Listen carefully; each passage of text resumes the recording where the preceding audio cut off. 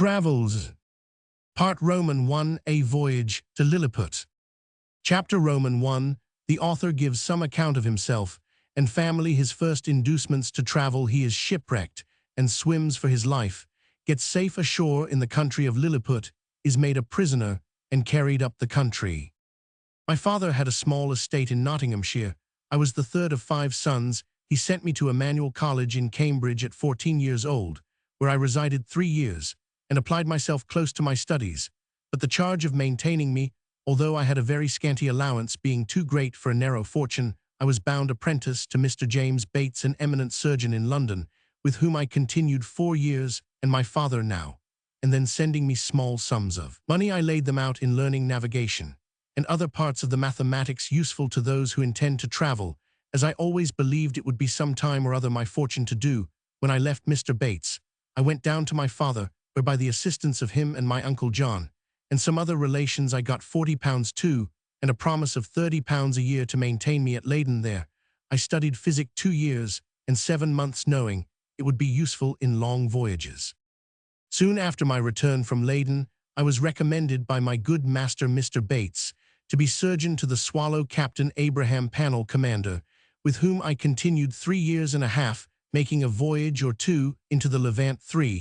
and some other parts. When I came back, I resolved to settle in London, to which Mr. Bates, my master, encouraged me, and by him I was recommended to several patients. I took part of a small house in the Old Jewry, and being advised to alter my condition, I married Mrs. Mary Burton, 4th daughter to Mr. Edmund Burton Hosier in Newgate Street, with whom I received £400 for a portion. But my good master Bates dying in 2 years after, and I having few friends, my business began to fail, for my conscience would not suffer me to imitate the bad practice of too many among my brethren. Having therefore consulted with my wife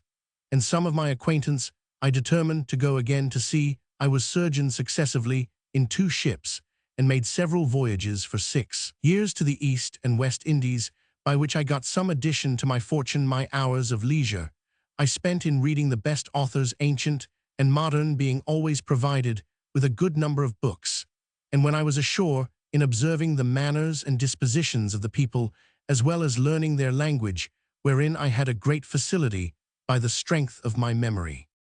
The last of these voyages not proving very fortunate, I grew weary of the sea, and intended to stay at home with my wife and family. I removed from the Old Jewry to Fetter Lane, and from thence to Wapping, hoping to get business among the sailors, but it would not turn to account. After 3 years' expectation that things would mend, I accepted an advantageous offer from Captain William Pritchard, master of the Antelope, who was making a voyage to the South Sea. We set sail from Bristol May 4, 1699, and our voyage at first was very prosperous. It would not be proper, for some reasons, to trouble the reader with the particulars of our adventures in those seas. Let it suffice to inform him that in our passage from thence to the East Indies, we were driven by a violent storm to the northwest of Van Diemen's Land 6. By an observation, we found ourselves in the latitude of 30 degrees and 2 minutes south. 12 of our crew were dead by immoderate labor and ill food. The rest were in a very weak condition. On the 5th of November, which was the beginning of summer in those parts, the weather being very hazy, the seamen spied a rock within half a cable's length of the ship 7, but the wind was so strong that we were driven directly upon it, and immediately split. 6 of the crew, of whom I was one, having let down the boat into the sea, made a shift to get clear of the ship, and the rock we rowed, by my computation, about 3 leagues, till we were able to work no longer, being already spent with labor while we were in the ship. We therefore trusted ourselves to the mercy of the waves, and in about half an hour the boat was overset by a sudden flurry from the north. What became of my companions in the boat, as well as those who escaped on the rock, or were left in the vessel, I cannot tell, but conclude they were all lost. For my own part, I swam as fortune directed me, and was pushed forward by wind and tide. I often let my legs drop, and could feel no bottom, but when I was almost gone, and able to struggle no longer, I found myself within my depth, and by this time the storm was much abated. The declivity was so small that I walked near a mile before I got to the shore, which I conjectured was about 8 o'clock in the evening. I then advanced forward near half a mile, but could not discover any sign of houses or inhabitants. At least I was in so weak condition that I did not observe them. I was extremely tired, and with that and the heat of the weather, and about half a pint of brandy that I drank as I left the ship, I found myself much inclined to sleep. I lay down on the grass, which was very short and soft, where I slept sounder than ever I remembered to have done in my life, and as I reckoned about 9 hours, for when I awaked it was just daylight, I attempted to rise, but was not able to stir, for, as I happened to lie on my back, I found my arms and legs were strongly fastened on each side to the ground, and my hair, which was long and thick, tied down in the same manner. I likewise felt several slender ligatures across my body from my armpits to my thighs. I could only look upwards. The sun began to grow hot, and the light offended my eyes. I heard a confused noise about me, but in the posture I lay could see nothing except the sky. In a little time, I felt something alive moving on my left leg, which, advancing gently forward over my breast, came almost up to my chin. When bending my eyes downward as much as I could, I perceived it to be a human creature not 6 inches high, with a bow and arrow in his hands, and a quiver at his back. In the meantime, I felt at least 40 more of the same kind, as I conjectured following the first. I was in the utmost astonishment, and roared so loud that they all ran back in a fright, and some of them, as I was afterwards told, were hurt with the falls they got by leaping from my sides upon the ground. However, they soon returned, and one of them, who ventured so far as to get a full sight of my face, lifting up his hands and eyes by way of admiration, cried out in a shrill but distinct voice, "Hekinah de Gull." The others repeated the same words several times, but I then knew not what they meant. I lay all this while, as the reader may believe, in great uneasiness, at length struggling to get loose. I had the fortune to break the strings and wrench out the pegs that fastened my left arm to the ground, for by lifting it up to my face, I discovered the methods they had taken to bind me, and at the same time, with a violent pull, which gave me excessive pain, I a little loosened the strings that tied down my hair on the left side, so that I was just able to turn my head about 2 inches. But the creatures ran off a second time before I could seize them, whereupon there was a great shout in a very shrill accent, and after it ceased, I heard one of them cry aloud, "Talgo phonak," when in an instant I felt above 100 arrows discharged on my left hand, which pricked me like so many needles, and besides they shot another flight into the air, as we do bombs in Europe, whereof many I suppose fell on my body, though I felt them not, and some on my face, which I immediately covered with my left hand. When this shower of arrows was over, I fell agroaning with grief and pain, and then striving again to get loose, they discharged another volley larger than the first, and some of them attempted with spears to stick me in the sides, but by good luck I had on me a buff jerkin, which they could not pierce. I thought it the most prudent method to lie still, and my design was to continue so till night, when, my left hand being already loose, I could easily free myself. And as for the inhabitants, I had reason to believe I might be a match for the greatest army they could bring against me, if they were all of the same size with him that I saw. I lay all this while in great uneasiness, but fortune disposed otherwise of me. When the people observed I was quiet, they discharged no more arrows, but by the noise I heard I knew their numbers increased, and about 4 yards from me, over against my right ear, I heard a knocking for above an hour, like that of people at work. When turning my head that way, as well as the pegs and strings would permit me, I saw a stage erected about 1.5 feet from the ground, capable of holding 4 of the inhabitants, with 2 or 3 ladders to mount it, from whence one of them, who seemed to be a person of quality, made me a long speech, whereof I understood not 1 syllable. But I should have mentioned that, before the principal person began his oration, he cried out 3 times, "Langro debel san," these words, and the former were afterwards repeated and explained to me, whereupon, immediately, about 50 of the inhabitants came and cut the strings that fastened the left side of my head, which gave me the liberty of turning it to the right, and of observing the person and gesture of him that was to speak. He appeared to be of a middle age, and taller than any of the other 3 who attended him, whereof one was a page that held up his train, and seemed to be somewhat longer than my middle finger. The other 2 stood one on each side to support him. He acted every part of an orator, and I could observe many periods of threatenings and others of promises, pity, and kindness.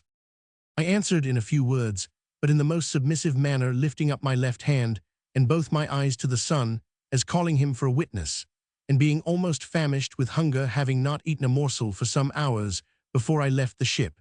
I found the demands of nature so strong upon me that I could not forbear showing my impatience, perhaps, against the strict rules of decency, by putting my finger frequently to my mouth, to signify that I wanted food. The Hergo, for so they call a great lord, as I afterwards learned, understood me very well. He descended from the stage, and commanded that several ladders should be applied to my sides, on which above 100 of the inhabitants mounted and walked towards my mouth, laden with baskets full of meat, which had been provided and sent thither by the king's orders upon the first intelligence he received of me. I observed there was the flesh of several animals, but could not distinguish them by the taste. There were shoulders, legs, and loins shaped like those of mutton, and very well dressed, but smaller than the wings of a lark. I ate them by 2 or 3 at a mouthful, and took 3 loaves at a time, about the bigness of musket bullets. They supplied me as they could, showing 1,000 marks of wonder and astonishment at my bulk and appetite. I then made another sign that I wanted drink. They found by my eating that a small quantity would not suffice me, and being a most ingenious people, they slung up with great dexterity one of their largest hogsheads, then rolled it towards my hand, and beat out the top. I drank it off at a draught, which I might well do, for it did not hold half a pint, and tasted like a small 9 wine of Burgundy, but much more delicious. They brought me a second hogshead, which I drank in the same manner, and made signs for more, but they had none to give me. When I had performed these wonders, they shouted for joy, and danced upon my breast, repeating several times, as they did at first, Houyhnhnms de Gull. They made me a sign that I should throw down the 2 hogsheads, but first warning the people below to stand out of the way, crying aloud, Borach Nevola. And when they saw the vessels in the air, there was an universal shout of Houyhnhnms de Gull. I confess I was often tempted, while they were passing backwards and forwards on my body, to seize 40 or 50 of the first that came in my reach, and dash them against the ground. But the remembrance of what I had felt, which probably might not be the worst they could do, and the promise of honor I made them for, so I interpreted my submissive behavior, soon drove out those imaginations. Besides, I now considered myself as bound by the laws of hospitality to a people who had treated me with so much expense and magnificence. However, in my thoughts, I could not sufficiently wonder at the intrepidity of these diminutive mortals, who durst venture to mount and walk upon my body, while one of my hands was at liberty, without trembling at the very sight of so prodigious a creature as I must appear to them. Producing his credentials. After some time, when they observed that I made no more demands for meat, there appeared before me a person of high rank from his imperial majesty. His excellency, having mounted on the small of my right leg, advanced forwards up to my face with about a dozen of his retinue, and producing his credentials under the signatroil, which he applied close to my eyes, spoke about 10 minutes without any signs of anger, but with a kind of determinate resolution, often pointing forwards, which, as I afterwards found, was towards the capital city, about half a mile distant, whither it was agreed by his majesty in council that I must be conveyed. I answered in few words, but to no purpose, and made a sign with my hand that was loose, putting it to the other, but over his excellency's head, for fear of hurting him or his train, and then to my own head and body, to signify that I desired my liberty. It appeared that he understood me well enough, for he shook his head by way of disapprobation, and held his hand in a posture to show that I must be carried as a prisoner. However, he made other signs to let me understand that I should have meat and drink enough, and very good treatment, whereupon I once more thought of attempting to break my bonds, but again, when I felt the smart of their arrows upon my face and hands, which were all in blisters, and many of the darts still sticking in them, and observing likewise that the number of my enemies increased, I gave tokens to let them know that they might do with me what they pleased. Upon this the Hergo and his train withdrew with much civility and cheerful countenances. Soon after I heard a general shout, with frequent repetitions of the words peplum selan, and I felt great numbers of people on my left side relaxing the cords to such a degree that I was able to turn upon my right, and to get a little ease, but before this they had daubed my face and both my hands with a sort of ointment very pleasant to the smell, which in a few minutes removed all the smart of their arrows. These circumstances, added to the refreshment I had received by their victuals and drink, which were very nourishing, disposed me to sleep. I slept about 8 hours, as I was afterwards assured, and it was no wonder, for the physicians, by the emperor's order, had mingled a sleepy potion in the hogsheads of wine.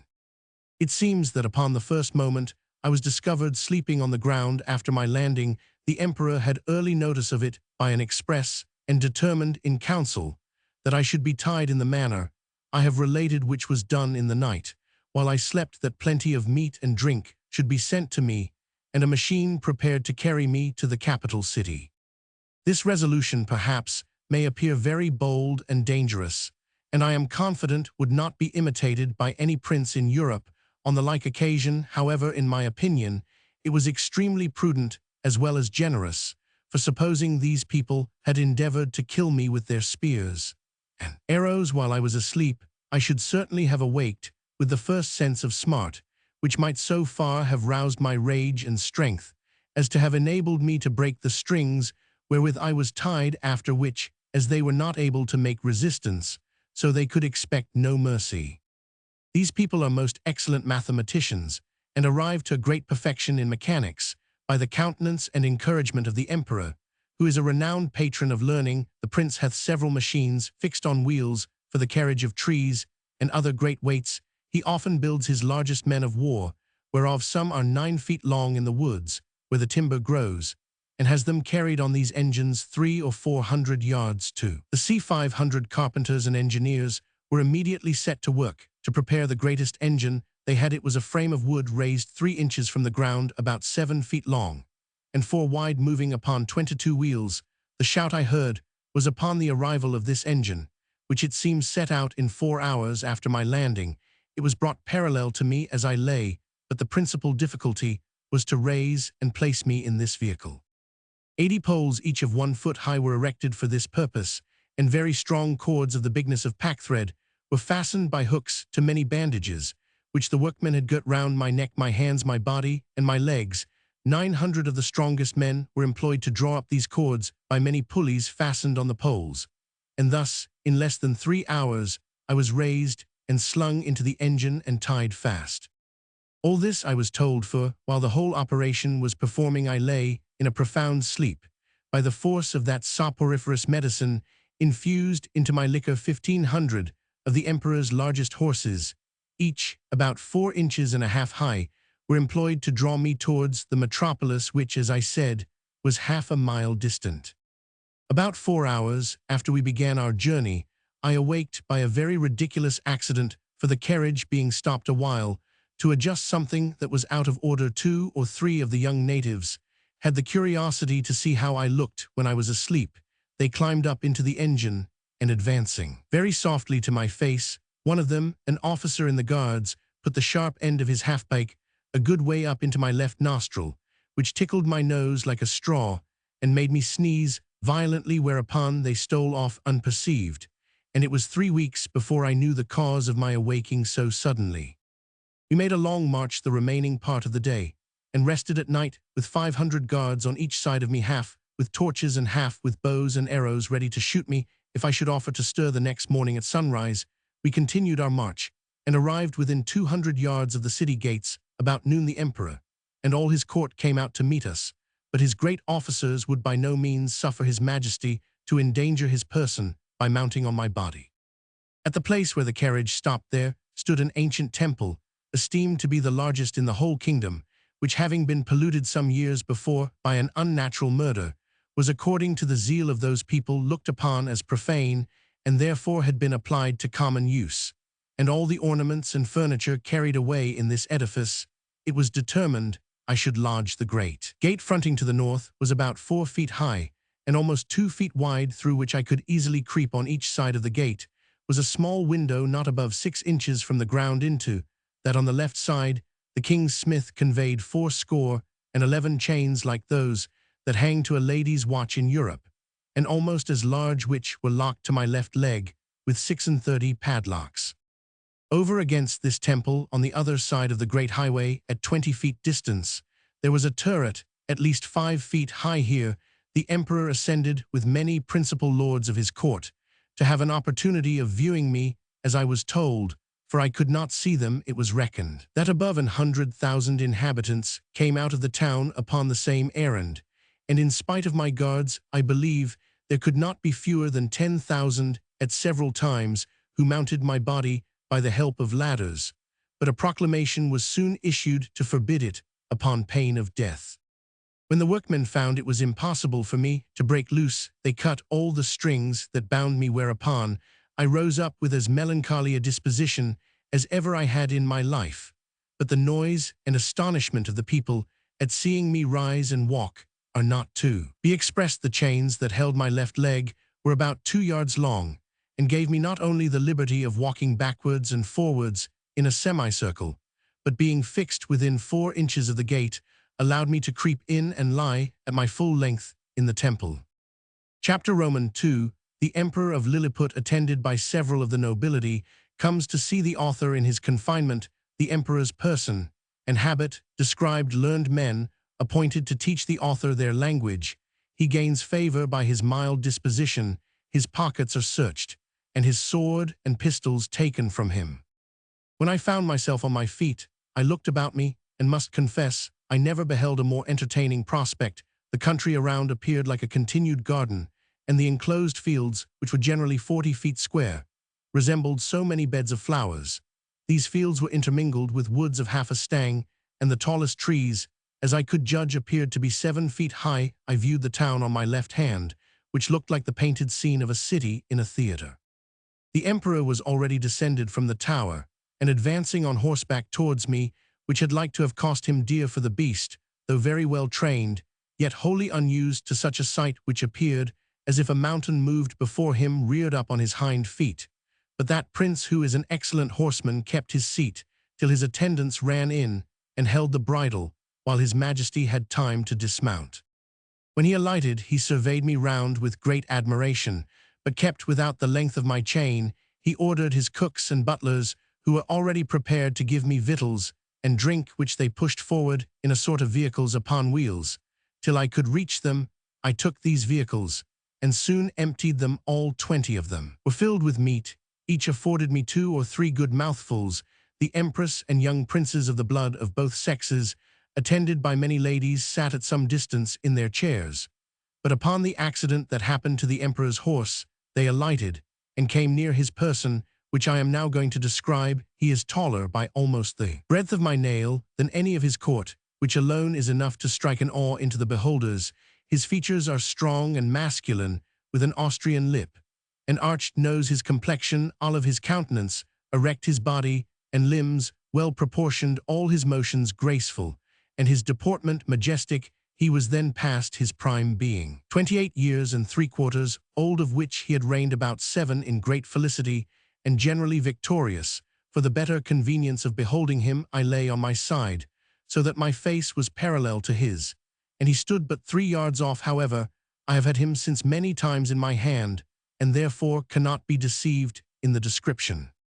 His dress was very plain and simple, and the fashion of it between the Asiatic and the European, but he had on his head a light helmet of gold adorned with jewels, and a plume in the crest. He held his sword drawn in his hand to defend himself if I should happen to break loose. It was almost 3 inches long. The hilt and scabbard were gold enriched with diamonds. His voice was shrill, but very clear and articulate, and I could distinctly hear it when I stood up. The ladies and courtiers were almost magnificently clad, so that the spot they stood upon seemed to resemble a petticoat spread on the ground, embroidered with figures of gold and silver. His imperial majesty spoke often to me, and I returned answers, but neither of us could understand a syllable. There were several of his priests and lawyers present, as I conjectured by their habits, who were commanded to address themselves to me, and I spoke to them in as many languages as I had the least smattering of, which were high and low, Dutch, Latin, French, Spanish, Italian, and lingua franca, but all to no purpose. After about 2 hours, the court retired, and I was left with a strong guard to prevent the impertinence and probably the malice of the rabble, who were very impatient to crowd about me as near as they durst, and some of them had the impudence to shoot their arrows at me as I sat on the ground by the door of my house, whereof one very narrowly missed my left eye, but the colonel ordered 6 of the ringleaders to be seized, and thought no punishment so proper as to deliver them bound into my hands, which some of his soldiers accordingly did, pushing them forwards, with the buttons of their pikes into my reach. I took them all on my right hand, put 5 of them into my coat pocket, and as to the 6th, I made a countenance, as if I would eat him alive. The poor man squalled terribly, and the colonel and his officers were in much pain, especially when they saw me take out my penknife, but I soon put them out of fear for looking mildly, and immediately cutting the strings he was bound with, I set him gently on the ground, and away he ran. I treated the rest in the same manner, taking them one by one out of my pocket, and I observed both the soldiers and people were highly delighted at this mark of my clemency, which was represented very much to my advantage at court. Towards night I got with some difficulty into my house, where I lay on the ground, and continued to do so about a fortnight, during which time the emperor gave orders to have a bed prepared for me. 600 beds of the common measure were brought in carriages and worked up in my house, and 150 of their beds sewn together made up the breadth and length, and these were 4 double, which however kept me but very indifferently from the hardness of the floor, which was of smooth stone. By the same computation they provided me with sheets, blankets, and coverlets, which were tolerable enough for one who had been so long inured to hardships as Roman I. As the news of my arrival spread through the kingdom, it brought prodigious numbers of rich, idle, and curious people to see me, so that the villages were almost emptied, and great neglect of tillage and household affairs must have ensued if His Imperial Majesty had not provided by several proclamations and orders of state against this inconvenience. He directed that those who had already beheld me should return home, and not presume to come within 50 yards of my house, without license from court, whereby the secretaries of state got considerable fees. In the meantime, the emperor held frequent councils to debate what course should be taken with me, and I was afterwards assured by a particular friend, a person of great quality, who was as much in the secret as any, that the court was under many difficulties concerning me. They apprehended my breaking loose, that my diet would be very expensive, and might cause a famine. Sometimes they determined to starve me, or at least to shoot me in the face and hands with poisoned arrows, which would soon dispatch me. But again, they considered that the stench of so large a carcass might produce a plague in the metropolis, and probably spread through the whole kingdom. In the midst of these consultations, several officers of the army went to the door of the great council chamber, and 2 of them, being admitted, gave an account of my behavior to the 6 criminals above mentioned, which made so favorable an impression in the breast of His Majesty and the whole board in my behalf, that an imperial commission was issued out obliging all the villages 900 yards round the city to deliver in every morning 6 beeves, 40 sheep, and other victuals for my sustenance, together with a proportionable quantity of bread and wine and other liquors, for the due payment of which His Majesty gave assignments upon his treasury. For this prince lives chiefly upon his own domains, seldom, except upon great occasions, raising any subsidies upon his subjects, who are bound to attend him in his wars at their own expense. An establishment was also made of 600 persons to be my domestics, who had boardwages allowed for their maintenance, and tents built for them very conveniently on each side of my door.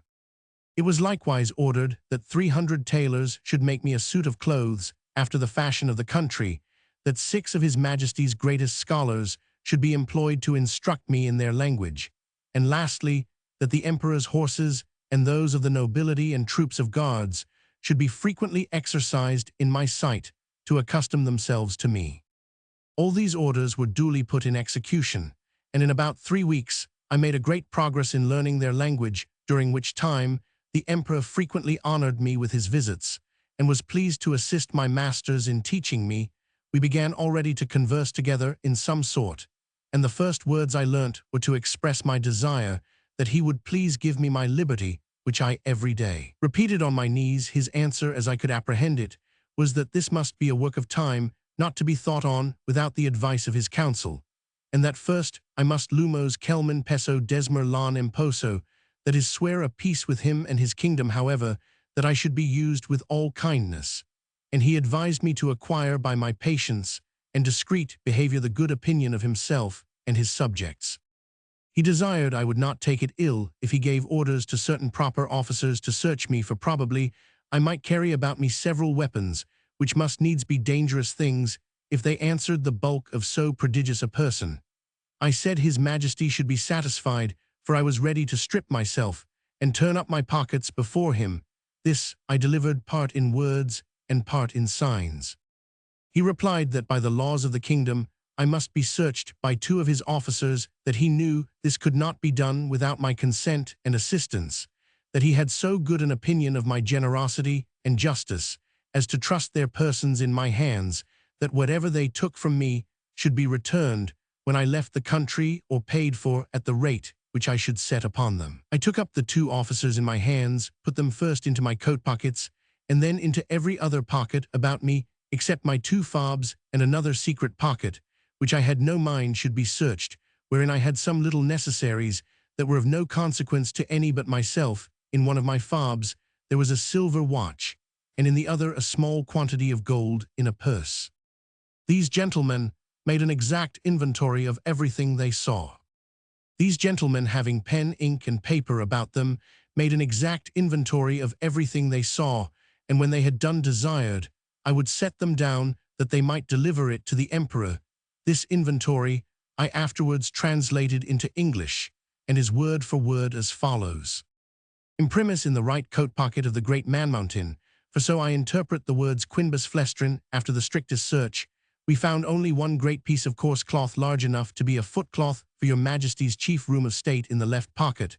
We saw a huge silver chest with a cover of the same metal, which we the searchers were not able to lift. We desired it should be opened, and one of us stepping into it found himself up to the mid-leg in a sort of dust some part, whereof flying up to our faces set us both a-sneezing for several times together. In his right waistcoat pocket we found a prodigious number of white thin substances, folded one over another, about the bigness of 3 men tied with a strong cable, and marked with black figures, which we humbly conceived to be writings, every letter almost half as large as the palm of our hands. In the left there was a sort of engine, from the back of which were extended 20 long poles, resembling the palisadoes before your majesty's court, wherewith we conjecture the man-mountain combs his head, for we did not always trouble him with questions, because we found it a great difficulty to make him understand us. In the large pocket on the right side of his middle cover, so I translate the word ranfulo, by which they meant my breeches, we saw a hollow pillar of iron about the length of a man, fastened to a strong piece of timber larger than the pillar, and upon one side of the pillar were huge pieces of iron sticking out, cut into strange figures, which we know not what to make of. In the left pocket another engine of the same kind. In the smaller pocket on the right side were several round flat pieces of white and red metal of different bulk. Some of the white, which seemed to be silver, were so large and so heavy that my comrade and I could hardly lift them. In the left pocket were 2 black pillars irregularly shaped. We could not without difficulty reach the top of them as we stood at the bottom of his pocket. One of them was covered and seemed all of a piece, but at the upper end of the other there appeared a white and round substance about twice the bigness of our heads. Within each of these was enclosed a prodigious plate of steel, which by our orders we obliged him to show us, because we apprehended they might be dangerous engines. He took them out of their cases, and told us that in his own country his practice was to shave his beard with one of these,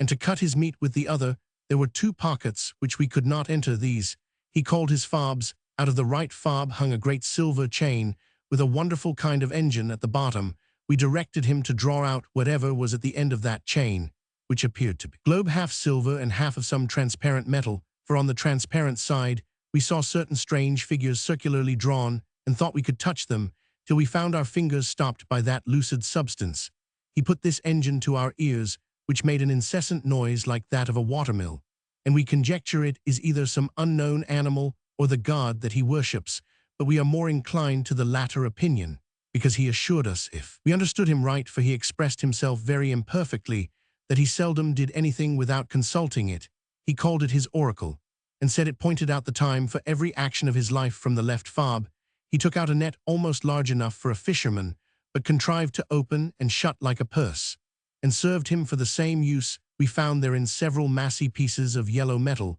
which if they be real gold, must be of immense value. Having thus, in obedience to your Majesty's commands, diligently searched all his pockets, we observed a girdle about his waist made of the hide of some prodigious animal, from which on the left side hung a sword of the length of 5 men, and on the right a bag or pouch, divided into 2 cells, each cell capable of holding 3. Of your Majesty's subjects in one of these cells were several globes or balls of a most ponderous metal about the bigness of our heads, and required a strong hand to lift them. The other cell contained a heap of certain black grains, but of no great bulk or weight, for we could hold about 50 of them in the palms of our hands. This is an exact inventory of what we found about the body of the man Mountain, who used us with great civility and due respect to your Majesty's commission, signed and sealed on the 4th day of the 89th moon of your Majesty's auspicious reign. Clefrin Frelogue. Marcy Frelogue. When this inventory was read over to the Emperor, he directed me, although in very gentle terms, to deliver up the several particulars. He first called for my scimitar, which I took out scabbard, and all in the meantime he ordered 3,000 of his choicest troops, who then attended him, to surround me at a distance with their bows and arrows, just ready to discharge. But I did not observe it, for mine eyes were wholly fixed upon his Majesty. He then desired me to draw my scimitar, which, although it had got some rust by the sea-water, was in most parts exceedingly bright. I did so, and immediately all the troops gave a shout between terror and surprise, for the sun shone clear, and the reflection dazzled their eyes. As I waved the scimitar to and fro in my hand, his Majesty, who is a most magnanimous prince, was less daunted than I could expect. He ordered me to return it into the scabbard, and cast it on the ground as gently as I could, about 6 feet from the end of my chain. The next thing he demanded was one of the hollow iron pillars, by which he meant my pocket pistols. I drew it out, and at his desire, as well as I could express to him the use of it, and charging it only with powder, which, by the closeness of my pouch, happened to escape wetting in the sea, an inconvenience against which all prudent mariners take special care to provide, I first cautioned the Emperor not to be afraid, and then let it off in the air. The astonishment here was much greater than at the sight of my scimitar. Hundreds fell down as if they had been struck dead, and even the Emperor, although he stood his ground, could not recover himself. In some time I delivered up both my pistols in the same manner as I had done my scimitar, and then my pouch of powder and bullets, begging him that the former might be kept from fire, for it would kindle with the smallest spark and blow up his imperial palace into the. I likewise delivered up my watch, which the Emperor was very curious to see, and commanded 2 of his tallest yeomen of the guards to bear it on a pole upon their shoulders, as draymen in England do a barrel of ale. He was amazed at the continual noise it made, and the motion of the minute hand, which he could easily discern, for their sight is much more acute than ours. He asked the opinions of his learned men about it, which were various and remote, as the reader may well imagine, without my repeating, although, indeed, I could not very perfectly understand them. I then gave up my silver and copper money, my purse with 9 large pieces of gold, and some smaller ones, my knife and razor, my comb and silver snuff-box, my handkerchief and journal book, my scimitar, pistols, and pouch, were conveyed in carriages to His Majesty's stores, but the rest of my goods were returned to me. I had, as I before observed, 1 private pocket, which escaped their search, wherein there was a pair of spectacles, which I sometimes use for the weakness of mine eyes, a pocket perspective, and some other little conveniences, which, being of no consequence to the Emperor, I did not think myself bound in honor to discover, and I apprehended they might be lost or spoiled if I ventured them out of my possession. Chapter Roman 3. The author diverts the Emperor and his nobility of both sexes in a very uncommon manner. The diversions of the court of Lilliput, described the author, has his liberty granted him upon certain conditions. My gentleness and good behavior had gained so far on the Emperor and his court, and indeed upon the army and people in general, that I began to conceive hopes of getting my liberty in a short time. I took all possible methods to cultivate this favorable disposition. The natives came by degrees to be less apprehensive of any danger from me. I would sometimes lie down and let 5 or 6 of them dance on my hand, and at last, the boys and girls would venture to come and play at hide and seek in my hair, I had now made a good progress in understanding and speaking their language. The emperor had a mind one day to entertain me with one of the country shows, wherein they exceed all nations I have known, both for dexterity and magnificence. I was diverted with none so much as that of the rope dancers performed upon a slender white thread, extended about 2 feet and 12 inches from the ground, upon which I shall desire liberty, with the reader's patience, to enlarge a little. This diversion is only practiced by those persons who are candidates for great employments and high favor at court. They are trained in this art from their youth, and are not always of noble birth or liberal education, when a great office is vacant either by death or disgrace, which often happens. 5 or 6 of those candidates petition the emperor to entertain his majesty and the court with a dance on the rope, and whoever jumps the highest, without falling, succeeds in the office. Very often the chief ministers themselves are commanded to show their skill and to convince the emperor that they have not lost their faculty. Flimnap. The treasurer is allowed to cut a caper on the straight rope at least an inch higher than any lord in the whole empire. I have seen him do the somersault several times, together upon a trencher fixed on a rope, which is no thicker than a common pack-thread in England. My friend Rildrezel, principal secretary for private affairs, is, in my opinion, if I am not partial, the second. After the treasurer, the rest of the great officers are much upon a par. These diversions are often attended with fatal accidents, whereof great numbers are on record. I myself have seen 2 or 3 candidates break a limb, but the danger is much greater when the ministers themselves are commanded to show their dexterity, for, by contending to excel themselves and their fellows, they strain so far that there is hardly one of them who hath not received a fall, and some of them 2 or 3, I was assured, that a year or 2 before my arrival Flimnap would have infallibly broke his neck, if one of the king's cushions that accidentally lay on the ground had not weakened the force of his fall. There is likewise another diversion, which is only shown before the emperor and empress and first minister. Upon particular occasions, the emperor lays on the table 3 fine silken threads of 6 inches long. One is purple, the other yellow, and the third white. These threads are proposed as prizes for those persons whom the emperor hath a mind to distinguish by a peculiar mark of his favor. The ceremony is performed in His Majesty's great chamber of state, where the candidates are to undergo a trial of dexterity very different from the former, and such as I have not observed the least resemblance of in any other country of the old or new world.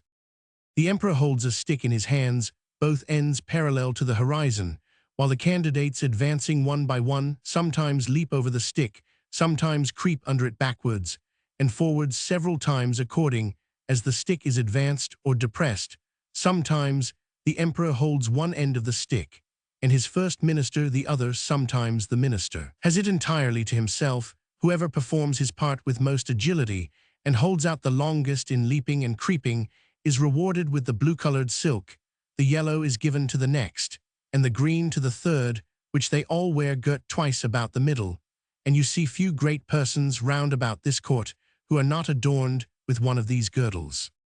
The horses of the army and those of the royal stables, having been daily led before me, were no longer shy, but would come up to my very feet. Without starting, the riders would leap them over my hand, as I held it on the ground, and one of the emperor's huntsmen, upon a large courser, took my foot shoe, and all which was indeed a prodigious leap. I had the good fortune to divert the emperor one day, after a very extraordinary manner. I desired he would order several sticks of 2 feet high, and the thickness of an ordinary cane, to be brought me, whereupon His Majesty commanded the master of his woods to give directions accordingly, and the next morning 6 woodmen arrived with as many carriages drawn by 8 horses to each. I took 9 of these sticks, and fixing them firmly in the ground in a quadrangular figure 2.5 feet square, I took 4 other sticks and tied them parallel at each corner about 2 feet from the ground. Then I fastened my handkerchief to the 9 sticks that stood erect and extended it on all sides till it was as tight as the top of a drum, and the 4 parallel sticks, rising about 5 inches higher than the handkerchief, served as ledges on each side. When I had finished my work, I desired the emperor to let a troop of his best horse 24 in number come and exercise upon this plain. His majesty approved of the proposal, and I took them up one by one in my hands, ready mounted, and armed with the proper officers to exercise them. As soon as they got into order, they divided into two parties, performed mock skirmishes, discharged blunt arrows, drew their swords, fled, and pursued, attacked, and retired, and in short discovered the best military discipline I ever beheld. The parallel sticks secured them and their horses from falling over the stage, and the emperor was so much delighted that he ordered this entertainment to be repeated several days, and once was pleased to be lifted up and give the word of command, and with great difficulty persuaded even the empress herself to let me hold her in her close chair within 2 yards of the stage, from whence she was able to take a full view of the whole performance. It was my good fortune that no ill accident happened in these entertainments. Only once a fiery horse that belonged to one of the captains, pawing with his hoof, struck a hole in my handkerchief, and his foot slipping, he overthrew his rider and himself. But I immediately relieved them both, and covering the hole with one hand, I set down the troop with the other in the same manner. As I took them up, the horse that fell was strained in the left shoulder, but the rider got no hurt, and I repaired my handkerchief as well as I could. However, I would not trust to the strength of it any more in such dangerous enterprises. About 2 or 3 days before I was set at liberty, as I was entertaining the court with feats of this kind, there arrived an express to inform His Majesty that some of his subjects riding near the place where I was first taken up had seen a great black substance lying on the ground, very oddly shaped, extending its edges round as wide as His Majesty's bedchamber, and rising up in the middle as high as a man, that it was no living creature as they had at first apprehended, for it lay on the grass without motion, and some of them had walked round it several times, that by mounting upon each other's shoulders, they had got to the top, which was flat, and even in stamping upon it, they found it was hollow within, that they humbly conceived it might be something belonging to the man mountain, and if His Majesty pleased, they would undertake to bring it with only 5 horses. I presently knew what they meant, and was glad at heart to receive this intelligence. It seems upon my first reaching the shore after our shipwreck, I was in such confusion that before I came to the place where I went to sleep, my hat, which I had fastened with a string to my head while I was rowing, and had stuck on all the time I was swimming, fell off. After I came to land, the string, as I conjecture, breaking by some accident which I never observed, but thought my hat had been lost at sea, I entreated His Imperial Majesty to give orders it might be brought to me as soon as possible, describing to him the use and nature of it, and the next day the wagoners arrived with it, but not in a very good condition. They had bored 2 holes in the brim within 1.5 inches of the edge, and fastened 2 hooks in the holes. These hooks were tied by a long cord to the harness, and thus my hat was dragged along for above half an English mile. But the ground in that country being extremely smooth and level, it received less damage than I expected. 2 days after this adventure, the emperor, having ordered that part of the army which quarters in and about his metropolis to be in readiness, took a fancy of diverting himself in a very singular manner. He desired I would stand like a colossus with my legs as far asunder as I conveniently could. He then commanded his general, who was an old experienced leader and a great patron of mine, to draw up the troops in close order and march under me, the foot by 24 abreast, and the horse by 16, with drums beating, colors flying, and pikes. Advanced. This body consisted of 3,000 foot and 1,000 horse. I had sent so many memorials and petitions for my liberty that His Majesty at length mentioned the matter, first in the cabinet, and then in full council, where it was opposed by none except Scarus Balgalam, who was pleased without any provocation to be my mortal enemy, but it was carried against him by the whole board, and confirmed by the emperor. That minister was Galbit, or admiral of the realm, very much in his master's confidence, and a person well versed in affairs, but of a morose and sour complexion. However, he was at length persuaded to comply, but prevailed that the articles and conditions upon which I should be set free, and to which I must swear, should be drawn up by himself. These articles were brought to me by Scarus Balgalam in person, attended by 2 undersecretaries and several persons of distinction. After they were read, I was demanded to swear to the performance of them, first in the manner of my own country, and afterwards in the method prescribed by their laws, which was to hold my right foot in my left hand, and to place the middle finger of my right hand on the crown of my head, and my thumb on the tip of my right. But because the reader may be curious to have some idea of the style and manner of expression peculiar to that people, as well as to know the articles upon which I recovered my liberty, I have made a translation of the whole instrument word for word as near as I was able, which I here offer to the public. Gulbasto Mama and Evlame Gerdillo Shefin Mully Uli, most mighty emperor of Lilliput, delight and terror of the universe, whose dominions extend 5,000 blustrugs, about 12 miles, in circumference to the extremities of the globe, monarch of all monarchs, taller than the sons of men, whose feet press down to the center, and whose head strikes against the sun, at whose nod the princes of the earth shake their knees, pleasant as the spring comfortable, as the summer fruitful, as autumn dreadful, as winter his most sublime majesty proposeth to the man mountain, lately arrived at our celestial dominions, the following articles which by a solemn oath he shall be obliged to perform. First, the man mountain shall not depart from our dominions without our license under our great seal. Second, he shall not presume to come into our metropolis without our express order, at which time the inhabitants shall have 2 hours' warning to keep within doors. Third, the said man mountain shall confine his walks to our principal high roads, and not offer to walk or lie down in a meadow or field of corn. Fourth, as he walks the said roads, he shall take the utmost care not to trample upon the bodies of any of our loving subjects, their horses or carriages, nor take any of our subjects into his hands without their own consent. Fifth, if an express requires extraordinary dispatch, the man mountain shall be obliged to carry in his pocket the messenger, and horse a 6 days' journey once in every moon, and return the said messenger back, if so required, safe to our imperial presence. Sixth, he shall be our ally against our enemies in the island of Blefuscu, and do his utmost to destroy their fleet, which is now preparing to invade us. Seventh, that the said man mountain shall at his times of leisure be aiding and assisting to our workmen in helping to raise certain great stones towards covering the wall of the principal park and other our royal buildings. Eighth, that the said man mountain shall in 2 moons' time deliver in an exact survey of the circumference of our dominions, by a computation of his own paces round the coast.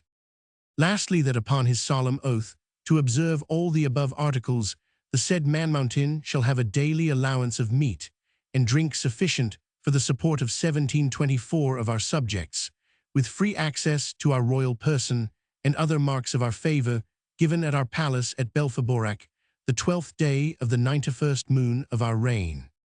I swore and subscribed to the articles with great cheerfulness and content, although some of them were not so honorable as I could have wished, which proceeded wholly from the malice of Skyris Balgalam, the High Admiral, whereupon my chains were immediately unlocked, and I was at full liberty. The Emperor himself in person did me the honor to be by at the whole ceremony. I made my acknowledgments by prostrating myself at His Majesty's feet, but he commanded me to rise, and after many gracious expressions, which to avoid the censure of vanity, I shall not repeat, he added that he hoped I should prove a useful servant, and well deserve all the favors he had already conferred upon me, or might do for the future.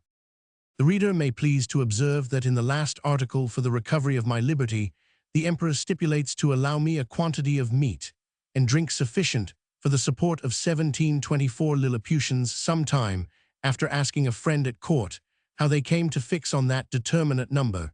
He told me that His Majesty's mathematicians, having taken the height of my body by the help of a quadrant, and finding it to exceed theirs in the proportion of 12 to 1, they concluded from the similarity of their bodies that mine must contain at least 1724 of theirs, and consequently would require as much food as was necessary to support that number of Lilliputians, by which the reader may conceive an idea of the ingenuity of that people, as well as the prudent and exact economy of so great a prince.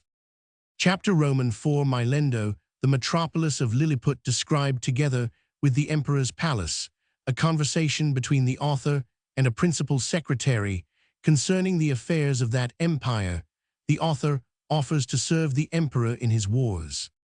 The first request I made after I had obtained my liberty was that I might have license to see my lendo the metropolis, which the emperor easily granted me, but with a special charge to do no hurt either to the inhabitants or their houses. The people had notice by proclamation of my design to visit the town. The wall which encompassed it is 2.5 feet high and at least 11 inches broad, so that a coach and horses may be driven very safely round it, and it is flanked with strong towers at 10 feet distance. I stepped over the great western gate and passed very gently and sidling through the two principal streets only in my short waistcoat for fear of damaging the roofs and eaves of the houses with the skirts of my coat. I walked with the utmost circumspection to avoid treading on any stragglers who might remain in the streets, although the orders were very strict that all people should keep in their houses at their own peril. The garret windows and tops of houses were so crowded with spectators that I thought in all my travels I had not seen a more populous place. The city is an exact square, each side of the wall being 500 feet long. The two great streets, which run across and divide it into 4 quarters, are 5 feet wide. The lanes and alleys, which I could not enter, but only viewed them as I passed, are from 12 to 18 inches. The town is capable of holding 500,000 souls. The houses are from 3 to 5 stories, the shops and markets well provided. The emperor's palace is in the center of the city, where the two great streets meet. It is enclosed by a wall of 2 foot high and 20 foot distant from the buildings. I had His Majesty's permission to step over this wall, and the space being so wide between that and the palace, I could easily view it on every side.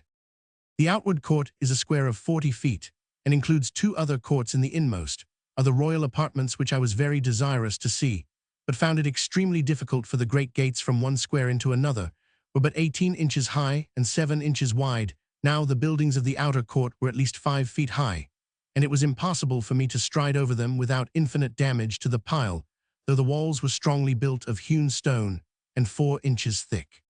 At the same time, the emperor had a great desire that I should see the magnificence of his palace, but this I was not able to do till 3 days, after which I spent in cutting down with my knife some of the largest trees in the royal park, about 100 yards distance from the city. Of these trees, I made 2 stools, each about 3 feet high and strong enough to bear my weight.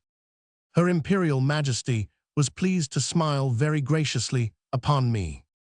The people having received notice, a second time I went again through the city to the palace with my 2 stools in my hands. When I came to the side of the outer court, I stood upon one stool and took the other in my hand. This I lifted over the roof and gently set it down on the space between the first and second court, which was 8 feet wide. I then stepped over the building very conveniently from one stool to the other and drew up the first after me with a hooked stick. By this contrivance, I got into the inmost court, and lying down upon my side, I applied my face to the windows of the middle stories, which were left open on purpose, and discovered the most splendid apartments that can be imagined there. I saw the empress and the young princes in their several lodgings, with their chief attendants about them. Her Imperial Majesty was pleased to smile very graciously upon me, and gave me out of the window her hand to kiss. But I shall not anticipate the reader with farther descriptions of this kind, because I reserve them for a greater work, which is now almost ready for the press, containing a general description of this empire, from its first erection through a long series of princes, with a particular account of their wars, and politics, laws, learning, and religion, their plants and animals, their peculiar manners and customs, with other matters very curious and useful. My chief design at present being only to relate such events and transactions as happen to the public or to myself during a residence of about 9 months in that empire. One morning, about a fortnight after I had obtained my liberty, Rildrezel, principal secretary, as they style him for private affairs, came to my house. Attended only by one servant, he ordered his coach to wait at a distance, and desired I would give him an hour's audience, which I readily consented to on account of his quality and personal merits, as well as of the many good offices he had done me during my solicitations at court. I offered to lie down, that he might the more conveniently reach my ear, but he chose rather to let me hold him in my hand during our conversation. He began with compliments on my liberty, said he might pretend to some merit in it, but however added that if it had not been for the present situation of things at court perhaps, I might not have obtained it so soon, for said he, as flourishing a condition as we may appear to be in to foreigners, we labor under two mighty evils of violent faction at home,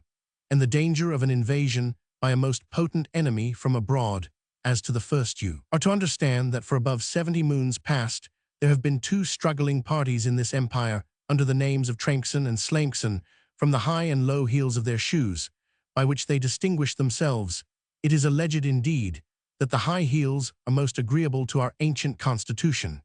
But however this may be, his Majesty hath determined to make use only of low heels in the administration of the government, and all offices in the gift of the crown, as you cannot but observe, and particularly that his Majesty's imperial heels are lower at least by a drur than any of his court drur,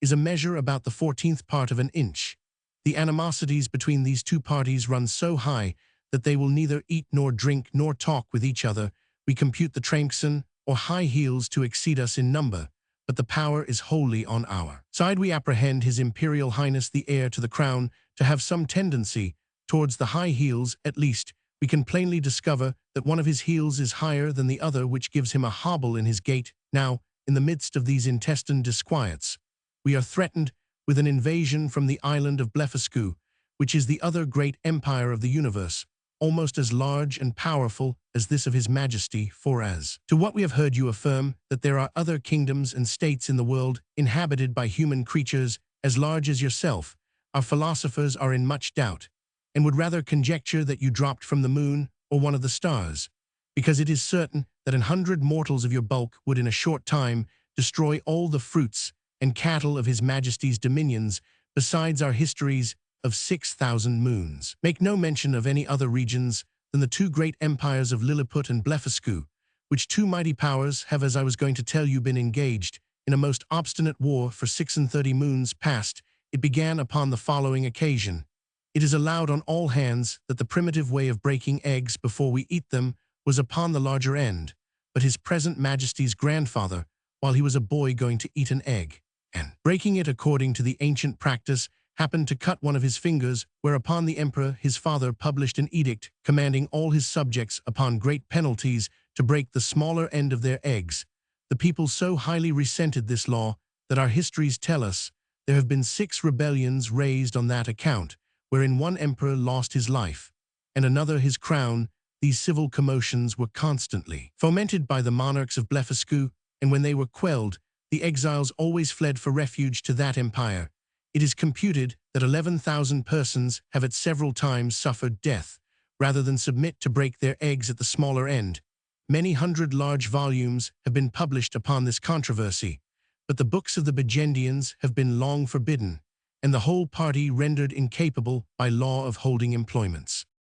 During the course of these troubles, the emperors of Blefuscu did frequently expostulate by their ambassadors, accusing us of making a schism in religion, by offending against a fundamental doctrine of our great prophet Lustrog, in the 51st chapter of the Blundecrul, which is their Alcoran. This, however, is thought to be a mere strain upon the text, for the words are these, that all true believers break their eggs at the convenient end, and which is the convenient end seems, in my humble opinion, to be left to every man's conscience, or at least in the power of the chief magistrate to determine. Now, the Burgundian exiles have found so much credit in the emperor of Blefuscu's court, and so much private assistance and encouragement from their party here at home, that a bloody war hath been carried on between the two empires for 36 moons, with various success, during which time we have lost 40 capital ships, and a much greater number of smaller vessels, together with 30,000 of our best seamen and soldiers, and the damage received by the enemy is reckoned to be somewhat greater than ours. However, they have now equipped a numerous fleet, and are just preparing to make a descent upon us, and His Imperial Majesty, placing great confidence in your valor and strength, hath commanded me to lay this account of his affairs before you. I desired the secretary to present my humble duty to the emperor, and to let him know that I thought it would not become me, who was a foreigner, to interfere with parties, but I was ready, with the hazard of my life, to defend his person and state against all invaders. Chapter Roman 5, the author, by an extraordinary stratagem, prevents an invasion. A high title of honor is conferred upon him. Ambassadors arrive from the Emperor of Blefuscu, and sue for peace. The Empress apartment on fire. By accident, the author instrumental in saving the rest of the palace. The Empire of Blefuscu is an island situate to the north-northeast of Lilliput, from whence it is parted only by a channel of 800 yards wide. I had not yet seen it, and upon this notice of an intended invasion, I avoided appearing on that side of the coast, for fear of being discovered by some of the enemy's ships, who had received no intelligence of me. All intercourse between the two empires having been strictly forbidden during the war upon the pain of death, and an embargo laid by our emperor upon all vessels whatsoever. I communicated to His Majesty a project I had formed of seizing the enemy's whole fleet, which, as our scouts assured us, lay at anchor in the harbor ready to sail with the first fair wind.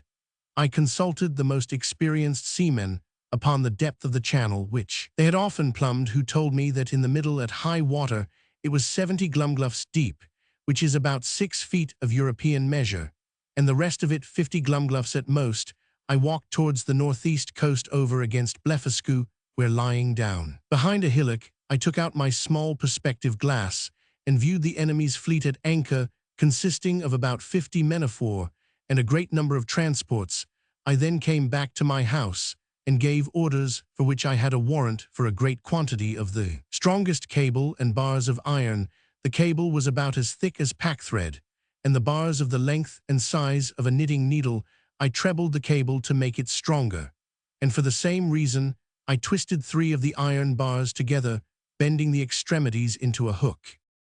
Having thus fixed 50 hooks to as many cables, I went back to the northeast coast, and putting off my coat, shoes, and stockings, walked into the sea in my leathern jerkin. About half an hour before high water, I waded with what haste I could, and swam in the middle about 30 yards, till I felt ground. I arrived at the fleet in less than half an hour. The enemy were so frightened when they saw me that they leaped out of their ships and swam to shore, where there could not be fewer than 30,000 souls. I then took my tackling, and fastening a hook to the hole at the prow of each, I tied all the cords together at the end.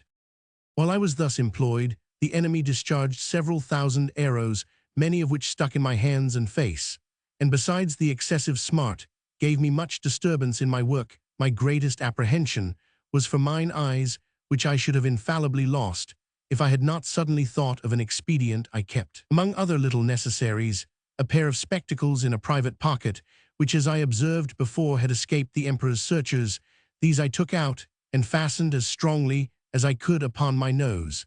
and thus, armed, went on boldly with my work, in spite of the enemy's arrows, many of which struck against the glasses of my spectacles, but without any other effect farther than a little to discompose them. I had now fastened all the hooks, and taking the knot in my hand, began to pull, but not a ship would stir, for they were all too fast held by their anchors, so that the boldest part of my enterprise remained. I therefore let go the cord, and leaving the hooks fixed to the ships, I resolutely cut with my knife the cables that fastened the anchors, receiving above 200 shots in my face and hands.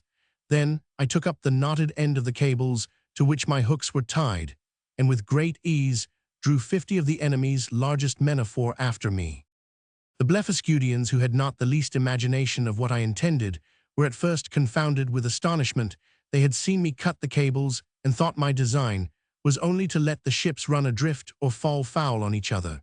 But when they perceived the whole fleet moving in order, and saw me pulling at the end, they set up such a scream of grief and despair as it is almost impossible to describe or conceive. When I had got out of danger, I stopped a while to pick out the arrows that stuck in my hands and face, and rubbed on some of the same ointment that was given me at my first arrival, as I have formerly mentioned.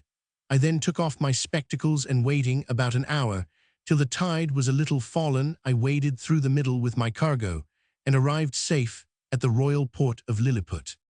The emperor and his whole court stood on the shore, expecting the issue of this great adventure. They saw the ships move forward in a large half-moon, but could not discern me, who was up to my breast in water. When I advanced to the middle of the channel, they were yet more in pain, because I was under water to my neck, the emperor concluded me to be drowned, and that the enemy's fleet was approaching in an hostile manner. But he was soon eased of his fears, for the channel growing shallower, every step I made I came in a short time within hearing, and holding up the end of the cable, by which the fleet was fastened, I cried in a loud voice, "Long live the most puissant emperor of Lilliput! This great prince received me at my landing with all possible encomiums, and created me a nardak upon the spot, which is the highest title of honor among them. His Majesty desired I would take some other opportunity of bringing all the rest of his enemies' ships into his ports, and so immeasurable is the ambition of princes that he seemed to think of nothing less than reducing the whole empire of Blefuscu into a province, and governing it by viceroy, of destroying the Burgundian exiles, and compelling that people to break the smaller end of their eggs, by which he would remain the sole monarch of the whole world. But I endeavored to divert him from this design by many arguments drawn from the topics of policy as well as justice, and I plainly protested that I would never be an instrument of bringing a free and brave people into slavery, and when the matter was debated in council, the wisest part of the ministry were of my opinion, and created me a nardak upon the spot. This open, bold declaration of mine was so opposite to the schemes and politics of His Imperial Majesty that he could never forgive me. He mentioned it in a very artful manner at council, where I was told that some of the wisest appeared, at least by their silence, to be of my opinion, but others who were my secret enemies could not forbear some expressions, which by a sidewind reflected on me, and from this time began an intrigue between His Majesty and a junto of ministers maliciously bent against me, which broke out in less than 2 months, and had like to have ended in my utter destruction. Of so little weight are the greatest services to princes when put into the balance with a refusal to gratify their passions. About 3 weeks after this exploit, there arrived a solemn embassy from Blefuscu with humble offers of peace, which was soon concluded upon conditions very advantageous to our emperor, wherewith I shall not trouble the reader. There were 6 ambassadors, with a train of about 500 persons, and their entry was very magnificent, suitable to the grandeur of their master and the importance of their business. When their treaty was finished, wherein I did them several offices by the credit I now had, or at least appeared to have at court, their excellencies, who were privately told how much I had been their friend, made me a visit in form. They began with many compliments upon my valor and generosity, invited me to that kingdom in the emperor, their master's name, and desired me to show some proofs of my prodigious strength, of which they had heard so many wonders, wherein I readily obliged them, but shall not trouble the reader with the particulars. When I had for some time entertained their excellencies to their infinite satisfaction and surprise, I desired they would do me the honor to present my most humble respects to the emperor, their master, the renown of whose virtues had so justly filled the whole world with admiration, and whose royal person I resolved to attend before I returned to my own country. Accordingly, the next time I had the honor to see our emperor, I desired his general license to wait on the Blefuscudian monarch, which he was pleased to grant me, as I could plainly perceive, in a very cold manner, but could not guess the reason, till I had a whisper from a certain person that Flimnap and Balgalam had represented my intercourse with those ambassadors as a mark of disaffection, from which I am sure my heart was wholly free, and this was the first time I began to conceive some imperfect idea of courts and ministers. It is to be observed that these ambassadors spoke to me by an interpreter, the languages of both empires differing as much from each other as any two in Europe, and each nation priding itself upon the antiquity, beauty, and energy of its own tongue, with an avowed contempt for that of its neighbor. Yet our emperor, standing upon the advantage he had got by the seizure of their fleet, obliged them to deliver their credentials and make their speech in the Lilliputian tongue. And it must be confessed that from the great intercourse of trade and commerce between both realms, from the continual reception of exiles, which is mutual among them, and from the custom in each empire to send their young nobility and richer gentry to the other, in order to polish themselves by seeing the world and understanding men and manners, there are few persons of distinction, or merchants or seamen, who dwell in the maritime parts, but what can hold conversation in both tongues, as I found some weeks after, when I went to pay my respects to the Emperor of Blefuscu, which in the midst of great misfortunes, through the malice of my enemies, proved a very happy adventure to me, as I shall relate in its proper place.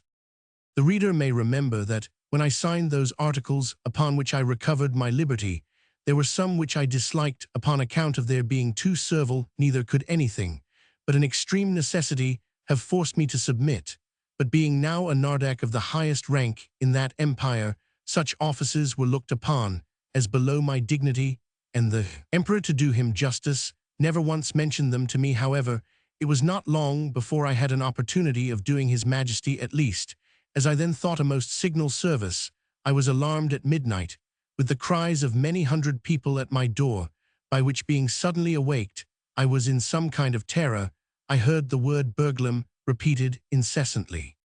Several of the emperor's court, making their way through the crowd, entreated me to come immediately to the palace, where her imperial majesty's apartment was on fire by the carelessness of a maid of honor who fell asleep.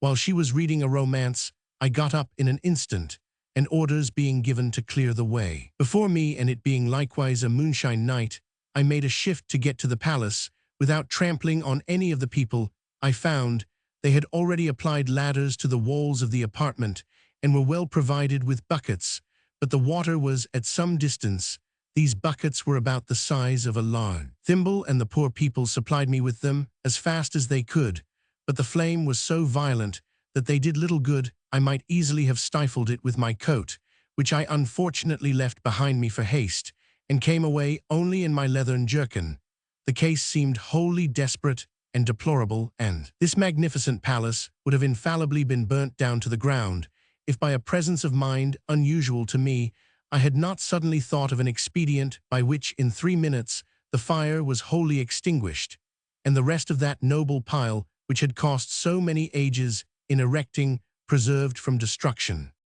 It was now daylight, and I returned to my house without waiting to congratulate with the emperor, because although I had done a very eminent piece of service, yet I could not tell how his majesty might resent the manner by which I had performed it, for, by the fundamental laws of the realm, it is capital in any man of what quality soever to even touch the empress or the royal princesses without invitation. But I was a little comforted by a message from his majesty that he would give orders to the grand justiciary for passing my pardon in form, which however I could not obtain, and I was privately assured that the empress, conceiving the greatest abhorrence of me, and in the presence of her chief confidants, could not forbear vowing revenge. Chapter Romans 6 of the inhabitants of Lilliput, their learning, laws, and customs, the manner of educating their children, the author's way of living in that country. Although I intend to leave the description of this empire to a particular treatise, yet in the meantime I am content to gratify the curious reader with some general ideas. As the common size of the natives is somewhat under 6 inches high, so there is an exact proportion in all other animals, as well as plants and trees. For instance, the tallest horses and oxen are between 4 and 5 inches in height, the sheep an inch and a half more or less, their geese about the bigness of a sparrow. And so the several gradations downwards, till you come to the smallest, which to my sight were almost invisible. But nature hath adapted the eyes of the Lilliputians to all objects proper for their view. They see with great exactness, but at no great distance, and to show the sharpness of their sight towards objects that are near, I have been much pleased with observing a cook pulling a lark, which was not so large as a common fly, and a young girl threading an invisible needle with invisible silk. Their tallest trees are about 7 feet high, I mean some of those in the great royal park, the tops whereof I could but just reach with my fist clenched. The other vegetables are in the same proportion, but this I leave to the reader's imagination. I shall say but little at present of their learning, which for many ages hath flourished in all its branches among them. But their manner of writing is very peculiar, being neither from the left to the right, like the Europeans, nor from the right to the left, like the Arabians, nor from up to down, like the Chinese, but aslant from one corner of the paper to the other, like ladies in England. They bury their dead with their heads directly downwards, because they hold an opinion that in 11,000 moons they are all to rise again, in which period the earth, which they conceive to be flat, will turn upside down, and by this means they shall at the resurrection be found ready standing on their feet. The learned among them confess the absurdity of this doctrine, but the practice still continues in compliance to the vulgar. There are some laws and customs in this empire very peculiar, and if they were not so directly contrary to those of my own dear country, I should be tempted to say a little in their justification. It is only to be wished they were as well executed. The first I shall mention relates to informers. All crimes against the state are punished here with the utmost severity. But if the person accused maketh his innocence plainly to appear upon his trial, the accuser is immediately put to an ignominious death, and out of his goods or lands the innocent person is quadruply recompensed for the loss of his time, for the danger he underwent, for the hardship of his imprisonment, and for all the charges he hath been at in making his defence, or it, that fund be deficient, it is largely supplied by the crown. The emperor also confers on him some public mark of his favour, and proclamation is made of his innocence through the whole city. They look upon fraud as a greater crime than theft, and therefore seldom fail to punish it with death, for they allege that care and vigilance, with a very common understanding, may preserve a man's goods from thieves, but honesty has no fence against superior cunning. And since it is necessary that there should be a perpetual intercourse of buying and selling and dealing upon credit, where fraud is permitted and connived at, or hath no law to punish it, the honest dealer is always undone, and the knave gets the advantage. I remember when I was once interceding with the king for a criminal who had wronged his master of a great sum of money, which he had received by order, and run away with, and happening to tell his majesty, by way of extenuation, that it was only a breach of trust, the emperor thought it monstrous in me to offer as a defence the greatest aggravation of the crime. And truly, I had little to say in return farther than the common answer, that different nations had different customs, for I confess, I was heartily ashamed. Although we usually call reward and punishment the two hinges upon which all government turns, yet I could never observe this maxim to be put in practice by any nation, except that of Lilliput. Whoever can there bring sufficient proof that he hath strictly observed the laws of his country for 73 moons, hath a claim to certain privileges according to his quality and condition of life, with a proportionable sum out of a fund, appropriated for that use. He likewise acquires the title of snilpol, or legal witch, is added to his name, but doth not descend to his posterity, and these people thought it a prodigious defect of policy among us, when I told them that our laws were enforced only by penalties, without any mention of reward. It is upon this account that the image of justice in their courts of judicature is formed with 6 eyes, 2 before, as many behind, and on each side one, to signify circumspection, with a bag of gold open in her right hand, and a sword sheath in her left, to show she was more disposed to reward than to punish.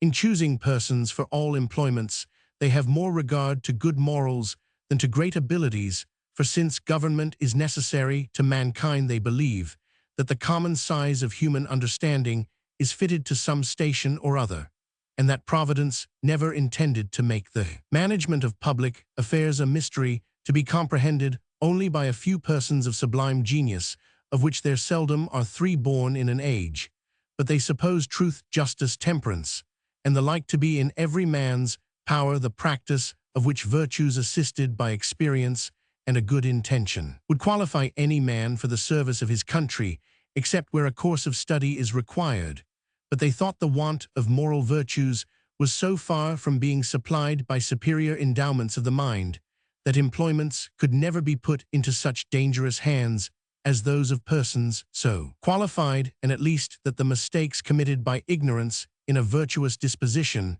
would never be of such fatal consequences to the public weal as the practices of a man whose inclinations led him to be corrupt, and who had great abilities to manage to multiply and defend his corruptions. In like manner, the disbelief of a divine providence renders a man incapable of holding any public station, for since kings avow themselves to be the deputies of Providence, the Lilliputians think nothing can be more absurd than for a prince to employ such men as disown the authority under which he acts. In relating these and the following laws, I would only be understood to mean the original institutions, and not the most scandalous corruptions into which these people are fallen by the degenerate nature of man. For as to that infamous practice of acquiring great employments by dancing on the ropes or badges of favor and distinction, by leaping over sticks and creeping under them, the reader is to observe that they were first introduced by the grandfather of the emperor, now reigning and grew to the present height, by the gradual increase of party and faction. Ingratitude is among them a capital crime, as we read it to have been in some other countries, for they reason thus, that whoever makes ill returns to his benefactor must needs be a common enemy to the rest of mankind, from whom he hath received no obligation, and therefore such a man is not fit to live.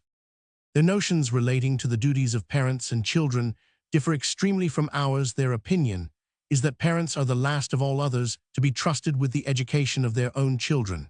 and therefore they have in every town public nurseries, where all parents, except cottagers and laborers, are obliged to send their infants of both sexes to be reared and educated when they come to the age 20 moons, at which time they are supposed to have some rudiments of docility. These schools are of several kinds, suited to different qualities, and to both sexes they have certain professors well skilled in preparing children for such a condition of life, as befits the rank of their parents and their own capacities, as well as inclinations. I shall first say something of the male nurseries, and then of the female. The nurseries for males of noble or eminent birth are provided with grave and learned professors, and their several deputies. The clothes and food of the children are plain and simple. They are bred up in the principles of honor, justice, courage, modesty, clemency, religion, and love of their country. They are always employed in some business, except in the times of eating and sleeping, which are very short, and 2 hours for diversions consisting of bodily exercises. They are dressed by men till 4 years of age, and then are obliged to dress themselves, although their quality be ever so great, and the women attendants, who are aged proportionably to ours, at 50 perform only the most menial offices. They are never suffered to converse with servants, but go together in smaller or greater numbers to take their diversions, and always in the presence of a professor or one of his deputies, whereby they avoid those early bad impressions of folly and vice to which our children are subject. Their parents are suffered to see them only twice a year, the visit to last, but an hour they are allowed to kiss the child at meeting and parting, but a professor who always stands by on those occasions will not suffer them to whisper or use any fondling expressions, or bring any presents of toys, sweetmeats, and the like. The pension from each family for the education and entertainment of a child upon failure of due payment is levied by the emperor's officers. The nurseries for children of ordinary gentlemen, merchants, traders, and handicrafts are managed proportionally after the same manner. Only those designed for trades are put out apprentices at 11 years old, whereas those persons of quality continue in their exercises till 15, which answers to 21 with us, but the confinement is gradually lessened for the last 3 years.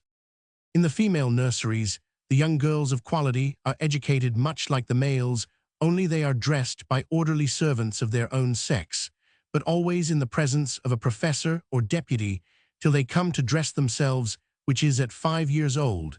And if it be found that these nurses ever presume to entertain the girls with frightful or foolish stories, or the common follies practiced by the chambermaids among us, they are publicly whipped thrice about the city, imprisoned for a year, and banished for life to the most desolate part of the country. Thus the young ladies there are as much ashamed of being cowards and fools as the men, and despise all personal ornaments. Beyond decency and cleanliness, neither did I perceive any difference in their education made by their difference of sex, only that the exercises of the women were not altogether so robust, and that some rules were given them relating to domestic life, and a smaller compass of learning was enjoined them. For their maxim is that among people of quality a wife should be always a reasonable and agreeable companion, because she cannot always be young. When the girls are 12 years old, which among them is the marriageable age, their parents or guardians take them home with great expressions of gratitude to the professors, and seldom without tears of the young lady and her companions. In the nurseries of females of the meaner sort, the children are instructed in all kinds of works proper for their sex, and their several degrees. Those intended for apprentices are dismissed at 7 years old, the rest are kept to 11.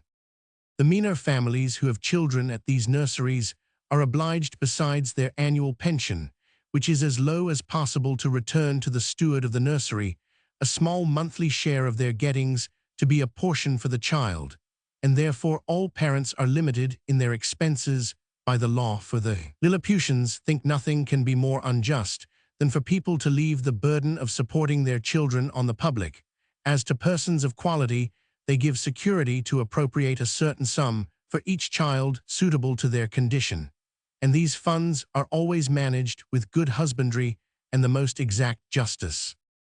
The cottagers and laborers keep their children at home, their business being only to till and cultivate the earth, and therefore their education is of little consequence to the public, but the old and diseased among them are supported by hospitals, for begging is a trade unknown in this empire. And here it may perhaps divert the curious reader to give some account of my domestic and my manner of living in this country during a residence of 9 months and 13 days, having a head for mechanics, and being likewise forced by necessity, I had made for myself a table and chair convenient enough out of the largest trees in the Royal Park. 200 sempstresses were employed to make me shirts and linen for my bed, and table all of the strongest and coarsest kind they could get, which however they were forced to quilt together in several folds, for the thickest was some degrees finer than lawn. Their linen is usually 3 inches wide, and 3 feet make a piece. The sempstresses took my measure, as I lay on the ground, one standing at my neck, and another at my mid-leg, with a strong cord extended that each held by the end, while a third measured the length of the cord with a rule of 1 inch long. Then they measured my right thumb, and desired no more, for by a mathematical computation that twice round the thumb is once round the wrist, and so on to the neck and the waist, and by the help of my old shirt, which I displayed on the ground before them for a pattern, they fitted me exactly. 300 tailors were employed in the same manner to make me clothes, but they had another contrivance for taking my measure. I kneeled down, and they raised a ladder from the ground to my neck. Upon this ladder, one of them mounted and let fall a plumbline from my collar to the floor, which just answered the length of my coat, but my waist and arms I measured myself when my clothes were finished, which was done in my house, for the largest of theirs would not have been able to hold them. They looked like the patchwork made by the ladies in England, only that mine were all of a color. 300 tailors were employed to make me clothes. I had 300 cooks to dress my victuals in little convenient huts built about my house, where they and their families lived, and prepared me 2 dishes apiece. I took up 20 waiters in my hand, and placed them on the table, and 100 more attended. Below on the ground, some with dishes of meat, and some with barrels of wine and other liquors flung on their shoulders, all of which the waiters above drew up, as I wanted, in a very ingenious manner, by certain cords, as we draw the bucket up a well in Europe. A dish of their meat was a good mouthful, and a barrel of their liquor a reasonable draught. Their mutton yields to ours, but their beef is excellent. I have had a sirloin so large that I have been forced to make 3 bites of it, but this is rare. My servants were astonished to see me eat it bones, and all as in our country we do the leg of a lark. Their geese and turkeys I usually eat at a mouthful, and I must confess they far exceed ours. Of their smaller fowl I could take up 20 or 30 at the end of my knife. One day His Imperial Majesty, being informed of my way of living, desired that himself and his royal consort, with the young princes of the blood of both sexes, might have the happiness, as he was pleased to call it, of dining with me. They came accordingly, and I placed them in chairs of state upon my table, just over against me, with their guards about them. Houyhnhnms, the Lord High Treasurer, attended there likewise with his white staff, and I observed he often looked on me with a sour countenance, which I would not seem to regard, but eat more than usual in honor to my dear country, as well as to fill the court with admiration. I have some private reasons to believe that this visit from His Majesty gave Houyhnhnms an opportunity of doing me ill offices to his master. That minister had always been my secret enemy, though he outwardly caressed me more than was usual to the moroseness of his nature. He represented to the emperor the low condition of his treasury, that he was forced to take up money at a great discount, that exchequer bills would not circulate under 9% below par, that I had cost His Majesty above 1.5 million of sprugs, their greatest gold coin, about the bigness of a spangle, and upon the whole that it would be advisable in the emperor to take the first fair occasion of dismissing me. The happiness of dining with me. Chapter Romans 7. The author, being informed of a design to accuse him of high treason, makes his escape, to Blefuscu his reception there. Before I proceed to give an account of my leaving this kingdom, it may be proper to inform the reader of a private intrigue, which had been for 2 months forming against me. I had been hitherto all my life a stranger to courts, for which I was unqualified by the meanness of my condition. I had indeed heard and read enough of the dispositions of great princes and ministers, but never expected to have found such terrible effects of them in so remote a country governed, as I thought, by very different maxims from those in Europe. When I was just preparing to pay my attendance on the Emperor of Blefuscu, a considerable person at court, to whom I had been very serviceable at a time, when he lay under the highest displeasure of his imperial majesty, came to my house very privately at night in a close chair, and without sending his name, desired admittance. The chairmen were dismissed. I put the chair with his lordship in it into my coat pocket, and giving orders to a trusty servant to say I was indisposed, and gone to sleep, I fastened the door of my house, placed the chair on the table according to my usual custom, and sat down by it. After the common salutations were over, observing his lordship's countenance, full of concern, and inquiring into the reason, he desired I would hear him with patience in a matter that highly concerned my honor and my life. His speech was to the following effect, for I took notes of it as soon as he left me. You are to know, said he, that several committees of council have been lately called in the most private manner on your account, and it is but 2 days since his majesty came to a full resolution. You are very sensible that Skyras Balgalam Galbit, or High Admiral, hath been your mortal enemy almost ever since your arrival. His original reasons I know not, but his hatred is increased since your great success against Blefuscu, by which his glory as admiral is much obscured. This lord, in conjunction with Flimnap, the high treasurer, whose enmity against you is notorious, Limtok, the general Lalkin, the chamberlain, and Bamuff, the grand justiciary, have prepared articles of impeachment against you for treason and other capital crimes. This preface made me so impatient, being conscious of my own merits and innocence, that I was going to interrupt, when he entreated me to be silent, and thus proceeded. He desired I would hear him with patience. Out of gratitude for the favors you have done for me, I procured information of the whole proceedings, and a copy of the articles wherein I venture my head for your service. Articles of impeachment against Quinbus Flestrin, the Manmountain. Article Roman 1. Whereas, by a statute made in the reign of His Imperial Majesty Calin de Farplune,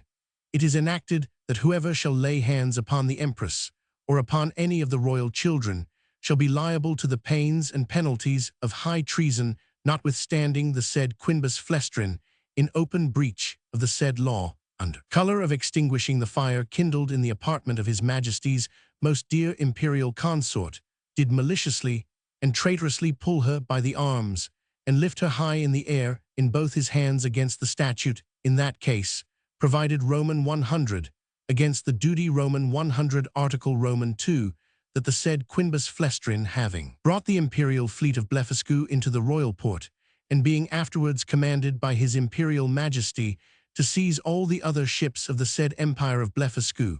and reduce that empire to a province to be governed by a viceroy from hence, and to destroy and put to death not only all the Bajendian exiles, but likewise all the people of that empire who would not immediately forsake the Bajendian heresy, he the said Flestrin, like a false traitor against his most auspicious serene imperial majesty, did petition to be excused from the said service, upon pretense of unwillingness to force the consciences or destroy the liberties and lives of an innocent people.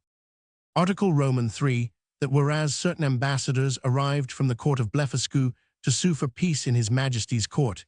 he the said Flestrin did like a false traitor aid, abet, comfort, and divert the said ambassadors, although he knew them to be servants to a prince who was lately an open enemy to His Imperial Majesty, and in open war against his said Majesty.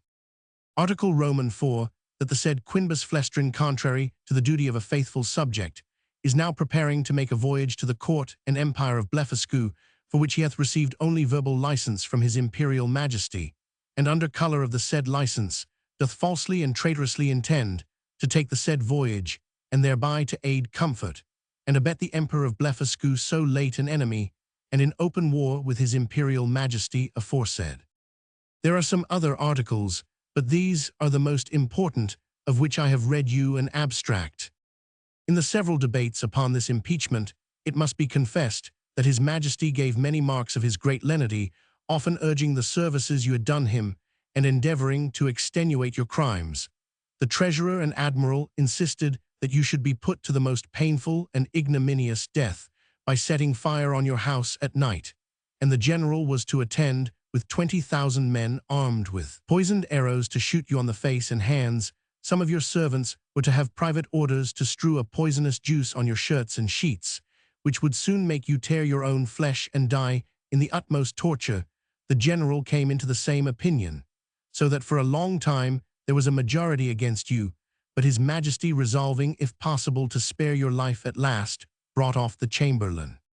Upon this incident, Reldresal, principal secretary for private affairs, who always approved himself your true friend, was commanded by the emperor to deliver his opinion, which he accordingly did, and therein justified the good thoughts you have of him. He allowed your crimes to be great, but that still there was room for mercy, the most commendable virtue in a prince, and for which his majesty was so justly celebrated. He said the friendship between you and him was so well known to the world that perhaps the most honourable board might think him partial. However, in obedience to the command he had received, he would freely offer his sentiments, that if his majesty, in consideration of your services, and pursuant to his own merciful disposition, would please to spare your life, and only give orders to put out both your eyes, he humbly conceived that by this expedient justice might in some measure be satisfied, and all the world would applaud the lenity of the emperor, as well as the fair and generous proceedings of those who have the honour to be his counsellors, that the loss of your eyes would be no impediment to your bodily strength, by which you might still be useful to his majesty, that blindness is an addition to courage, by concealing dangers from us, that the fear you had for your eyes was the greatest difficulty in bringing over the enemy's fleet, and it would be sufficient for you to see by the eyes of the ministers, since the greatest princes do no more. This proposal was received with the utmost disapprobation by the whole board. Balgalam, the admiral, could not preserve his temper, but rising up in fury, said he wondered how the secretary durst presume to give his opinion for preserving the life of a traitor, that the services you had performed were by all true reasons of state, the great aggravation of your crimes, that you who extinguished the fire in that unprincipled manner might at another time inundate and drown the whole palace, and the same strength which enabled you to bring over the enemy's fleet might serve upon the first discontent to carry it back, that he had good reasons to think you were a Bagendian in your heart. And as treason begins in the heart before it appears in overt acts, so he accused you as a traitor on that account, and therefore insisted you should be put to death. The treasurer was of the same opinion. He showed to what straits his majesty's revenue was reduced by the charge of maintaining you, which would soon grow insupportable, that the secretary's expedient of putting out your eyes was so far from being a remedy against this evil that it would probably increase it, as is manifest from the common practice of blinding some sort of fowls, after which they fed the faster and grew sooner fat, that his sacred majesty and the council, who are your judges, were to their own consciences fully convinced of your guilt, which was a sufficient argument to condemn you to death without the formal proofs required by the strict letter of the law. But his imperial majesty, fully determined against capital punishment, was graciously pleaded to say that since the council thought the loss of your eyes too easy a censure, some other might be inflicted hereafter, and your friend, the secretary, humbly desiring to be heard again, in answer to what the treasurer had objected concerning the great charge his majesty was at in maintaining, you said that his excellency, who had the sole disposal of the emperor's revenue, might easily provide against that evil by gradually lessening your establishment, by which for want of sufficient food you would grow weak and faint, and lose your appetite, and consume in a few months. Neither would the stench of your carcase be then so dangerous when it should become more than half diminished, and immediately upon your death, 5 or 6,000 of his Majesty's subjects might in 2 or 3 days cut your flesh from your bones, take it away by cartloads, and bury it in distant parts, to prevent infection leaving the skeleton as a monument of admiration to posterity. Thus, by the great friendship of the secretary, the whole affair was compromised. It was strictly enjoined that the project of starving you by degrees should be kept a secret, but the sentence of putting out your eyes was entered on the books, none dissenting except Gulliver the admiral, who, being a creature of the empress, was perpetually instigated by her majesty to insist upon your death, she having borne perpetual malice against you on account of that illegal method you took to remove her and her children the night of the fire. In 3 days your friend, the secretary, will be directed to come to your house and read before you the articles of impeachment, and then to signify the great lenity and favor of his majesty in council, whereby you are only condemned to the loss of your eyes, which his majesty doth not question you, will gratefully and humbly submit to. And 20 of his majesty's surgeons will attend in order to see the operation well performed by discharging very sharp-pointed arrows into the balls of your eyes as you lie on the ground. I leave to your prudence what measures you will take, and to avoid suspicion I must immediately return in as private a manner as I came. His lordship did so, and I remained alone under many doubts and perplexities of mind.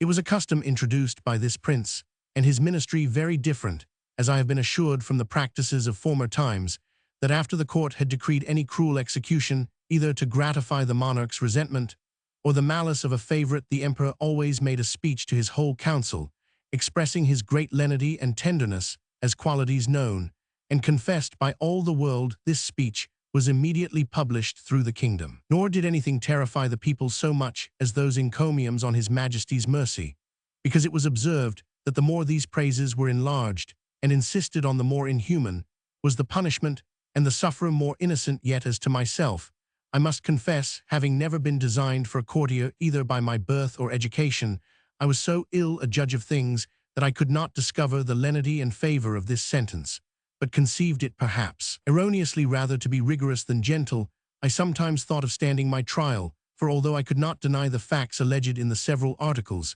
yet I hoped they would admit of some extenuation. But having in my life perused many statuarials, which I ever observed to terminate, as the judges thought fit to direct, I durst not rely on so dangerous a decision in so critical a juncture, and against such powerful enemies, once I was strongly bent upon resistance. For while I had liberty, the whole strength of that empire could hardly subdue me, and I might easily with stones pelt the metropolis to pieces. But I soon rejected that project with horror, by remembering the oath I had made to the emperor, the favors I received from him, and the high title of Nardec he conferred upon me. Neither had I so soon learned the gratitude of courtiers as to persuade myself that his majesty's present severities acquitted me of all past obligations.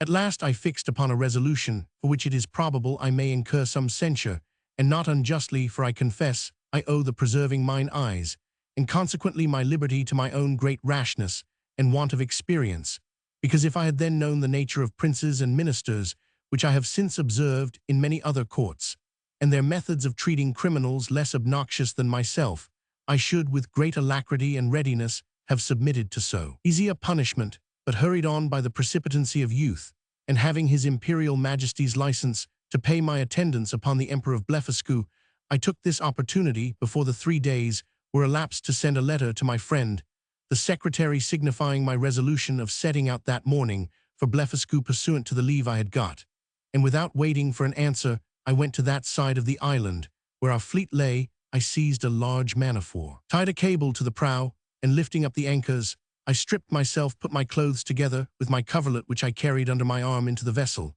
and drawing it after me between wading and swimming, arrived at the royal port of Blefuscu, where the people had long expected me. They lent me 2 guides to direct me to the capital city, which is of the same name. I held them in my hands until I came within 200 yards of the gate, and desired them to signify my arrival to one of the secretaries, and let him know I there waited his majesty's command. I had an answer in about an hour that his majesty, attended by the royal family and great officers of the court, was coming out to receive me. I advanced 100 yards. The emperor and his train alighted from their horses. the empress and ladies from their coaches, and I did not perceive they were in any fright or concern. I lay on the ground to kiss His Majesty's and the Empress' hand.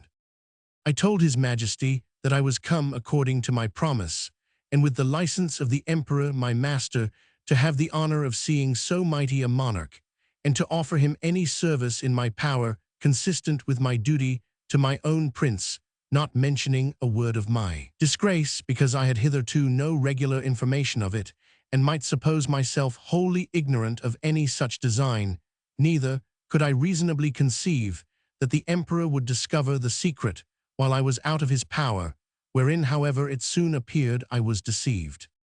I shall not trouble the reader with the particular account of my reception at this court, which was suitable to the generosity of so great a prince, nor of the difficulties I was in for want of a house and bed, being forced to lie on the ground, wrapped up in my coverlet. Chapter Roman 8. The author, by a lucky accident, finds means to leave Blefuscu, and after some difficulties, returns safe to his native country. 3 days after my arrival, walking out of curiosity to the northeast coast of the island, I observed about half a league off in the sea somewhat that looked like a boat overturned. I pulled off my shoes and stockings, and wading 200 or 300 yards I found the object to approach nearer by force of the tide, and then plainly saw it to be a real boat, which I supposed might, by some tempest, have been driven from a ship, whereupon I returned immediately towards the city, and desired His Imperial Majesty to lend me 20 of the tallest vessels he had left after the loss of his fleet, and 3,000 seamen under the command of his vice-admiral. This fleet sailed round, while I went back the shortest way to the coast, where I first discovered the boat I found the tide had driven it still nearer. The seamen were all provided with cordage, which I had beforehand twisted to a sufficient strength. When the ships came up, I stripped myself and waded till I came within 100 yards of the boat,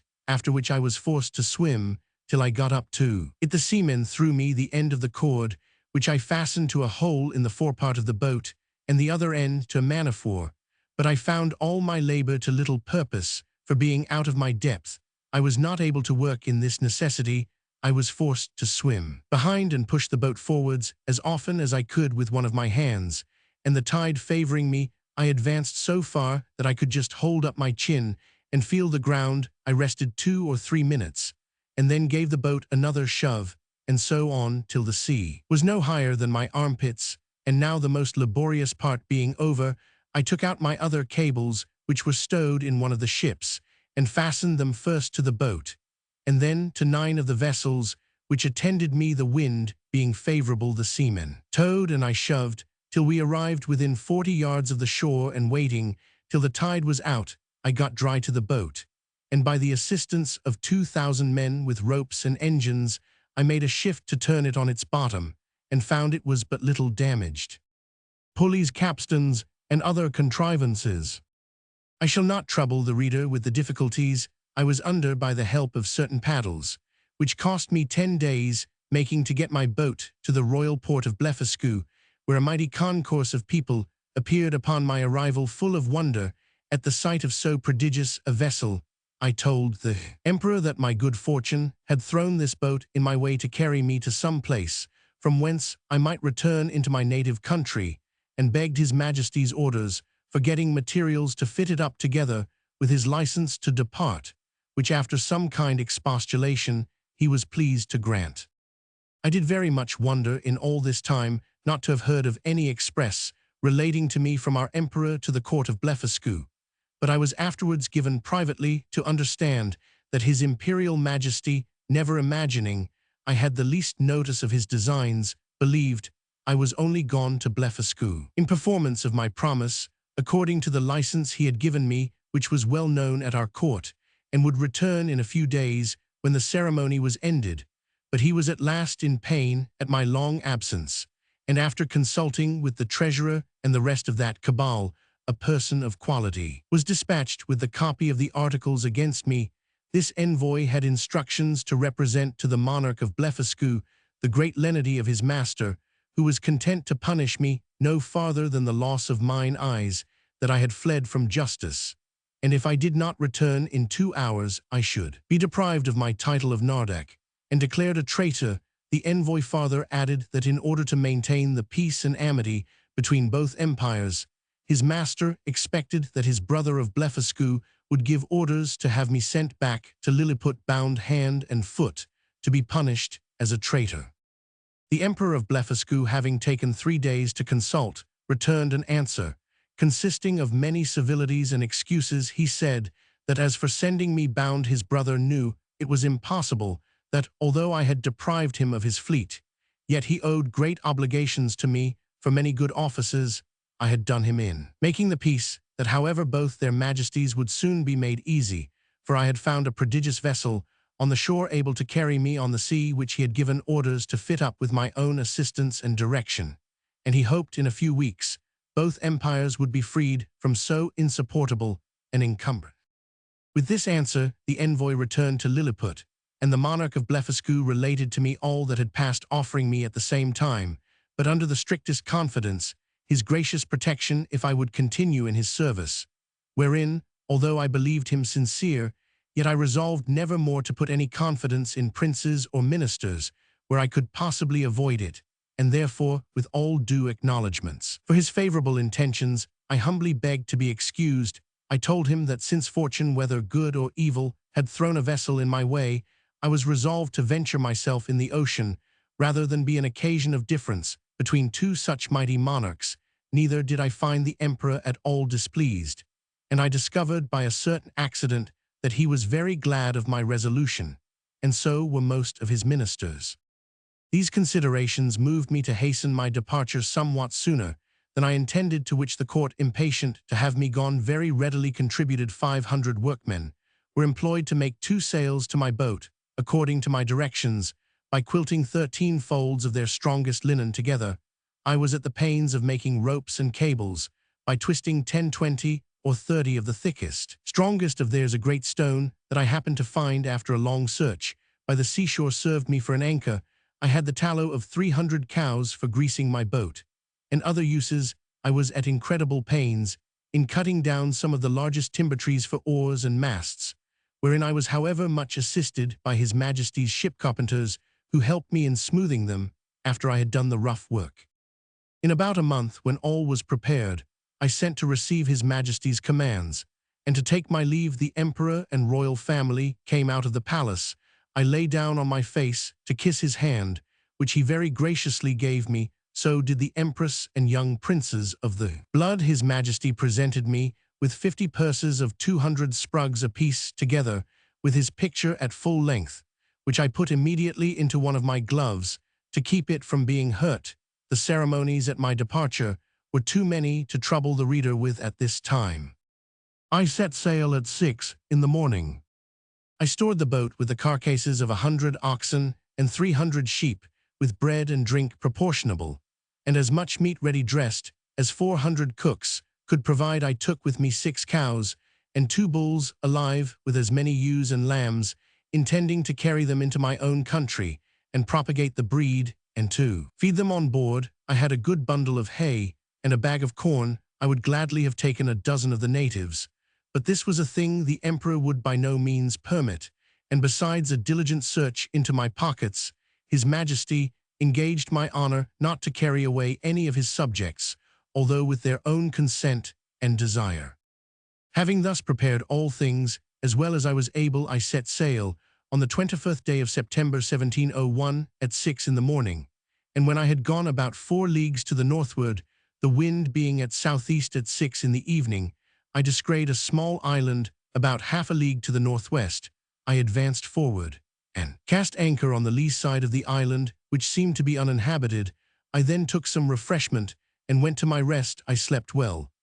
and as I conjecture at least 6 hours, for I found the day broke 2 hours after I awaked. It was a clear night. I ate my breakfast before the sun was up, and heaving anchor, the wind being favorable, I steered the same course that I had done the day before, wherein I was directed by my pocket compass. My intention was to reach, if possible, one of those islands which I had reason to believe lay to the northeast of Van Diemen's Land. I discovered nothing all that day, but upon the next about 3 o'clock in the afternoon. When I had by my computation made 24 leagues from Blefuscu, I descried a sail steering to the southeast. My course was due east. I hailed her, but could get no answer, yet I found I gained upon her, for the wind slackened. I made all the sail I could, and in half an hour she spied me, then hung out her ancient, and discharged a gun. It is not easy to express the joy I was in upon the unexpected hope of once more seeing my beloved country, and the dear pledges I left in it. The ship slackened her sails, and I came up with her between 5 and 6 in the evening, September 26th, but my heart leaped within me to see her English colors. I put my cows and sheep into my coat pockets and got on board with all my little cargo of provisions. The vessel was an English merchantman returning from Japan by the North and South Seas. The captain, Mr. John Biddle, of Diptford, a very civil man, and an excellent sailor we were. Now in the latitude of 30 degrees south, there were about 50 men in the ship, and here I met an old comrade of mine, one Peter Williams, who gave me a good character to the captain. This gentleman treated me with kindness, and desired I would let him know what place I came from, last, and whither I was bound, which I did in few words, but he thought I was raving, and that the dangers I had underwent had disturbed my head, whereupon I took my black cattle and sheep out of my pocket, which after great astonishment clearly convinced him of my veracity. I then showed him the gold given me by the Emperor of Blefuscu, together with His Majesty's picture at full length, and some other rarities of that country. I gave him 2 purses of 200 sprugs each, and promised, when we arrived in England, to make him a present of a cow and a sheep. I shall not trouble the reader with a particular account of this voyage, which was very prosperous for the most part. We arrived in the Downs on the 13th of April 1702. I had only one misfortune, that the rats on board carried away one of my sheep. I found her bones in a hole picked clean from the flesh. I got the rest of my cattle safe ashore, and set them agrazing in a bowling green at Greenwich, where the fineness of the grass made them feed very heartily, though I had always feared the contrary. Neither could I possibly have preserved them in so long a voyage, if the captain had not allowed me some of his best biscuits, which, rubbed to powder and mingled with water, was their constant food. The short time I continued in England, I made a considerable profit by showing my cattle to many persons of quality and others, and before I began my second voyage, I sold them for £600. Since my last return, I find the breed is considerably increased, especially the sheep, which I hope will prove much to the advantage of the woolen manufacture, by the fineness of the fleeces. I stayed but 2 months with my wife and family, for my insatiable desire of seeing foreign countries would suffer me to continue no longer. I left £1,500 with my wife, and fixed her in a good house at Redriff. My remaining stock I carried with me, part in money and part in goods, in hopes to improve my fortune. My eldest uncle John had left me an estate in land near Epping of about £30 a year, and I had a long lease of the Black Bull in Fetter Lane, which yielded me as much more, so that I was not in any danger of leaving my family upon the parish. My son Johnny, named so after his uncle, was at the grammar school, and a towardly child, my daughter Betty, who is now well married, and has children, was then at her needlework. I took leave of my wife and boy and girl with tears on both sides, and went on board the Adventure, a merchant ship of 300 tons, bound for Surat. Captain John Nicholas of Liverpool commander. But my account of this voyage must be referred to the second part of my travels. The end of the first part. They concluded that I was only real plum scalcath. Travels. Part Roman II, a voyage to Brobdingnag. Chapter Roman I, a great storm, described the longboat sent to fetch water. The author goes with it to discover the country he is left on shore, is seized by one of the natives, and carried to a farmer's house. His reception, with several accidents that happened there, a description of the inhabitants. Having been condemned by nature and fortune to an active and restless life, in 2 months after my return, I again left my native country, and took shipping in the Downs on the 20th day of June 1702, in the Adventure. Captain John Nicholas, a Cornish man commander, bound for Surat. We had a very prosperous gale, till we arrived at the Cape of Good Hope, where we landed for fresh water, but discovering a leak, we unshipped our goods, and wintered there, for the captain falling sick of an ague we could not leave the Cape till the end of March. We then set sail, and had a good voyage till we passed the Straits of Madagascar, but having got northward of that island, and to about 5 degrees south latitude, the winds which in those seas are observed to blow a constant equal gale between the north and west, from the beginning of December to the beginning of May, on the 19th of April, began to blow with much greater violence, and more westerly than usual, continuing so for 20 days together, during which time we were driven a little to the east of the Molucca Islands, and about 3 degrees northward of the line, as our captain found. By an observation, he took the 2nd of May, at which time the wind ceased, and it was a perfect calm, whereat I was not a little rejoiced. But he, being a man well experienced in the navigation of those seas, bid us all prepare against a storm, which accordingly happened the day following, for the southern wind, called the southern monsoon, began to set in, and soon it was a fierce storm. Finding it was like to overblow, we took in our spritsail, and stood by to hand the foresail, but making foul weather we looked the guns were all fast, and handed the mizzen. Mab.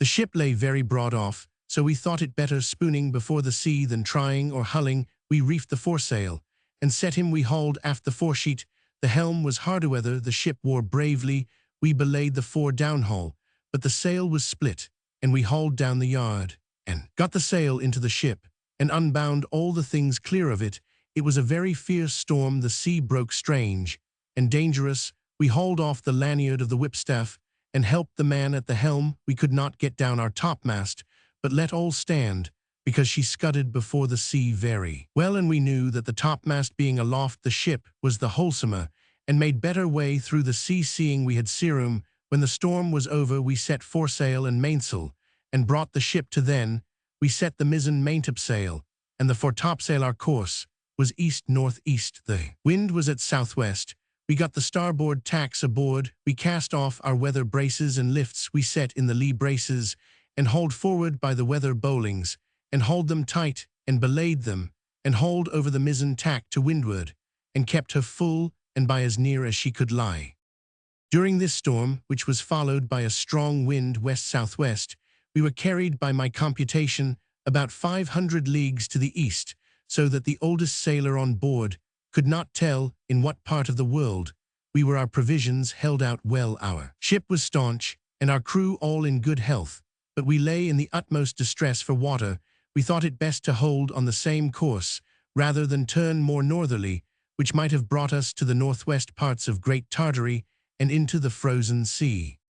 On the 16th day of June, 1703, a boy on the topmast discovered land. On the 17th, we came in full view of a great island or continent, for we knew not which, on the south side, whereof was a small neck of land jutting out into the sea, and a creek too shallow to hold a ship of above 100 tons. We cast anchor within a league of this creek, and our captain sent a dozen of his men, well armed, in the longboat, with vessels for water, if any could be found. I desired his leave to go with them, that I might see the country, and make what discoveries I could.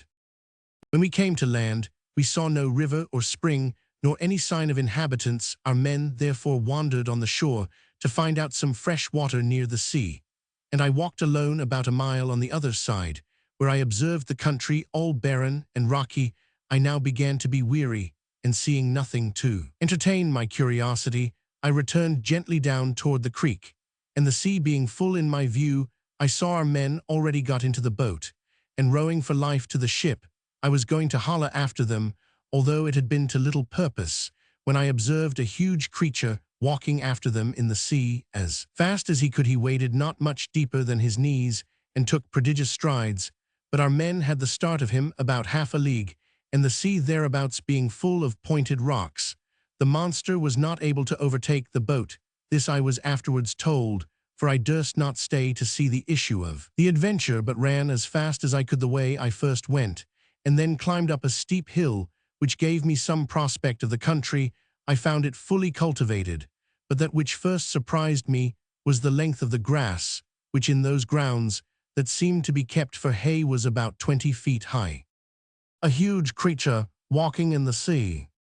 I fell into a high road, for so I took it to be, though it served to the inhabitants only as a footpath through a field of barley. Here I walked on for some time, but could see little on either side, it being now near harvest, and the corn rising at least 40 feet. I was an hour walking to the end of this field, which was fenced in with a hedge of at least 120 feet high, and the trees so lofty that I could make no computation of their altitude. There was a stile to pass from this field into the next. It had 4 steps, and a stone to cross over when you came to the uppermost. It was impossible for me to climb this stile, because every step was 6 feet high, and the upper stone above 20.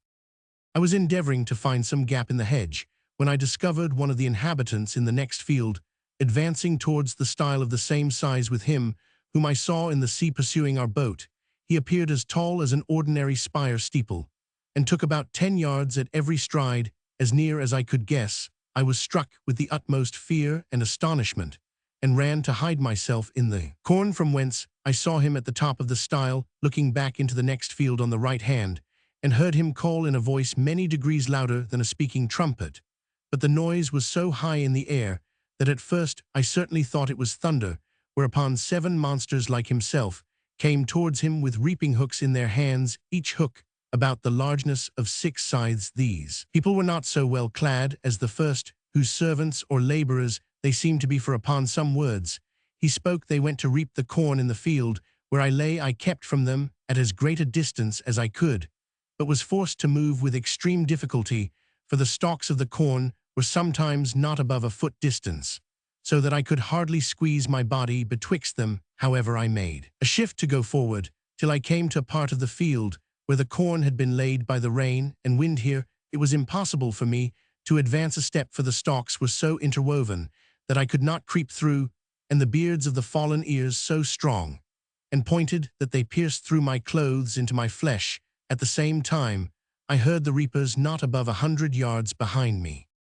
Being quite dispirited with toil, and wholly overcome by grief and despair, I lay down between 2 ridges and heartily wished I might there end my days. I bemoaned my desolate widow and fatherless children. I lamented my own folly and wilfulness in attempting a second voyage, against the advice of all my friends and relations. In this terrible agitation of mind, I could not forbear thinking of Lilliput, whose inhabitants looked upon me as the greatest prodigy that ever appeared in the world, where I was able to draw an imperial fleet in my hand, and perform those other actions which will be recorded forever in the chronicles of that empire, while posterity shall hardly believe them, although attested by millions. I reflected what a mortification it must prove to me to appear as inconsiderable in this nation as one single Lilliputian would be among us, but this I conceived was to be among the least of my misfortunes, for as human creatures are observed to be more savage and cruel in proportion to their bulk,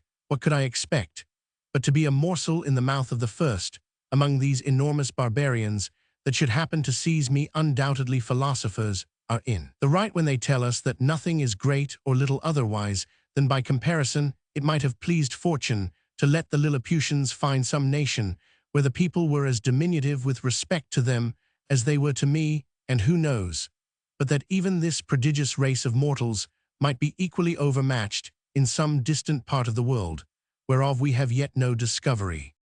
Scared and confounded as I was, I could not forbear going on with these reflections, when one of the reapers, approaching within 10 yards of the ridge where I lay, made me apprehend that with the next step I should be squashed to death under his foot, or cut in 2 with his reaping hook, and therefore, when he was again about to move, I screamed as loud as fear could make me, whereupon the huge creature trod short, and looking round about under him for some time, at last espied me as I lay on the ground. He considered a while, with the caution of one who endeavors to lay hold on a small dangerous animal in such a manner that it shall not be able either to scratch or to bite him, as I myself have sometimes done with a weasel in England. Whereupon the huge creature trod short. At length he ventured to take me up between his forefinger and thumb, and brought me within 3 yards of his eyes, that he might behold my shape more perfectly. I guessed his meaning, and my good fortune gave me so much presence of mind that I resolved not to struggle in the least, as he held me in the air above 60 feet from the ground, although he grievously pinched my sides for fear I should slip through his fingers. All I ventured was to raise my eyes towards the sun and place my hands together in a supplicating posture, and to speak some words in an humble melancholy tone suitable to the condition I then was in, for I apprehended every moment that he would dash me against the ground, as we usually do any little hateful animal which we have a mind to destroy. But my good star would have it that he appeared pleased with my voice and gestures, and began to look upon me as a curiosity, much wondering to hear me pronounce articulate words. Although he could not understand them in the meantime, I was not able to forbear groaning and shedding tears, and, turning my head towards my sides, letting him know as well as I could how cruelly I was hurt by the pressure of his thumb and finger, he seemed to apprehend my meaning, for lifting up the lappet of his coat, he put me gently into it, and immediately ran along with me to his master, who was a substantial farmer, and the same person I had first seen in the field. The farmer, having, as I suppose by their talk, received such an account of me as his servant could give him, took a piece of a small straw about the size of a walking staff, and therewith lifted up the lappets of my coat, which it seems he thought to be some kind of covering that nature had given me. He blew my hair aside to take a better view of my face. He called his hinds about him, and asked them, as I afterwards learned, whether they had ever seen in the fields any little creature that resembled me. He then placed me softly on the ground upon all fours, but I got immediately up, and walked slowly backwards and forwards, to let those people see that I had no intent to run away. They all sat down in a circle about me. The better to observe my motions, I pulled off my hat, and made a low bow towards the farmer. I fell on my knees, and lifted up my hands and eyes, and spoke several words as loud as I could. I took a purse of gold out of my pocket, and humbly presented it to him. He received it on the palm of his hand, then applied it close to his eye to see what it was, and afterwards turned it several times with the point of a pin, which he took out of his sleeve, but could make nothing of it, whereupon I made a sign that he should place his hand on the ground. I then took the purse, and opening it, poured all the gold into his palm. There were 6 Spanish pieces of 4 pistoles, each besides 20 or 30 smaller coins. I saw him wet the tip of his little finger upon his tongue, and take up one of my largest pieces, and then another, but he seemed to be wholly ignorant what they were. He made me a sign to put them again into my purse, and the purse again into my pocket, which, after offering it to him several times, I thought it best to do. The farmer by this time was convinced I must be a rational creature. He spoke often to me, but the sound of his voice pierced my ears like that of a watermill. Yet his words were articulate enough. I answered as loud as I could in several languages, and he often laid his ear within 2 yards of me, but all in vain, for we were wholly unintelligible to each other. He then sent his servants to their work, and taking his handkerchief out of his pocket, he doubled and spread it on his left hand, which he placed flat on the ground, with the palm upwards, making me a sign to step into it, as I could easily do, for it was not above a foot in thickness. I thought it my part to obey, and for fear of falling, laid myself at full length upon the handkerchief, with the remainder of which he lapped me up to the head for farther security, and in this manner carried me home to his house. There he called his wife and showed me to her, but she screamed and ran back as women in England do at the sight of a toad or a spider. However, when she had a while seen my behavior, and how well I observed the signs her husband made, she was soon reconciled, and by degrees grew extremely tender of me. It was about 12 at noon, and a servant brought in dinner. It was only one substantial dish of meat, fit for the plain condition of an husbandman, in a dish of about 24 feet diameter. The company were the farmer and his wife, 3 children, and an old grandmother. When they were sat down, the farmer placed me at some distance from him on the table, which was 30 feet high from the floor. I was in a terrible fright, and kept as far as I could from the edge for fear of falling. The wife minced a bit of meat, then crumbled some bread on a trencher, and placed it before me. I made her a low bow, took out my knife and fork, and fell to eat, which gave them exceeding delight. The mistress sent her maid for a small dram cup, which held about 3 gallons, and filled it with drink. I took up the vessel with much difficulty in both hands, and in a most respectful manner drank to her ladyship's health, expressing the words as loud as I could in English, which made the company laugh so heartily that I was almost deafened by the noise. This liquor tasted like a small cider, and was not unpleasant, then the master made me a sign to come to his trencher side. But as I walked on the table, being in great surprise all the time, as the indulgent reader will easily conceive an excuse, I happened to stumble against a crust, and fell flat on my face, but received no hurt. I got up immediately, and observing the good people to be in much concern, I took my hat, which I held under my arm out of good manners, and waving it over my head, made 3 huzzas to show that I had got no mischief by my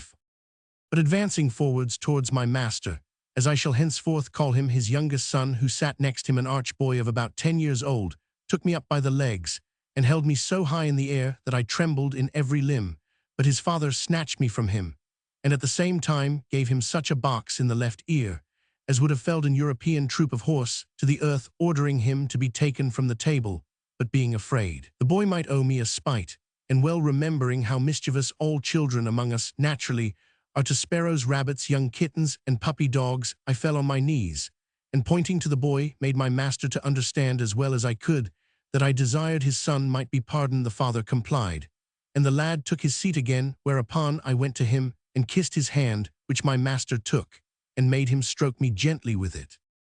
In the midst of dinner, my mistress' favorite cat leapt into her lap. I heard a noise behind me like that of a dozen stocking weavers at work, and turning my head, I found it proceeded from the purring of that animal, who seemed to be 3 times larger than an ox, as I computed by the view of her head, and one of her paws, while her mistress was feeding and stroking her. The fierceness of this creature's countenance altogether discomposed me, though I stood at the further end of the table, above 50 feet off, and although my mistress held her fast for fear she might give a spring and seize me in her talons.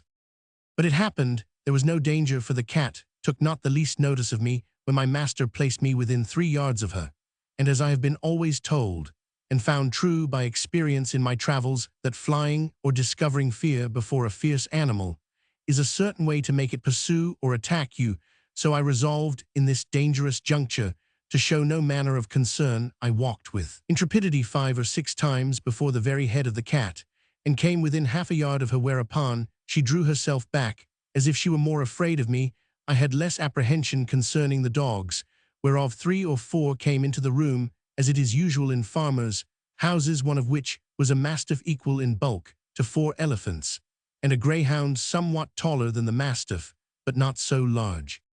When dinner was almost done, the nurse came in with a child of a year old in her arms, who immediately spied me, and began a squall that you might have heard from London Bridge to Chelsea, after the usual oratory of infants, to get me for a plaything. The mother, out of pure indulgence, took me up, and put me towards the child, who presently seized me by the middle, and got my head in its mouth, where I roared so loud that the urchin was frighted, and let me drop, and I should infallibly have broke my neck, if the mother had not held her apron under me. The nurse, to quiet her babe, made use of a rattle, which was a kind of hollow vessel, filled with great stones, and fastened by a cable to the child's waist. As she sat down close to the table on which I stood, her appearance astonished me not a little. This made me reflect upon the fair skins of our English ladies, who appear so beautiful to us only because they are of our own size, and their defects not to be seen but through a magnifying glass, where we find by experiment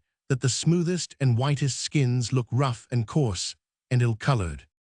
I remember when I was at Lilliput, the complexions of those diminutive people appeared to me the fairest in the world, and talking upon this subject with a person of learning there, who was an intimate friend of mine, he said that my face appeared much fairer and smoother when he looked on me from the ground than it did upon a nearer view. When I took him up in my hand and brought him close, which he confessed was at first a very shocking sight, he said he could discover great holes in my skin, that the stumps of my beard were 10 times stronger than the bristles of a boar, and my complexion made up of several colors altogether disagreeable, although I must beg leave to say, for myself, that I am as fair as most of my sex and country, and very little sunburnt by my travels. On the other side, discoursing of the ladies of that emperor's court, he used to tell me one had freckles, another too wide a mouth, a third too large a nose, nothing of which I was able to distinguish. I confess this reflection was obvious enough, which however I could not forbear, lest the reader might think those vast creatures were actually deformed,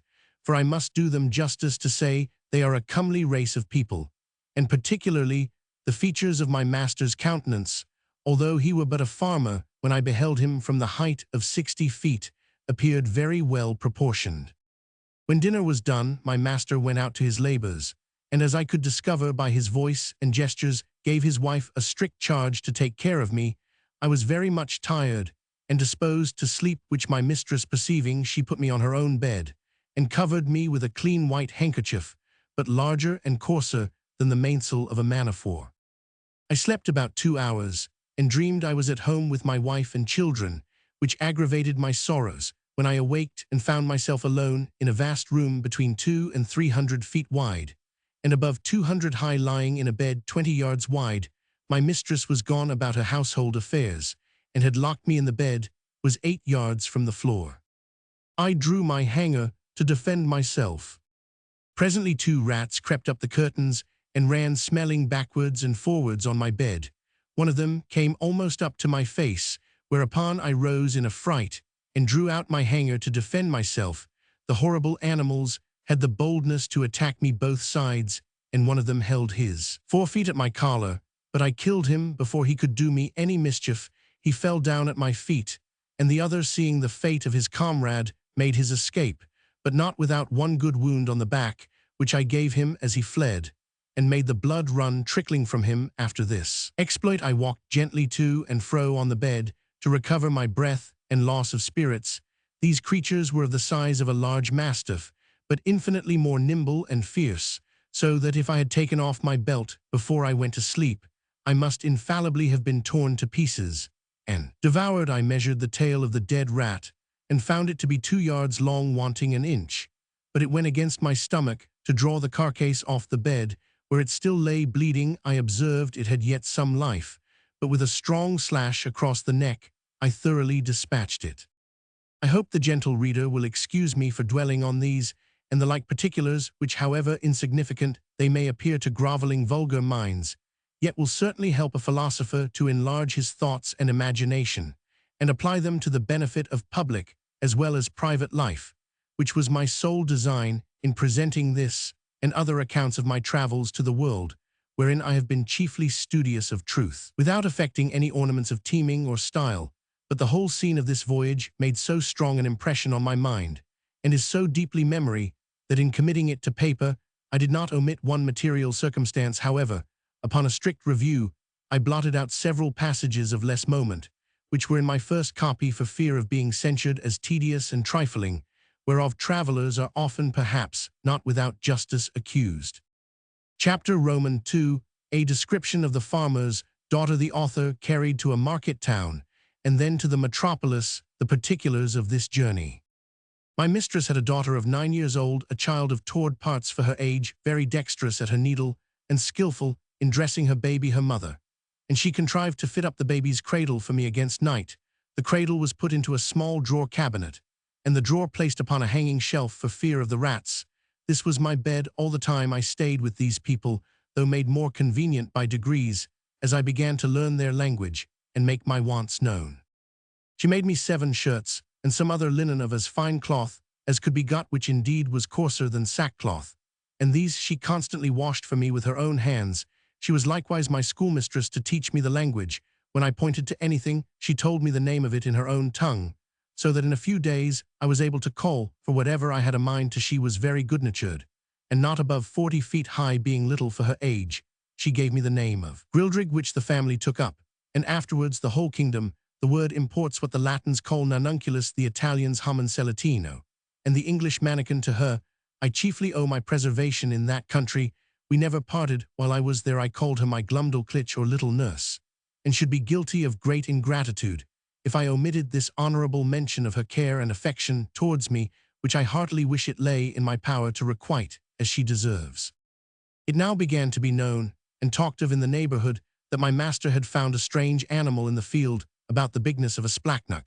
but exactly shaped in every part like a human creature, which it likewise imitated in all its actions, seemed to speak in a little language of its own, had already learned several words of theirs, went erect upon 2 legs, was tame and gentle, would come when it was called, do whatever it was, had the finest limbs in the world, and a complexion fairer than a nobleman's daughter of 3 years old. Another farmer who lived hard by, and was a particular friend of my master, came on a visit on purpose to inquire into the truth of this story, I was immediately produced and placed upon a table where I walked, as I was commanded, drew my hanger, put it up again, made my reverence to my master's guest, asked him in his own language how he did, and told him he was welcome just as my little nurse had instructed me. This man, who was old and dim-sighted, put on his spectacles to behold me better, at which I could not forbear laughing very heartily, for his eyes appeared like the full moon shining into a chamber at two windows. Our people, who discovered the cause of my mirth, bore me company in laughing, at which the old fellow was fool enough to be angry and out of countenance. He had the character of a great miser, and to my misfortune he well deserved it by the cursed advice he gave my master to show me as a sight upon a market day in the next town, which was half an hour's riding about 22 miles from our house. I guessed there was some mischief contriving, when I observed my master and his friend whispering long together, sometimes pointing at me, and my fears made me fancy that I overheard and understood some of their words. I called her my Glumdalclitch. But the next morning Glumdalclitch, my little nurse, told me the whole matter, which she had cunningly picked out from her mother. The poor girl laid me on her bosom, and fell a-weeping with shame and grief. She apprehended some mischief would happen to me from rude vulgar folks, who might squeeze me to death, or break one of my limbs, by taking me in their hands. She had also observed how modest I was in my nature, how nicely I regarded my honor, and what an indignity conceive it to be exposed for money as a public spectacle to the meanest of the people. She said her papa and mamma had promised that Grildrig should be hers, but now she found they meant to serve her as they did last year, when they pretended to give her a lamb, and yet as soon as it was fat sold it to a butcher. For my own part, one may truly affirm that I was less concerned than my nurse. I had a strong hope, which left me, that I should one day recover my liberty too. The ignominy of being carried about for a monster, I considered myself to be a perfect stranger in the country, and that such a misfortune could never be charged upon me as a reproach, if ever I should return to England, since the King of Great Britain himself, in my condition, must have undergone the same distress. My master, pursuant to the advice of his friend, carried me in a box the next market day to the neighboring town, and took along with him his little daughter, my nurse, upon a pillion behind him. The box was close on every side, with a little door for me to go in and out, and a few gimlet holes to let in air. The girl had been so careful as to put the quilt of her baby's bed into it for me to lie down on. However, I was terribly shaken and discomposed in this journey, though it were but of half an hour, for the horse went about 40 feet at every step, and trotted so high that the agitation was equal to the rising and falling of a ship in a great storm, but much more frequent. Our journey was somewhat farther than from London to St. Albans. My master alighted at an inn which he used to frequent, and after consulting a while with the innkeeper, and making some necessary preparations, he hired the grultrud or crier to give notice through the town of a strange creature to be seen at the sign of the Green Eagle, not so big as a splachnock, an animal in that country very finely shaped, about 6 feet long, and in every part of the body resembling a human creature, could speak several words and perform 100 diverting tricks. I was placed upon a table in the largest room of the inn, which might be near 300 feet square. My little nurse stood on a low stool close to the table to take care of me and direct what I should do. My master, to avoid a crowd, would suffer only 30 people at a time to see me. I walked about on the table as the girl commanded. She asked me questions as far as she knew my understanding of the language reached, and I answered them as loud as I could. I turned about several times to the company, paid my humble respects, said they were welcome, and used some other speeches I had been taught. I took a thimble filled with liquor, which Glumdalclitch had given me for a cup, and drank their health. I drew out my hanger, and flourished with it, after the manner of fencers in England. My nurse gave me part of a straw, which I exercised as a pike, having learnt the art in my youth. I was that day shown to 12 sets of company, and as often forced to act over again the same fopperies, till I was half dead with weariness and vexation, for those who had seen me made such wonderful reports that the people were ready to break down the doors to come in. My master, for his own interest, would not suffer anyone to touch me except my nurse, and to prevent danger benches were set round the table at such a distance as to put me out of everybody's reach. However, an unlucky schoolboy aimed a hazelnut directly at my head, which very narrowly missed me. Otherwise, it came with so much violence that it would have infallibly knocked out my brains, for it was almost as large as a small pumpkin. But I had the satisfaction to see the young rogue well beaten, and turned out of the room. Flourished after the manner of fencers in England. My master gave public notice that he would show me again the next market day, and in the meantime he prepared a more convenient vehicle for me, which he had reason enough to do, for I was so tired with my first journey, and with entertaining company for 8 hours together, that I could hardly stand upon my legs or speak a word. It was at least 3 days before I recovered my strength, and that I might have no rest at home, all the neighboring gentlemen from 100 miles round, hearing of my fame, came to see me at my master's own house. There could not be fewer than 30 persons with their wives and children, for the country was very populous, and my master demanded the rate of a full room whenever he showed me at home, although it were only to a single family, so that for some time I had but little ease every day of the week, except Wednesday, which is their Sabbath, although I was not carried to the town. My master, finding how profitable I was like to be, resolved to carry me to the most considerable cities of the kingdom, having therefore provided himself with all things necessary for a long journey, and settled his affairs at home, he took leave of his wife, and upon the 17th of August, 1703, about 2 months after my arrival, we set out for the metropolis, situated the middle of that empire, and about 3,000 miles distance. From our house my master made his daughter Glumdalclitch ride behind him. She carried me on her lap in a box tied about her waist. The girl had lined it on all sides with the softest cloth she could get well quilted underneath, furnished it with her baby's bed, provided me with linen and other necessaries, and made everything as conveniently as she could. We had no other company but a boy of the house who rode after us with the luggage. My master's design was to show me in all the towns by the way, and to step out of the road for 50 or 100 miles to any village or person of quality's house, where he might expect custom. We made easy journeys of not above 7 or 8 score miles a day, for Glumdalclitch, on purpose to spare me, complained. She was tired with the trotting of the horse. She often took me out of my box at my own desire to give me air and show me the country, but always held me fast by a leading string. We passed over 5 or 6 rivers, many degrees broader and deeper than the Nile or the Ganges, and there was hardly a rivulet so small as the Thames at London Bridge. We were 10 weeks in our journey, and I was shown in 18 large towns, besides many villages and private families. On the 26th of October, we arrived at the metropolis, called, in their language, Lorbrulgrud, or Pride of the Universe. My master took a lodging in the principal street of the city, not far from the royal palace, and put out bills in the usual form, containing an exact description of my person and parts. He hired a large room between 300 and 400 feet wide. He provided a table 60 feet in diameter, upon which I was to act my part, and palisadoed it round 3 feet from the edge, and as many high to prevent my falling over. I was shown 10 times a day, to the wonder and satisfaction of all people. I could now speak the language tolerably well, and perfectly understood every word that was spoken to me. Besides, I had learned their alphabet, and could make a shift to explain a sentence here and there, for Glumdalclitch had been my instructor while we were at home, and at leisure hours during our journey she carried a little book in her pocket, not much larger than a Sanson's atlas. It was a common treatise for the use of young girls, giving a short account of their religion. Out of this she taught me my letters and interpreted the words. Chapter Roman 3. The author sent for to court. The queen buys him of his master the farmer, and presents him to the king. He disputes with his majesty's great scholars an apartment at court, provided for the author. He is in high favor with the queen. He stands up for the honor of his own country. He quarrels with the queen's dwarf.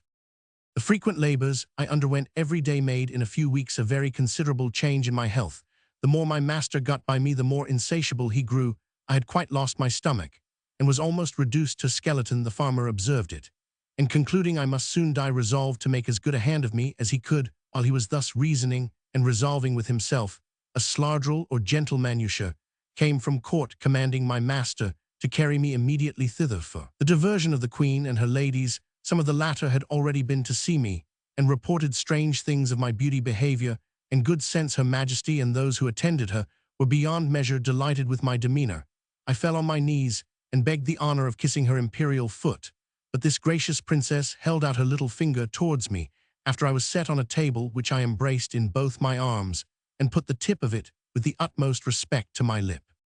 She made me some general questions about my country and my travels, which I answered as distinctly and in as few words as I could. She asked whether I would be content to live at court. I bowed down to the board of the table and humbly answered that I was my master's slave, but if I were at my own disposal, I should be proud to devote my life to Her Majesty's service. She then asked my master whether he were willing to sell me at a good price. He, who apprehended I could not live a month, was ready enough to part with me, and demanded 1,000 pieces of gold, which were ordered him on the spot, each piece being the bigness of 800 moidores. But for the proportion of all things between that country and Europe, and the high price of gold among them, was hardly so great a sum as 1,000 guineas would be in England. I then said to the Queen, since I was now Her Majesty's most humble creature and vassal, I must beg the favor that Glumdalclitch, who had always attended me with so much care and kindness,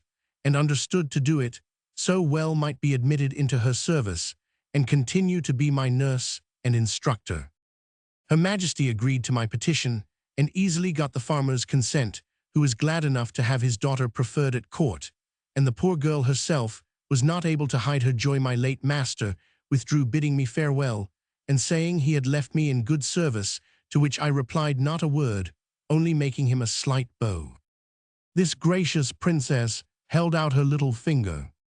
The Queen observed my coldness, and when the farmer was gone out of the apartment, asked me the reason. I made bold to tell Her Majesty that I owed no other obligation to my late master than his not dashing out the brains of a poor harmless creature found by chance in his field, which obligation was amply recompensed by the gain he had made in showing me through half the kingdom, and the price he had now sold me, for that the life I had since led was laborious enough to kill an animal of 10 times my strength, that my health was much impaired by the continual drudgery of entertaining the rabble every hour of the day, and that if my master had not thought my life in danger, Her Majesty would not have got so cheap a bargain. But as I was out of all fear of being ill-treated, under the protection of so great and good an empress, the ornament of nature, the darling of the world, the delight of her subjects, the phoenix of the creation, so I hoped my late master's apprehensions would appear to be groundless, for I already found my spirits to revive by the influence of her most august presence. This was the sum of my speech, delivered with great improprieties and hesitation. The latter part was altogether framed in the style peculiar to that people, whereof I learned some phrases from Glumdalclitch while she was carrying me to court. The Queen, giving great allowance for my defectiveness in speaking, was however surprised at so much wit and good sense in so diminutive an animal. She carried me to the king. She took me in her own hand, and carried me to the king, who was then retired to his cabinet. His Majesty, a prince of much gravity and austere countenance, not well observing my shape at first view, asked the Queen, after a cold manner, how long it was since she grew fond of a splachnock, for such it seems he took me to be, as I lay upon my breast in Her Majesty's right hand. But this princess, who hath an infinite deal of wit and humour, set me gently on my feet upon the scrutoire, and commanded me to give His Majesty an account of myself, which I did in a very few words, and Glumdalclitch, who attended at the cabinet door, and could not endure I should be out of her sight, being admitted, confirmed all that had passed from my arrival at her father's house. The king, although he be as learned a person as any in his dominions, had been educated in the study of philosophy, and particularly mathematics, yet when he observed my shape exactly, and saw me walk erect before I began to speak, conceived I might be a piece of clockwork which is in that country arrived to a very great perfection, contrived by some ingenious artist. But when he heard my voice, and found what I delivered to be regular and rational, he could not conceal his astonishment. He was by no means satisfied with the relation I gave him of the manner I came into his kingdom, but thought it a story concerted between Glumdalclitch and her father, who had taught me a set of words to make me sell at a better price. Upon this imagination, he put several other questions to me, and still received rational answers, no otherwise defective than by a foreign accent and an imperfect knowledge in the language, with some rustic phrases which I had learned at the farmer's house, and did not suit the polite style of a court.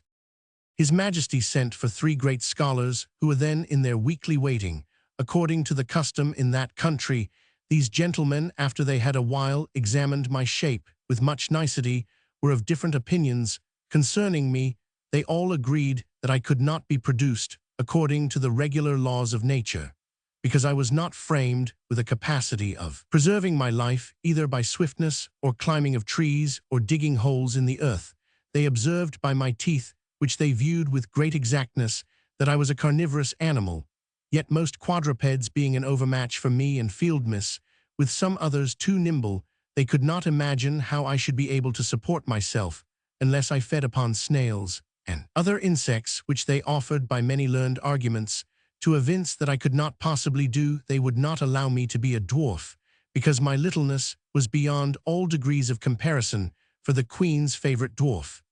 The smallest ever known in that kingdom was nearly 30 feet high. After much debate they concluded unanimously that I was only real plumb. Scalcath, which is interpreted literally lusus naturae, a determination exactly agreeable to the modern philosophy of Europe, whose professors, disdaining the old evasion of occult causes, whereby the followers of Aristotle endeavored in vain to disguise their ignorance, have invented this wonderful solution of all difficulties to the unspeakable advancement of human knowledge.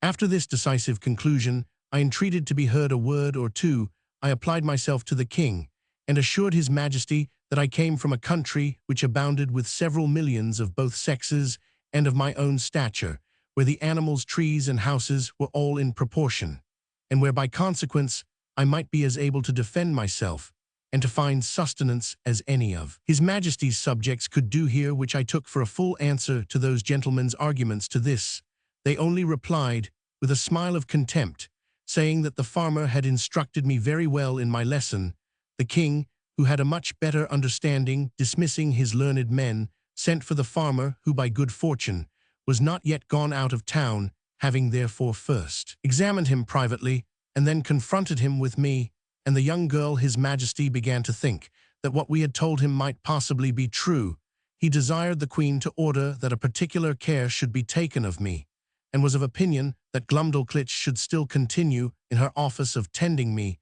because he observed that we had a great affection for each other. A convenient apartment was provided for her at court. She had a sort of governess appointed to take care of her education, a maid to dress her, and 2 other servants for menial offices. But the care of me was wholly appropriated to herself. The Queen commanded her own cabinet-maker to contrive a box that might serve me for a bedchamber, after the model that Glumdalclitch and I should agree upon. This man was a most ingenious artist, and according to my directions in 3 weeks finished to me a wooden chamber of 16 feet square and 12 high, with sash windows, a door, and 2 closets like a London bedchamber. The board that made the ceiling was to be lifted up and down by 2 hinges to put in a bed ready furnished by Her Majesty's upholsterer, which Glumdalclitch took out every day to air, made it with her own hands, and letting it down at night, locked up the roof over me. A nice workman, who was famous for little curiosities, undertook to make me 2 chairs with backs and frames of a substance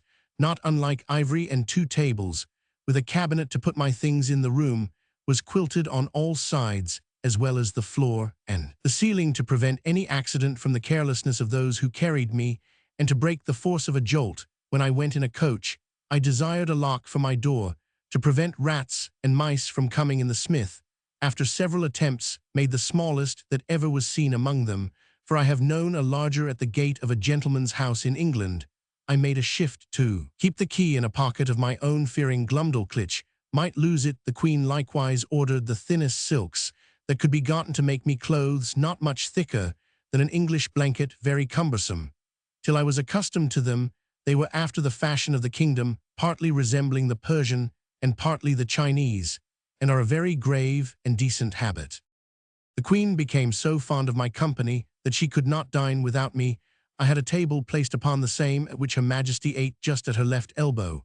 and a chair to sit on. Glumdalclitch stood on a stool on the floor near my table to assist and take care of me. I had an entire set of silver dishes and plates, and other necessaries, which in proportion to those of the queen were not much bigger than what I have seen in a London toy shop for the furniture of a baby house. These my little nurse kept in her pocket in a silver box, and gave me at meals, as I wanted them, always cleaning them herself. No person dined with the queen, but the two princesses royal, the elder 16 years old, and the younger at that time 13. And a month her majesty used to put a bit of meat upon one of my dishes, out of which I carved for myself, and her diversion was to see me eat in miniature, for the queen, who had indeed but a weak stomach, took up at one mouthful as much as a dozen English farmers could eat at a meal, which to me was for some time a very nauseous sight. She would crunch the wing of a lark bones, and all between her teeth, although it were 9 times as large as that of a full-grown turkey, and put a bit of bread in her mouth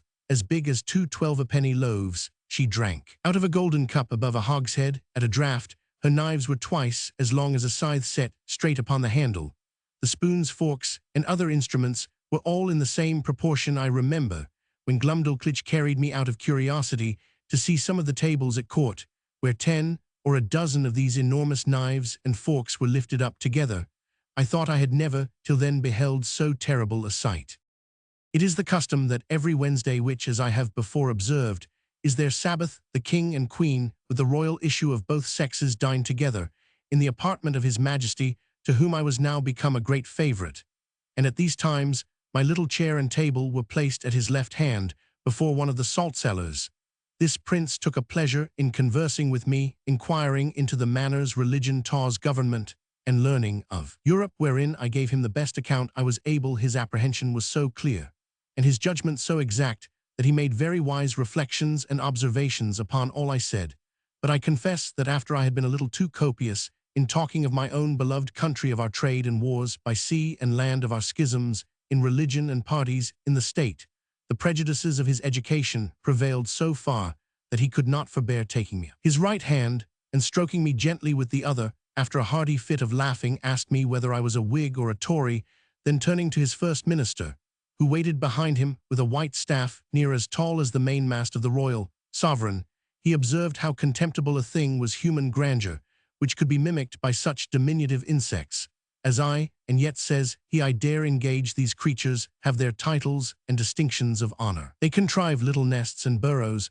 that they call houses and cities. They make a figure in dress and equipage. They love, they fight, they dispute, they cheat, they betray. And thus he continued on, while my color came and went several times with indignation to hear our noble country, the mistress of arts and arms, the scourge of France, the arbitress of Europe, the seat of virtue, piety, honor, and truth, the pride and envy of the world, so contemptuously treated.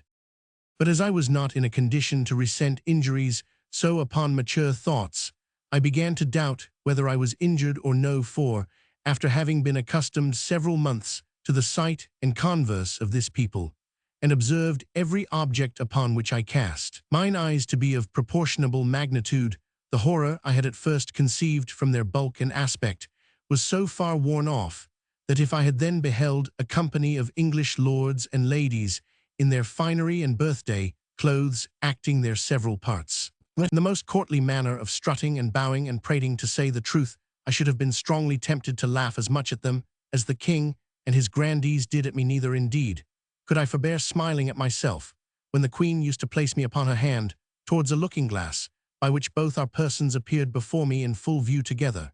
And there could nothing be more ridiculous than the comparison, so that I really began to imagine myself dwindled many degrees below my usual size. Nothing angered and mortified me so much as the queen's dwarf, who, being of the lowest stature that ever in that country, for I verily think he was not full 30 feet high, became so insolent at seeing a creature so much beneath him, that he would always affect to swagger and look big as he passed by me in the queen's antechamber, while I was standing on some table talking with the lords or ladies of the court, and he seldom failed of a smart word or two upon my littleness, against which I could only revenge myself by calling him brother, challenging him to wrestle, and such repartees as are usual in the mouths of court pages. One day at dinner, this malicious little cub was so nettled with something I had said to him that, raising himself upon the frame of Her Majesty's chair, he took me up, as I was sitting down not thinking any harm, and let me drop into a large silver bowl of cream, and then ran away as fast as he could. I fell over head and ears, and if I had not been a good swimmer, it might have gone very hard with me, for Glumdalclitch in that instant happened to be at the other end of the room, and the Queen was in such a fright that she wanted presence of mind to assist me, but my little nurse ran to my relief, and took me out after I had swallowed above a quart of cream. I was put to bed, however. I received no other damage than the loss of a suit of clothes, which was utterly spoiled. The dwarf was soundly whipped, and as a farther punishment forced to drink up the bowl of cream into which he had thrown me. Neither was he ever restored to favor, for soon after the Queen bestowed him on a lady of high quality, so that I saw him no more, to my very great satisfaction, for I could not tell to what extremity such a malicious urchin might have carried his resentment. I could only revenge myself by calling him brother. He had before served me a scurvy trick, which set the Queen a-laughing, although at the same time she was heartily vexed, and would have immediately cashiered him if I had not been so generous as to intercede. Her Majesty had taken a marrow-bone upon her plate,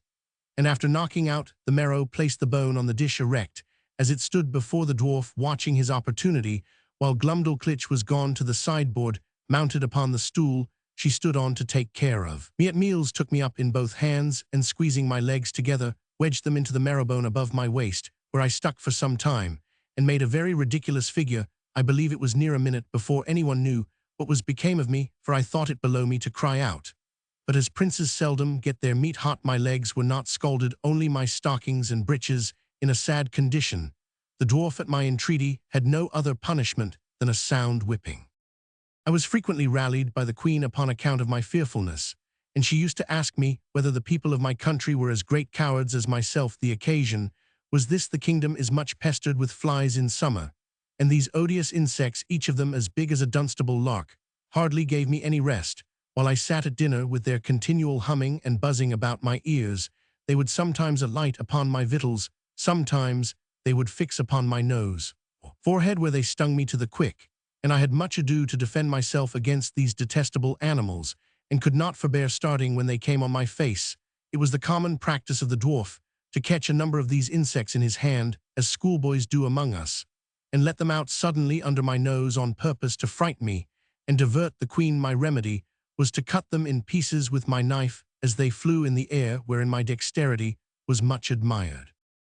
I remember one morning, when Glumdalclitch had set me in my box upon a window, as she usually did in fair days, to give me air, for I durst not venture to let the box be hung on a nail out of the window, as we do with cages in England, after I had lifted up one of my sashes and sat down at my table to eat a piece of sweet cake for my breakfast. Above 20 wasps, allured by the smell, came flying into the room, humming louder than the drones of as many bagpipes. Some of them seized my cake and carried it piecemeal away. Others flew about my head and face, confounding me with the noise and putting me in the utmost terror of their stings. However, I had the courage to rise and draw my hanger and attack them in the air. I dispatched 4 of them, but the rest got away, and I presently shut my window. These creatures were as large as partridges. I took out their stings, found them 1.5 inches long, and as sharp as needles. I carefully preserved them all, and having since shown them with some other curiosities in several parts of Europe, upon my return to England, I gave 3 of them to Gresham College, and kept the 4th for myself. Chapter IV. The country described. A proposal for correcting modern maps, the King's Palace, and some account of the metropolis. The author's way of traveling. The chief temple described. I now intend to give the reader a short description of this country as far as I traveled in it, which was not above 2,000 miles round. Lorbrulgrud, the metropolis, for the Queen, whom I always attended, never went farther, when she accompanied the King in his progresses, and there stayed till His Majesty returned from viewing his frontiers. The whole extent of this prince's dominions reacheth about 6,000 miles in length, and from 3 to 5 in breadth, from whence I cannot but conclude that our geographers of Europe are in a great error by supposing nothing but sea between Japan and California, for it was ever my opinion that there must be a balance of earth to counterpoise the great continent of Tartary, and therefore they ought to correct their maps and charts by joining this vast tract of land to the northwest parts of America, wherein I shall be ready to lend them my assistance. The kingdom is a peninsula terminated to the northeast by a ridge of mountains 30 miles high, which are altogether impassable by reason of the volcanoes. Upon the tops neither do the most learned know what sort of mortals inhabit beyond those mountains, or whether they be inhabited at all. On the three other sides it is bounded by the ocean. There is not one seaport in the whole kingdom, and those parts of the coasts into which the rivers issue are so full of pointed rocks, and the sea generally so rough, that there is no venturing with the smallest of their boats, so that these people are wholly excluded from any commerce with the rest of the world. But the large rivers are full of vessels, and abound with excellent fish, for they seldom get any from the sea, because the sea fish are of the same size with those in Europe, and consequently not worth catching, whereby it is manifest that nature in the production of plants and animals of so extraordinary a bulk is wholly confined to this continent, of which I leave the reasons to be determined by philosophers. However, now and then they take a whale that happens to be dashed against the rocks, which the common people feed on heartily. These whales I have known so large that a man could hardly carry one upon his shoulders, and sometimes for curiosity they are brought in hampers to Lorbrulgrud. I saw one of them in a dish at the king's table, which passed for a rarity, but I did not observe he was fond of it, for I think, indeed, the bigness disgusted him, although I have seen one somewhat larger in Greenland. The country is well inhabited, for it contains 51 cities, near 100 walled towns, and a great number of villages. To satisfy my curious reader, it may be sufficient to describe Lorbrulgrud. This city stands upon almost 2 equal parts on each side. The river that passes through it contains above 80,000 houses and about 600,000 inhabitants. It is in length 3 glomglungs, which make about 54 English miles, and 2.5 in breadth, as I measured it myself in the royal map made by the king's order, which was laid on the ground on purpose for me, and extended 100 feet. I paced the diameter and circumference several times barefoot, and computing by the scale measured it pretty exactly. The king's palace is no regular edifice, but a heap of buildings about 7 miles round. The chief rooms are generally 240 feet high and broad, and long in proportion. A coach was allowed to Glumdalclitch and me, wherein her governess frequently took her out to see the town or go among the shops, and I was always of the party carried in my box, although the girl at my own desire would often take me out and hold me in her hand, that I might more conveniently view the houses and the people. As we passed along the streets, I reckoned our coach to be about the square of Westminster Hall, but not altogether so high. However, I cannot be very exact. Besides the large box in which I was usually carried, the Queen ordered a smaller one to be made for me of about 12 feet square and 10 high, for the convenience of traveling, because the other was somewhat too large for Glumdalclitch's lap, and cumbersome in the coach. It was made by the same artist whom I directed in the whole contrivance. This traveling closet was an exact square with a window in the middle of 3 of the squares, and each window was latticed with iron wire on the outside, to prevent accidents in long journeys. On the 4th side, which had no window, 2 strong staples were fixed, through which the person who carried me, when I had a mind to be on horseback, put a leathern belt and buckled it about his waist. This was always the office of some grave trusty servant, in whom I could confide, whether I attended the king and queen in their progresses, or were disposed to see the gardens, or pay a visit to some great lady or minister of state in the court. For I soon began to be known and esteemed among the greatest officers, I suppose more on account of their majesties' favor than any merit of my own. In journeys, when I was weary of the coach, a servant on horseback would buckle on my box and place it upon a cushion before him, and there I had a full prospect of the country on 3 sides from my 3 windows. I had in this closet a field bed and a hammock. Hung from the ceiling 2 chairs, and a table neatly screwed to the floor, to prevent being tossed about by the agitation of the horse or the coach, and having been long used to sea voyages, those motions, although sometimes very violent, did not much discompose me. Whenever I had a mind to see the town, it was always in my traveling closet, which Glumdalclitch held in her lap, in a kind of open sedan, after the fashion of the country, borne by 4 men, and attended by 2 others in the Queen's livery. The people who had often heard of me were very curious to crowd about the sedan, and the girl was complacent enough to make the bearers stop, and to take me in her hand that I might be more conveniently seen.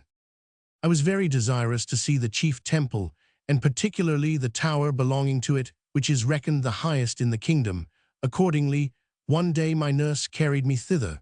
but I must truly say I came back disappointed, for the height is not above 3,000 feet reckoning from the ground to the highest pinnacle. Top, which, allowing for the difference between the size of those people and us in Europe, is no great matter for admiration, nor at all equal in proportion, if I rightly remember, to Salisbury steeple, but not to detract from a nation to which during my life I shall acknowledge myself extremely obliged. It must be allowed that whatever this famous tower wants in height is amply made up in beauty and strength, for the walls are nearly 100 feet thick, built of hewn stone, whereof each is about 40 feet square, and adorned on all sides with statues of gods and emperors cut in marble larger than life, placed in their several niches. I measured little finger which had fallen down from one of these statues and lay unperceived among some rubbish, and found it exactly 4 feet and an inch in length. Glumdalclitch wrapped it up in her handkerchief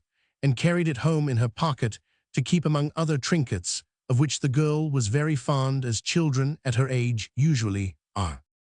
The king's kitchen is indeed a noble building, vaulted at top, and about 600 feet high. The great oven is not so wide by 10 paces as the cupola at St. Paul's, for I measured the latter on purpose after my return. But if I should describe the kitchen grate, the prodigious pots and kettles, the joints of meat turning on the spits, with many other particulars, perhaps I should be hardly believed. At least a severe critic would be apt to think I enlarged a little, as travellers are often suspected to do, to avoid which censure I fear I have run too much into the other extreme, and that if this treatise should happen to be translated into the language of Brobdingnag, which is the general name of that kingdom, and transmitted thither, the king and his people would have reason to complain that I had done them an injury by a false and diminutive representation. His Majesty seldom keeps above 600 horses in his stables. They are generally from 54 to 60 feet high, but when he goes abroad on solemn days, he is attended for state by a militia guard of 500 horse, which indeed I thought was the most splendid sight that could be ever beheld, till I saw part of his army in Battalia, whereof I shall find another occasion to speak. Chapter Roman 5. Several adventures that happened to the author. The author shows his skill in navigation.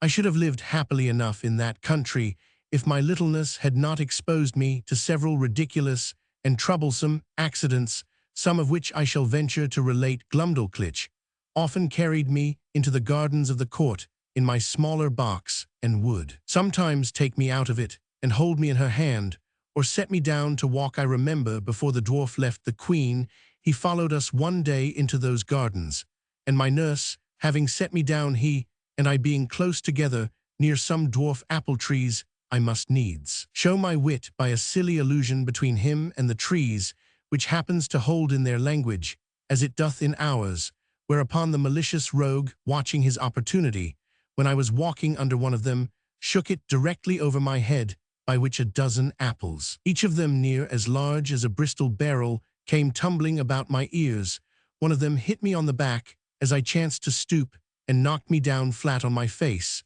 but I received no other hurt, and the dwarf was pardoned at my desire, because I had given the provocation.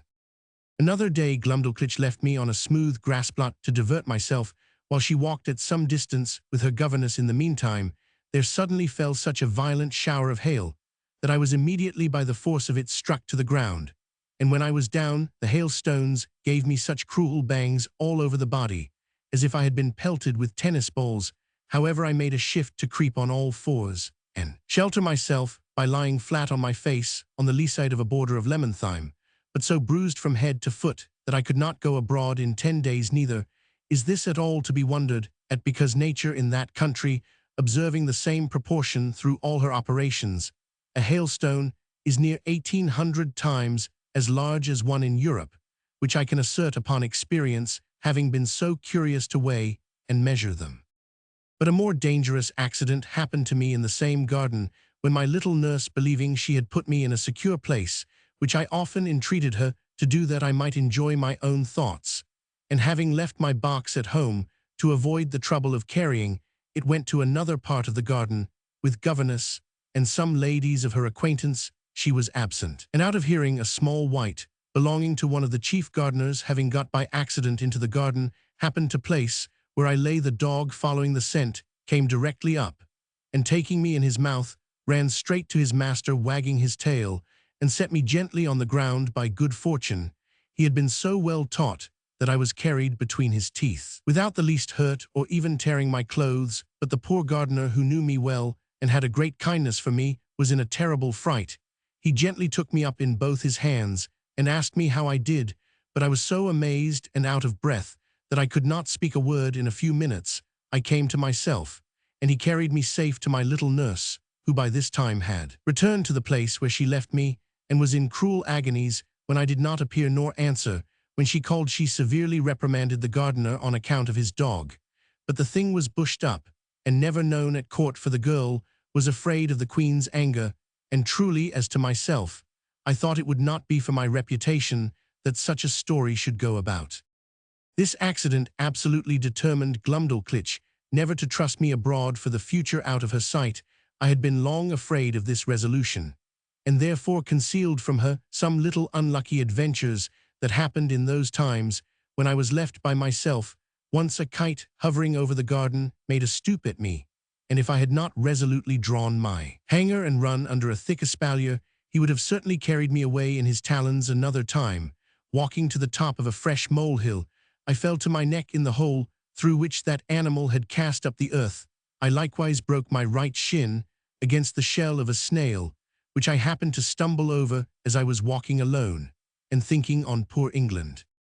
I cannot tell whether I were more pleased or mortified to observe in those solitary walks that the smaller birds did not appear to be at all afraid of me, but would hop about within a yard's distance, looking for worms and other food, with as much indifference and security as if no creature at all were near them. I remember a thrush had the confidence to snatch out of my hand with his bill a piece of cake that Glumdalclitch had just given me for my breakfast. When I attempted to catch any of these birds, they would boldly turn against me, endeavoring to pick my fingers, which I durst not venture within their reach, and then they would hop back unconcerned to hunt for worms and snails as they did before. But one day I took a thick cudgel and threw it with all my strength so luckily at a linnet that I knocked him down, and seizing him by the neck with both my hands, ran with him in triumph to my nurse. However, the bird, who had only been stunned, recovering himself, gave me so many boxes with his wings on both sides of my head and body, though I held him at arm's length, and was out of the reach of his claws, that I was 20 times thinking of letting him go. But I was soon relieved by one of our servants, who wrung off the bird's neck, and I had him next day for dinner by the Queen's command. This linnet, as near as I can remember, seemed to be somewhat larger than an English swan. The Queen, who often used to hear me talk of my sea voyages, and took all occasions to divert me when I was melancholy, asked me whether I understood how to handle a sail or an oar, and whether a little exercise of rowing might not be convenient for my health. I answered that I understood both very well, for although my proper employment had been to be surgeon or doctor to the ship, yet often upon a pinch I was forced to work like a common mariner. But I could not see how this could be done in their country, where the smallest wherry was equal to a first-rate man-of-war among us, and such a boat as I could manage would never live in any of their rivers. The smaller birds did not appear to be at all afraid of me. Her Majesty said, if I could contrive a boat, her own joiner should make it, and she would provide a place for me to sail in. The fellow was an ingenious workman, and by my instructions in 10 days finished a pleasure rowboat, with all its tackling, able conveniently to hold 8 Europeans. When it was finished, the Queen was so delighted that she ran with it in her lap to the King, who ordered it to be put in a cistern full of water with me in it, by way of trial, where I could not manage my 2 sculls or little oars for want of room. But the Queen had before contrived another project. She ordered the joiner to make a wooden trough of 300 feet long, 50 broad, and 8 deep, which, being well pitched to prevent leaking, was placed on the floor along the wall in an outer room of the palace. It had a cock near the bottom to let out the water when it began to grow stale. and 2 servants could easily fill it in half an hour here, I often used to row for my own diversion, as well as that of the queen and her ladies, who thought themselves well entertained with my skill and agility. Sometimes I would put up my sail, and then my business was only to steer, while the ladies gave me a gale with their fans. And when they were weary, some of their pages would blow my sail forward with their breath, while I showed my art by steering starboard or larboard as I pleased. When I had done, Glumdalclitch always carried back my boat into her closet and hung it o' a nail to dry. In this exercise, I once met an accident which had like to have cost me my life, for one of the pages having put my boat into the trough, the governess who attended Glumdalclitch very officiously lifted me up to place me in the boat, but I happened to slip through her fingers and should infallibly have fallen down 40 feet upon the floor, if by the luckiest chance in the world I had not been stopped by a corking pin that stuck in the good gentlewoman's stomacher. The head of the pin passed between my shirt and the waistband of my breeches, and thus I held by the middle in the air till Glumdalclitch ran to my relief, gave me a gale with their fans. Another time, one of the servants whose office it was to fill my trough every 3rd day with fresh water was so careless as to let a huge frog, not perceiving it, slip out of his pail. The frog lay concealed till I was put into my boat, but then seeing a resting place, climbed up and made it lean so much on one side that I was forced to balance it with all my weight on the other to prevent overturning. When the frog was got in, it hopped at once half the length of the boat, and then over my head backwards and forwards. The largeness of its features made it appear the most deformed animal that can be conceived. However, I desired Glumdalclitch to let me deal with it alone. I banged it a good while with one of my sculls, and at last forced it to leap out of the boat.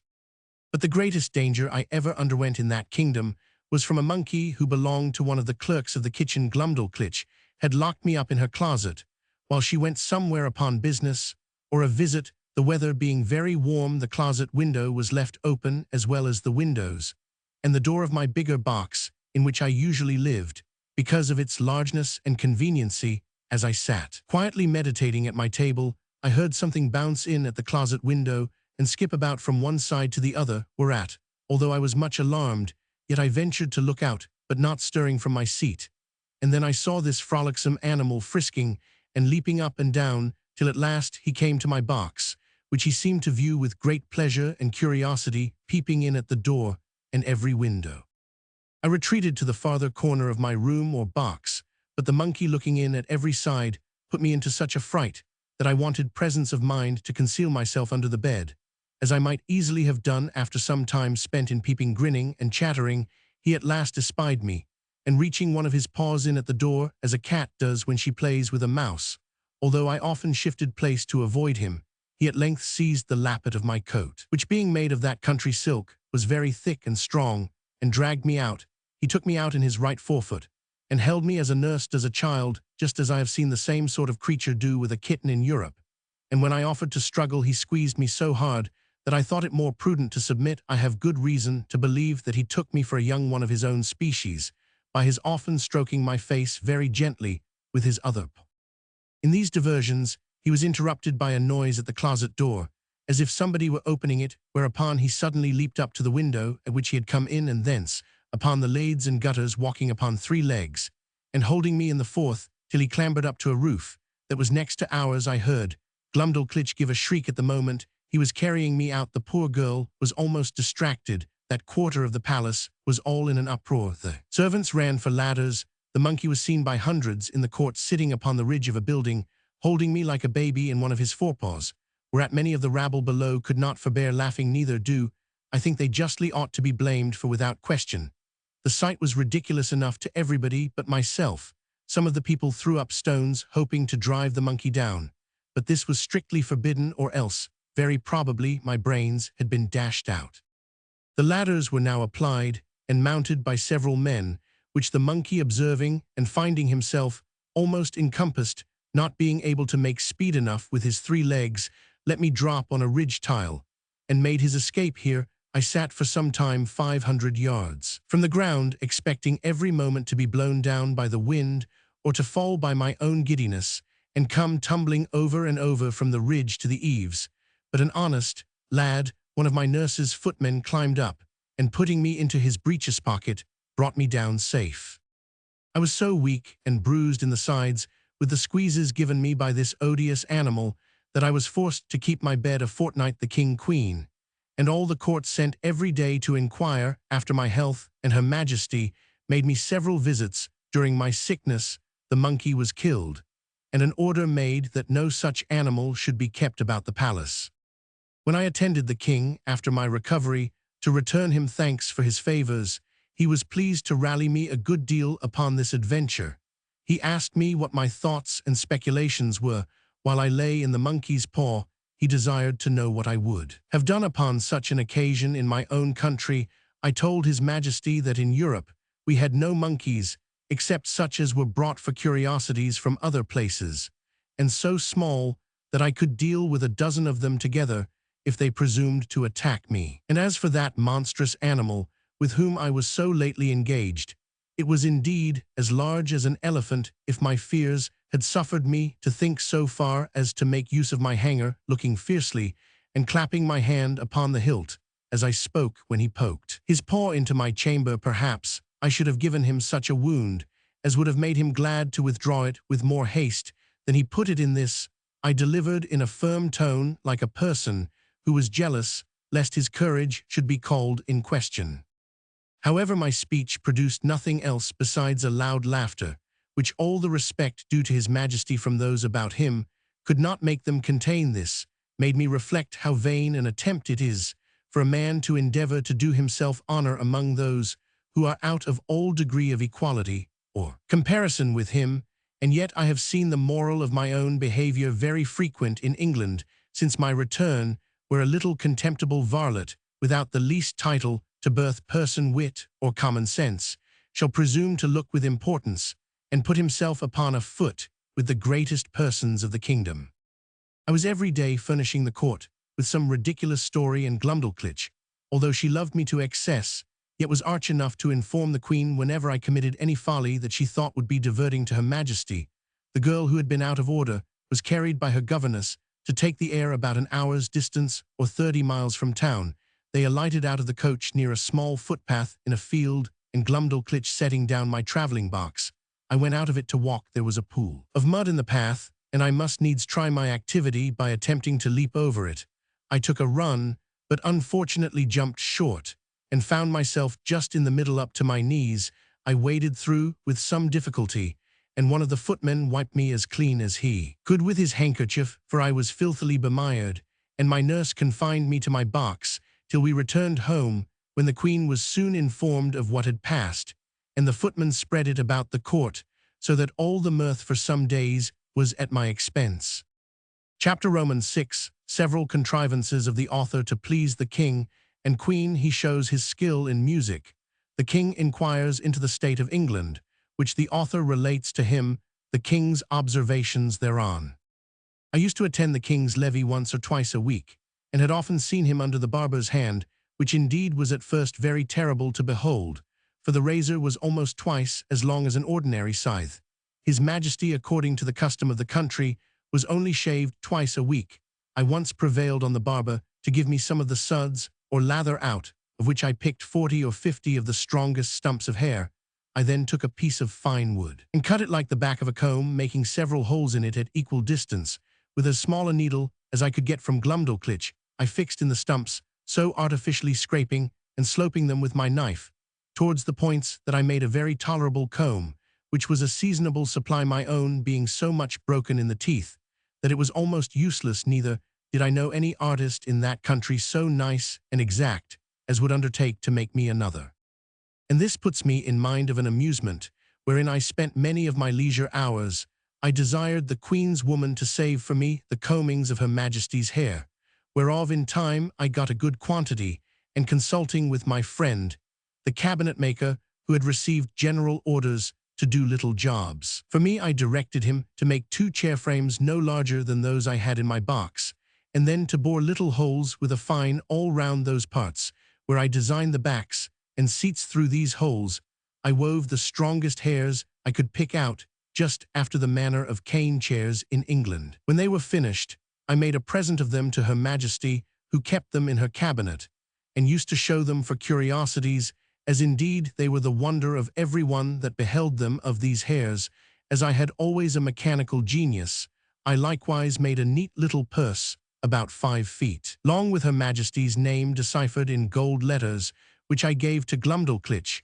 by the Queen's consent. To say the truth, it was more for show than use, being not of strength to bear the weight of the larger coins, and therefore she kept nothing in it but some little coins that girls are fond of. The King, who delighted in music, had frequent concerts at court, to which I was sometimes carried and set in my box on a table to hear them. But the noise was so great that I could hardly distinguish the tunes. I am confident that all the drums and trumpets of a royal army, beating and sounding together just at your ears, could not equal it. My practice was to have my box removed from the place where the performers sat as far as I could, then to shut the doors and windows of it, and draw the window curtains, after which I found their music not disagreeable. I had learnt in my youth to play a little upon the spinet. Glumdalclitch kept one in her chamber, and a master attended twice a week to teach her. I called it a spinet, because it somewhat resembled that instrument, and was played upon in the same manner. A fancy came into my head that I would entertain the King and Queen with an English tune upon this instrument, but this appeared extremely difficult, for the spinet was nearly 60 feet long, each key being almost a foot wide, so that with my arms extended I could not reach to above 5 keys, and to press them down required a good smart stroke with my fist, which would be too great a labor, and to no purpose. The method I contrived was this: I prepared 2 round sticks, about the bigness of common cudgels. They were thicker at one end than the other, and I covered the thicker ends with a piece of mouse's skin, that by rapping on them I might neither damage the tops of the keys nor interrupt the sound before the spinet. A bench was placed about 4 feet below the keys, and I was put upon the bench. I ran sidling upon it, that way and this, as fast as I could, banging the proper keys with my 2 sticks, and made a shift to play a jig, to the great satisfaction of both their majesties. But it was the most violent exercise I ever underwent, and yet I could not strike above 16 keys, nor consequently play the bass and treble together, as other artists do, which was a great disadvantage to my performance.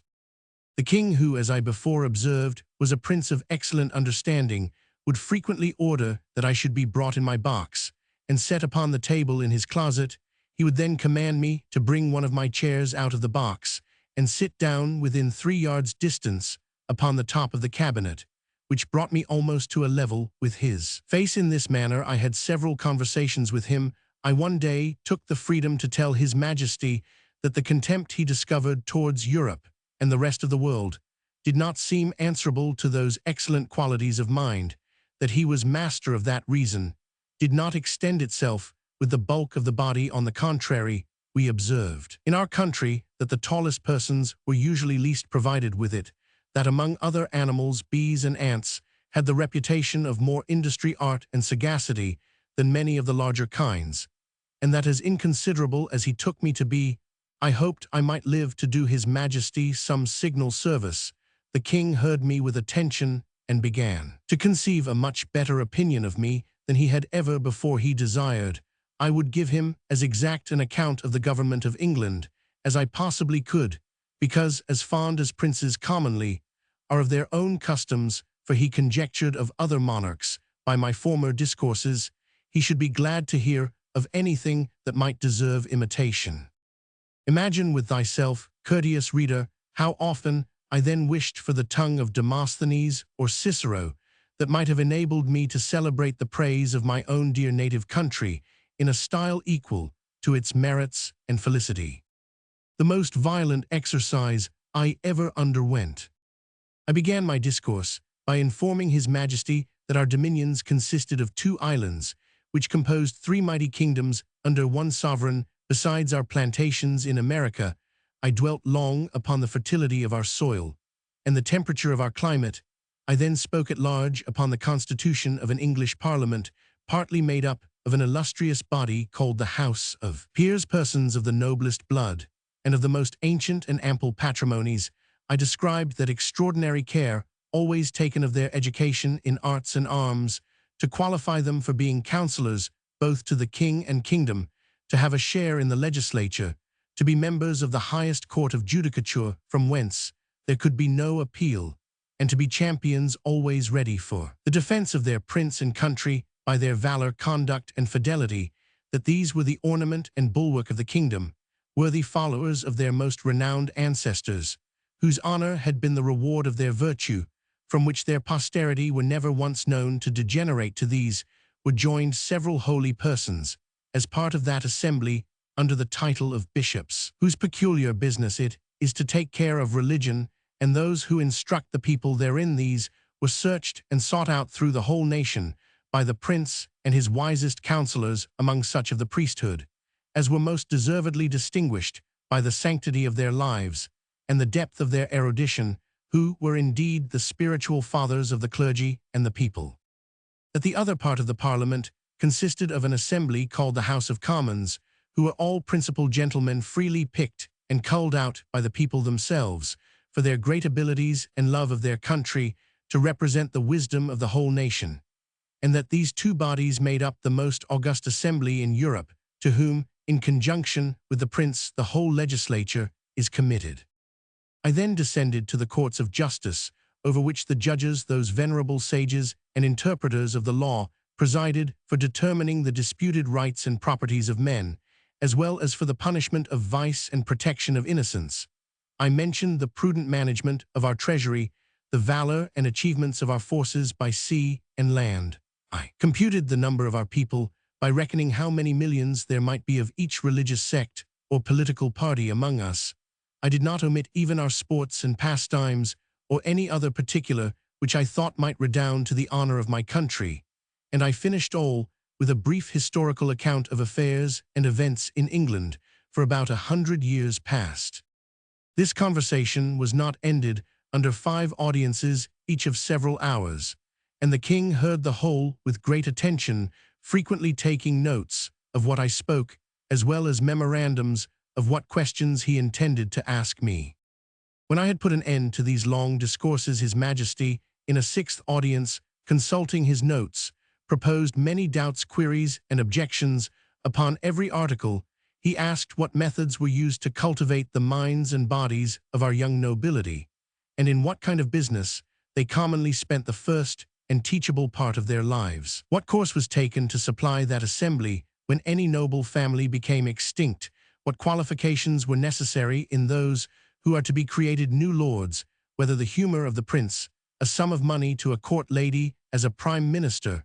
or a design of strengthening a party opposite to the public interest, ever happened to be motives in those advancements? What share of knowledge these lords had in the laws of their country, and how they came by it so as to enable them to decide the properties of their fellow subjects, in the last resort, whether they were always so free from avarice, partialities, or want that a bribe or some other sinister view could have no place among them, whether those holy lords I spoke of were always promoted to that rank upon account of their knowledge in religious matters, and the sanctity of their lives, had never been compilers with the times, while they were common priests or slavish prostitute chaplains to some noblemen whose opinions they continued servilely to follow after they were admitted into that assembly.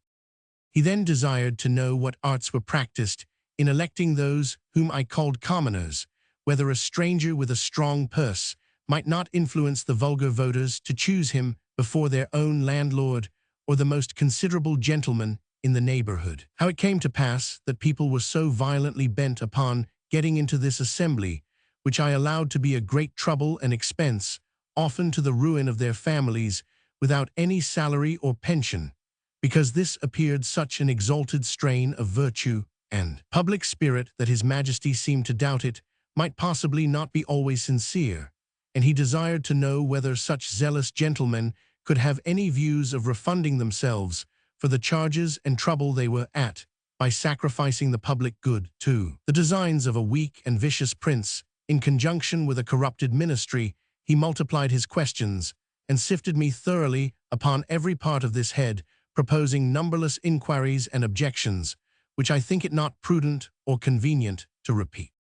Upon what I said in relation to our courts of justice, His Majesty desired to be satisfied in several points, and this I was the better able to do, having been formerly almost ruined by a long suit in Chancery, which was decreed for me. With costs he asked what time was usually spent in determining between right and wrong, and what degree of expense, whether advocates and orators had liberty to plead in causes manifestly known to be unjust, vexatious, or oppressive, whether party in religion or politics was observed to be of any weight in the scale of justice, whether those pleading orators were persons educated in the general knowledge of equity, or only in provincial, national, and other local customs, whether they or their judges had any part in penning those laws, which they assumed the liberty of interpreting and glossing upon at their pleasure, whether they had ever at different times pleaded for or against the same cause, and cited precedents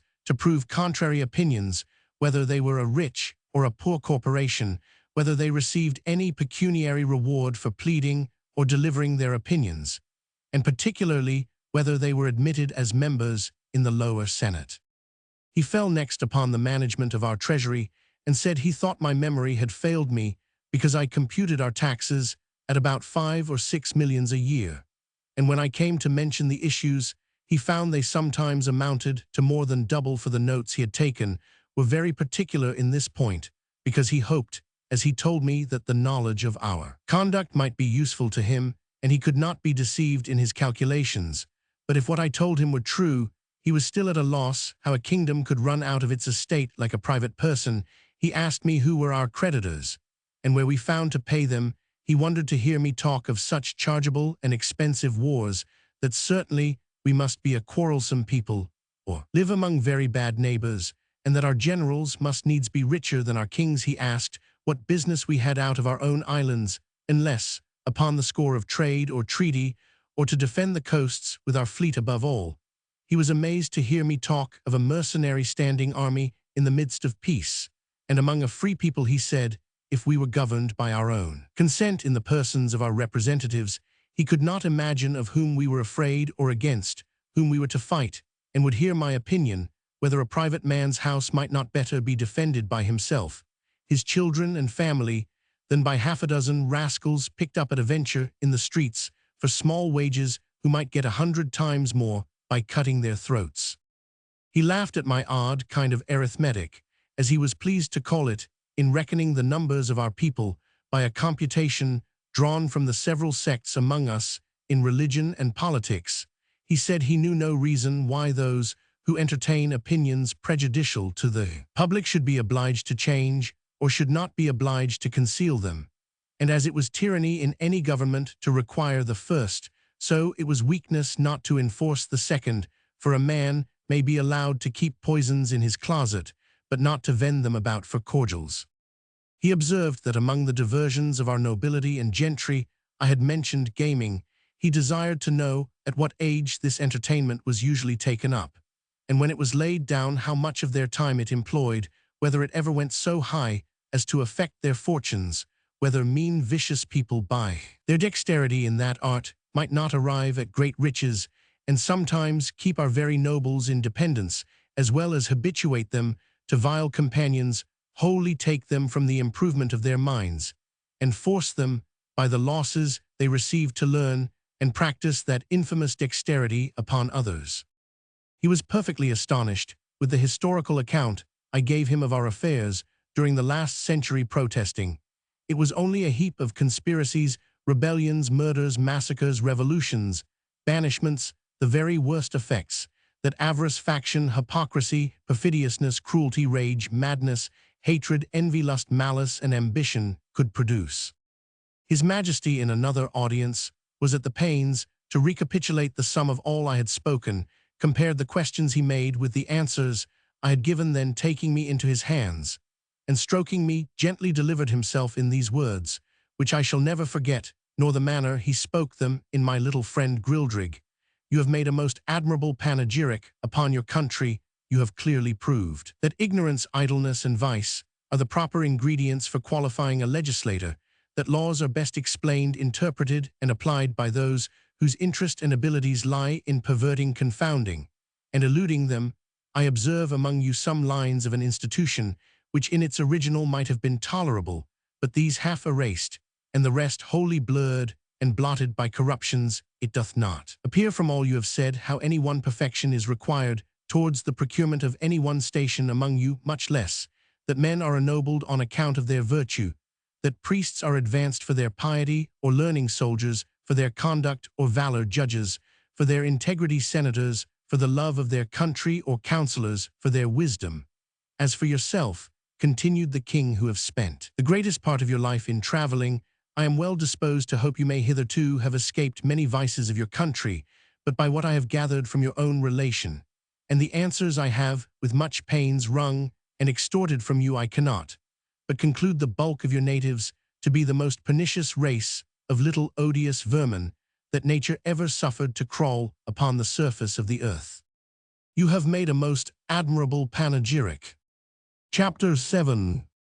The author's love of his country. He makes a proposal of much advantage to the king, which is rejected. The king's great ignorance in politics, the learning of that country very imperfect, and confined the laws and military affairs and parties in the state.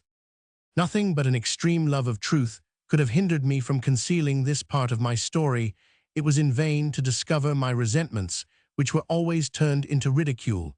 and I was forced to rest with patience, while my noble and beloved country was so injuriously treated. I am as heartily sorry as any of my readers can possibly be that such an occasion was given, but this prince happened to be so curious and inquisitive upon every particular that it could not consist either with gratitude or good manners to refuse giving him what satisfaction I was able. Yet this much I may be allowed to say in my own vindication, that I artfully eluded many of his questions, and gave to every point a more favorable turn by many degrees than the strictness of truth would allow, for I have always borne that laudable partiality to my own country which Dionysius Halicarnassensis, with so much justice, recommends to an historian. I would hide the frailties and deformities of my political mother, and place her virtues and beauties in the most advantageous light. This was my sincere endeavor in those many discourses I had with that monarch, although it unfortunately failed of success. But great allowances should be given to a king who lives wholly secluded from the rest of the world, and must therefore be altogether unacquainted with the manners and customs that most prevail in other nations, the want of which knowledge will ever produce many prejudices, and a certain narrowness of thinking from which we and the politer countries of Europe are wholly exempted. And it would be hard indeed, if so remote a prince's notions of virtue and vice were to be offered as a standard for all mankind. To confirm what I have now said, and farther to show the miserable effects of a confined education, I shall here insert a passage which will hardly obtain belief in hopes to ingratiate myself farther into his Majesty's favor. I told him of an invention discovered between 300 and 400 years ago to make a certain powder into a heap, on which the smallest spark of fire falling would kindle the whole in a moment, although it were as big as a mountain, and make it all fly up in the air together with a noise and agitation greater than thunder, that a proper quantity of this powder rammed into a hollow tube of brass or iron, according to its bigness, would drive a ball of iron or lead with such violence and speed as nothing was able to sustain its force, that the largest balls thus discharged would not only destroy whole ranks of an army at once, but batter the strongest walls to the ground, sink down ships, with 1,000 men in each, to the bottom of the sea, and when linked together by a chain, would cut through masts and rigging, divide hundreds of bodies in the middle, and lay all waste before them, that we often put this powder into large hollow balls of iron, and discharge them by an engine into some city we were besieging, which would rip up the pavements, tear the houses to pieces, burst and throw splinters on every side, dashing out the brains of all who came near. That I knew the ingredients very well, which were cheap and common. I understood the manner of compounding them, and could direct his workmen how to make those tubes of a size proportionable to all other things in his Majesty's kingdom, and the largest need not to be above 100 feet long, 20 or 30, of which tubes, charged with the proper quantity of powder and balls, would batter down the walls of the strongest town in his dominions in a few hours, or destroy the whole metropolis, if ever it should pretend to dispute his absolute commands. This I humbly offered to his Majesty as a small tribute of acknowledgement in return for so many marks that I had received of his royal favor and protection.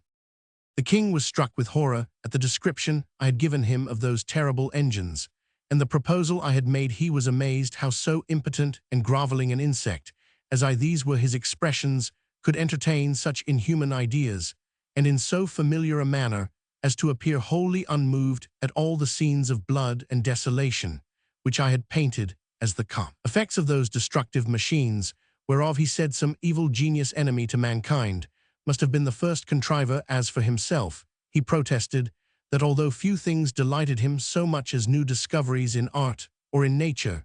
yet he would rather lose half his kingdom than be privy to such a secret, which he commanded me, as I valued my life, never to mention any more.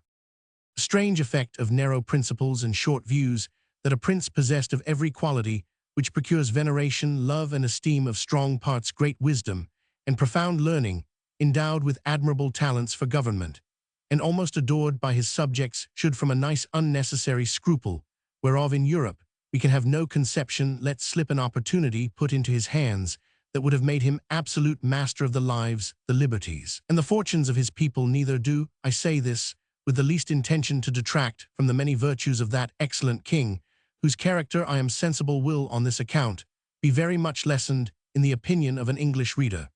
But I take this defect among them to have arisen from their ignorance, by not having hitherto reduced politics into a science, as the more acute wits of Europe have done. For I remember very well, in a discourse one day with the king, when I happened to say there were several thousand books among us written upon the art of government, it gave him, directly contrary to my intention, a very mean opinion of our understandings. He professed both to abominate and despise all mystery, refinement, and intrigue, either in a prince or a minister. He could not tell what I meant by secrets of state, where an enemy or some rival nation were not in the case. He confined the knowledge of governing very narrow bounds to common sense, and reason to justice, and lenity to the speedy determination of civil and criminal causes, with some other obvious topics, which are not worth considering.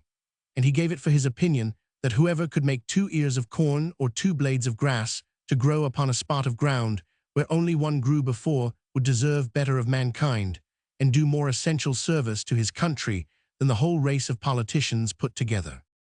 The learning of this people is very defective, consisting only in morality, history, poetry, and mathematics, wherein they must be allowed to excel, but the last of these is wholly applied to what may be useful in life, to the improvement of agriculture and all mechanical arts, so that among us it would be little esteemed. And as to ideas, entities, abstractions, and transcendentals, I could never drive the least conception into their heads.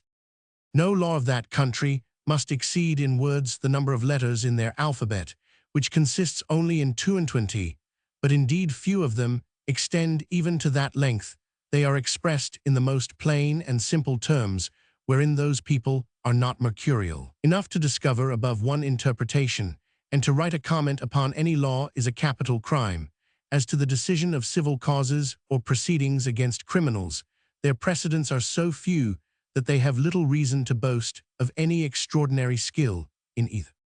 They have had the art of printing as well as the Chinese time out of mind, but their libraries are not very large, for that of the king, which is reckoned the largest, doth not amount to above 1,000 volumes, placed in a gallery of 1,200 feet long, from whence I had liberty to borrow what books I pleased. The Queen's joiner had contrived in one of Glumdalclitch's rooms a kind of wooden machine 25 feet high, formed like a standing ladder. The steps were each 50 feet long.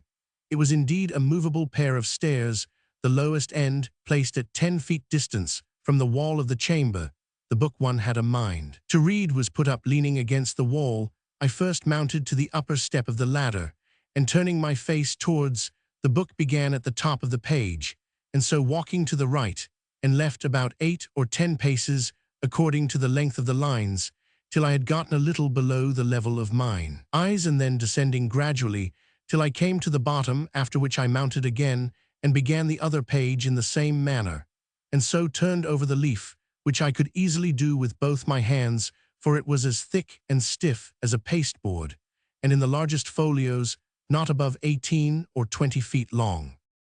Their style is clear, masculine, and smooth, but not florid, for they avoid nothing more than multiplying unnecessary words or using various expressions. I have perused many of their books, especially those in history and morality, among the rest. I was much diverted with a little old treatise which always lay in Glumdalclitch's bedchamber, and belonged to her governess, a grave elderly gentlewoman who dealt in writings of morality and devotion. The book treats of the weakness of humankind, and is in little esteem, except among the women and the vulgar. However, I was curious to see what an author of that country could say upon such a subject. This writer went through all the usual topics of European moralists, showing how diminutive, contemptible, and helpless an animal was man in his own nature, how unable to defend himself from inclemencies of the air,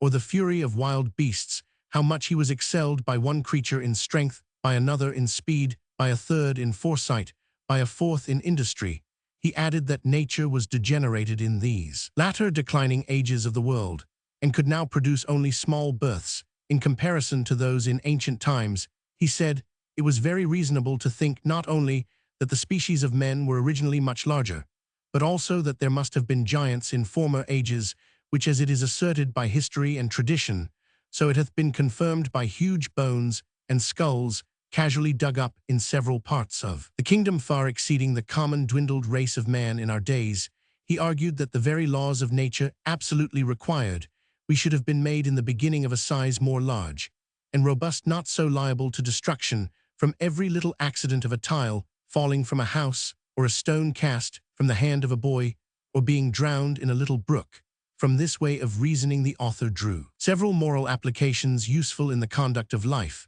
but needless here to repeat. For my own part, I could not avoid reflecting how universally this talent was spread of drawing lectures in morality, or indeed, rather matter of discontent and repining from the quarrels we raise with nature. And I believe upon a strict inquiry those quarrels might be shown as ill-grounded among us as they are among that people. As to their military affairs, they boast that the king's army consists of 176,000 foot and 32,000 horse, if that may be called an army, which is made up of tradesmen in the several cities and farmers in the country, whose commanders are only the nobility and gentry without pay or reward. They are indeed perfect enough in their exercises, and under very good discipline, wherein I saw no great merit, for how should it be otherwise, where every farmer is under the command of his own landlord, and every citizen under that of the principal men in his own city, chosen after the manner of Venice, by ballot. I have often seen the militia of Lorbrulgrud drawn out to exercise in a great field near the city of 20 miles square. They were in all not above 25,000 foot and 6,000 horse. But it was impossible for me to compute their number, considering the space of ground. They took up a cavalier, mounted on a large steed, might be about 90 feet high. I have seen this whole body of horse, upon a word of command, draw their swords at once, and brandish them in the air. Imagination can figure nothing so grand, so surprising, and so astonishing. It looked as if 10,000 flashes of lightning were darting at the same time from every quarter of the sky. I was curious to know how this prince, to whose dominions there is no access from any other country, came to think of armies, or to teach his people the practice of military discipline. But I was soon informed, both by conversation and reading their histories, for in the course of many ages they have been troubled with the same disease to which the whole race of mankind is subject, the nobility often contending for power, the people for liberty, and the king for absolute dominion, all which, however happily tempered by the laws of that kingdom, have been sometimes violated by each of the three parties, and have more than once occasioned civil wars, the last whereof was happily put an end to by this prince's grandfather in a general composition. And the militia, then settled with common consent, hath been ever since kept in the strictest duty. Chapter 8. The king and queen make a progress to the frontiers. The author attends them. The manner in which he leaves the country very particularly related. He returns to England. I had always a strong impulse that I should sometime recover my liberty, though it was impossible to conjecture by what means, or to form any project with the least hope of succeeding. The ship in which I sailed was the first ever known to be driven within sight of the coast, and the king had given strict orders that if at any time another appeared, it should be taken ashore,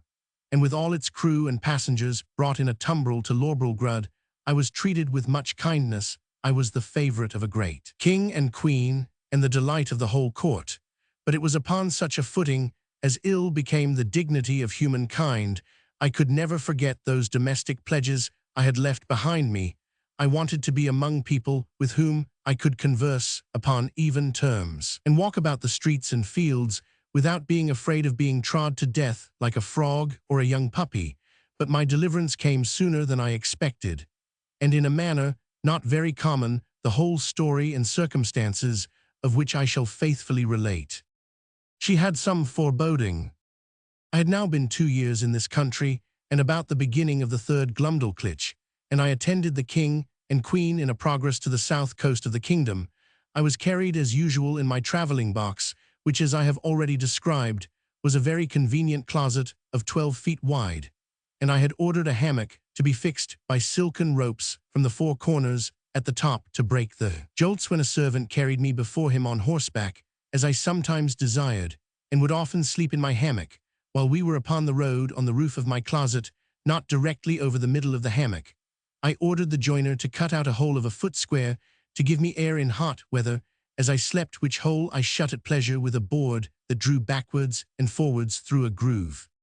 When we came to our journey's end, the king thought proper to pass a few days at a palace he hath near Llanflasnic, a city within 18 English of the seaside Glumdalclitch, and I were much fatigued. I had gotten a small cold, but the poor girl was so ill as to be confined to her chamber. I longed to see the ocean, which must be the only scene of my escape, if ever it should happen. I pretended to be worse than I really was, and desired leave to take the fresh air of the sea with a page whom I was very fond of, and who had sometimes been trusted with me. I shall never forget with what unwillingness Glumdalclitch consented, nor the strict charge. She gave the page to be careful of me, bursting at the same time into a flood of tears, as if she had some foreboding of what was to happen.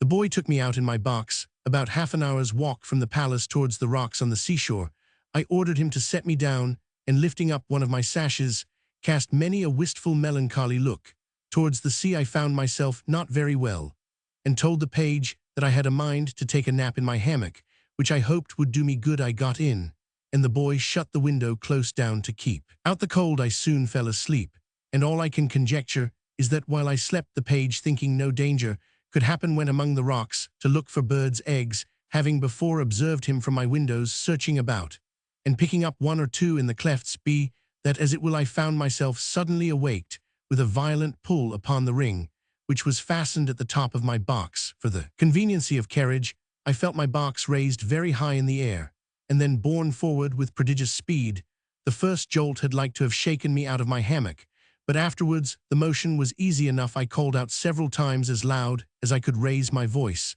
but all to no purpose. I looked towards my windows, and could see nothing but the clouds and sky. I heard a noise just over my head, like the clapping of wings, and then began to perceive the woeful condition I was in, that some eagle had got the ring of my box in his beak, with an intent to let it fall on a rock like a tortoise in a shell, and then pick out my body and devour it. For the sagacity and smell of this bird enabled him to discover his quarry at a great distance, though better concealed than I could be within a 2-inch board. In a little time, I observed the noise and flutter of wings to increase very fast, and my box was tossed up and down like a sign in a windy day. I heard several bangs or buffets, as I thought given to the eagle, for such I am certain it must have been, that held the ring of my box in his beak, and then all on a sudden felt myself falling perpendicularly down for above a minute, but with such incredible swiftness that I almost lost my breath. My fall was stopped by a terrible squash that sounded louder to my ears than the cataract of Niagara, after which I was quite in the dark for another minute,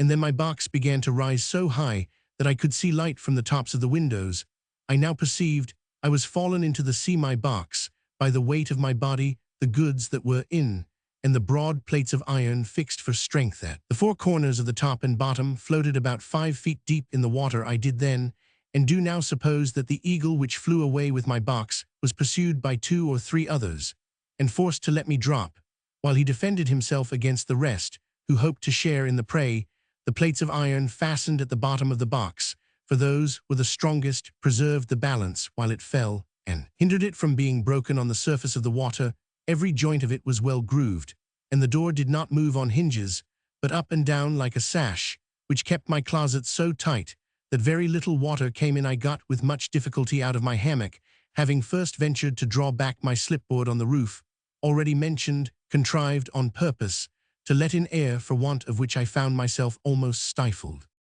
How often did I then wish myself with my dear Glumdalch, from whom one single hour had so far divided me, and I may say with truth, that in the midst of my own misfortunes, I could not forbear lamenting my poor nurse, the grief she would suffer for my loss, the displeasure of the Queen, and the ruin of her fortune perhaps. Many travellers have not been under greater difficulties and distress than I was at juncture, expecting every moment to see my box dashed to pieces, or at least overset by the first violent blast, or rising wave. A breach in one single pane of glass would have been immediate death, nor could anything have preserved the windows. But the strong lattice wires placed on the outside against accidents. In travelling, I saw the water ooze in at several crannies, although the leaks were not considerable, and I endeavored to stop them as well as I could. I was not able to lift up the roof of my closet, which otherwise I certainly should have done, and sat on the top of it, where I might at least preserve myself some hours longer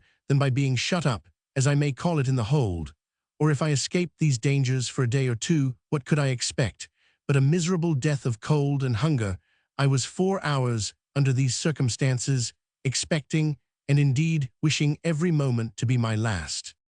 I have already told the reader that there were 2 strong staples fixed upon that side of my box, which had no window, and into which the servant who used to carry me on horseback would put a leathern belt, and buckle it about his waist. Being in this disconsolate state, I heard, or at least thought I heard, some kind of grating noise on that side of my box where the staples were fixed, and soon after I began to fancy that the box was pulled or towed along in the sea, for I now and then felt a sort of tugging which made the waves rise near the tops of my windows, leaving me almost in the dark. This gave me some faint hopes of relief. Although I was not able to imagine how it could be brought about, I ventured to unscrew one of my chairs, which were always fastened to the floor, and having made a hard shift to screw it down again directly under the slipping board that I had lately opened, I mounted on the chair, and putting my mouth as near as I could to the hole, I called for help in a loud voice, and in all the languages I understood. I then fastened my handkerchief to a stick I usually carried, and thrusting it up the hole, waved it several times in the air, that if any boat or ship were near, the seamen might conjecture some unhappy mortal to be shut up in the box. I found no effect from all I could do, but plainly perceived my closet to be moved along, and in the space of an hour, or better, that side of the box where the staples were,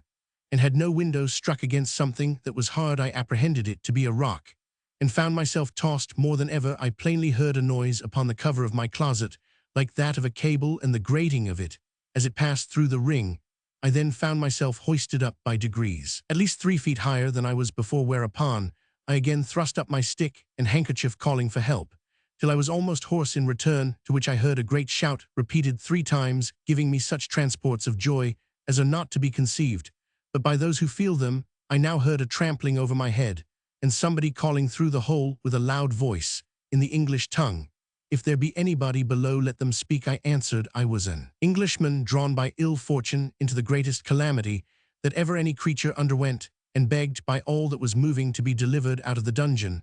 I was in. The voice replied, I was safe, for my box was fastened to their ship, and the carpenter should immediately come, and saw a hole in the cover large enough to pull me out. I answered that was needless, and would take up too much time, for there was no more to be done, but let one of the crew put his finger into the ring, and take the box out of the sea into the ship, and so into the captain's cabin. Some of them, upon hearing me talk so wildly, thought I was mad. Others laughed, for indeed it never came into my head that I was now got among people of my own stature and strength. The carpenter came, and in a few minutes sawed a passage about 4 feet square, then let down a small ladder, upon which I mounted, and from thence was taken into the ship in a very weak condition, somebody calling in the English tongue. The sailors were all in amazement, and asked me 1,000 questions which I had no inclination to answer. I was equally confounded at the sight of so many pygmies, for such I took them to be, after having so long accustomed mine. eyes to the monstrous objects I had left. But the captain, Mr. Thomas Wilcox, an honest, worthy Shropshire man, observing I was ready to faint, took me into his cabin, gave me a cordial to comfort me, and made me turn in upon his own bed, advising me to take a little rest, of which I had great need, before I went to sleep. I gave him to understand that I had some valuable furniture in my box, too good to be lost, a fine hammock, a handsome 2 chairs, a table, and a cabinet, that my closet was hung on all sides, or rather quilted with silk and cotton, that if he would let one of the crew bring my closet into his cabin, I would open it there before him, and show him my goods. The captain, hearing me utter these absurdities, concluded I was raving. However, I suppose to pacify me, he promised to give orders as I desired, and going upon deck, sent some of his men down into my closet, from whence, as I afterwards found, they drew up all my goods, and stripped off the quilting. But the chairs, cabinet, and bedstead, being screwed to the floor, were much damaged by the ignorance of the seamen who tore them up by force. Then they knocked off some of the boards for the use of the ship, and when they had got all, they had a mind for let the hull drop into the sea, which by reason of so many breaches made in the bottom, and sides sunk to rights. And indeed, I was glad not to have been a spectator of the havoc they made, because I am confident it would have sensibly touched me by bringing former passages into my mind, which I had rather forgotten. I slept some hours, but was perpetually disturbed with dreams of the place I had left, and the dangers I had escaped. However, upon waking, I found myself much recovered. It was now about 8 o'clock at night, and the captain ordered supper immediately. Thinking I had already fasted too long, he entertained me with great kindness, observing me not to look wildly or talk inconsistently, and when we were left alone, desired I would give him a relation of my travels, and by what accident I came to be set adrift in that monstrous wooden chest.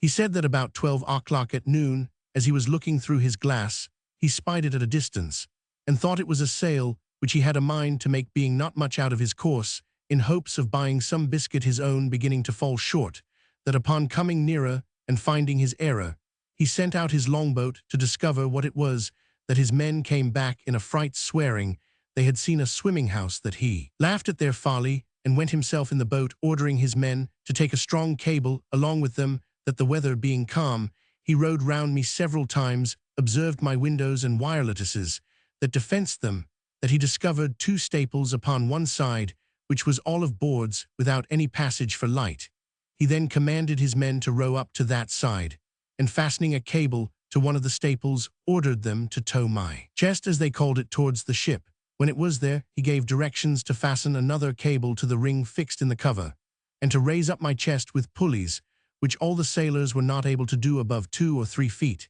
He said they saw my stick and handkerchief thrust out of the hole, and concluded that some unhappy man must be shut up in the cavity. I asked whether he or the crew had seen any prodigious birds ere about the time he first discovered me, to which he answered that, discoursing this matter with the sailors while I was asleep, one of them said he had observed 3 eagles flying towards the north, but remarked nothing of their being larger than the usual size, which I suppose must be imputed to the great height they were at, and he could not guess the reason of my question.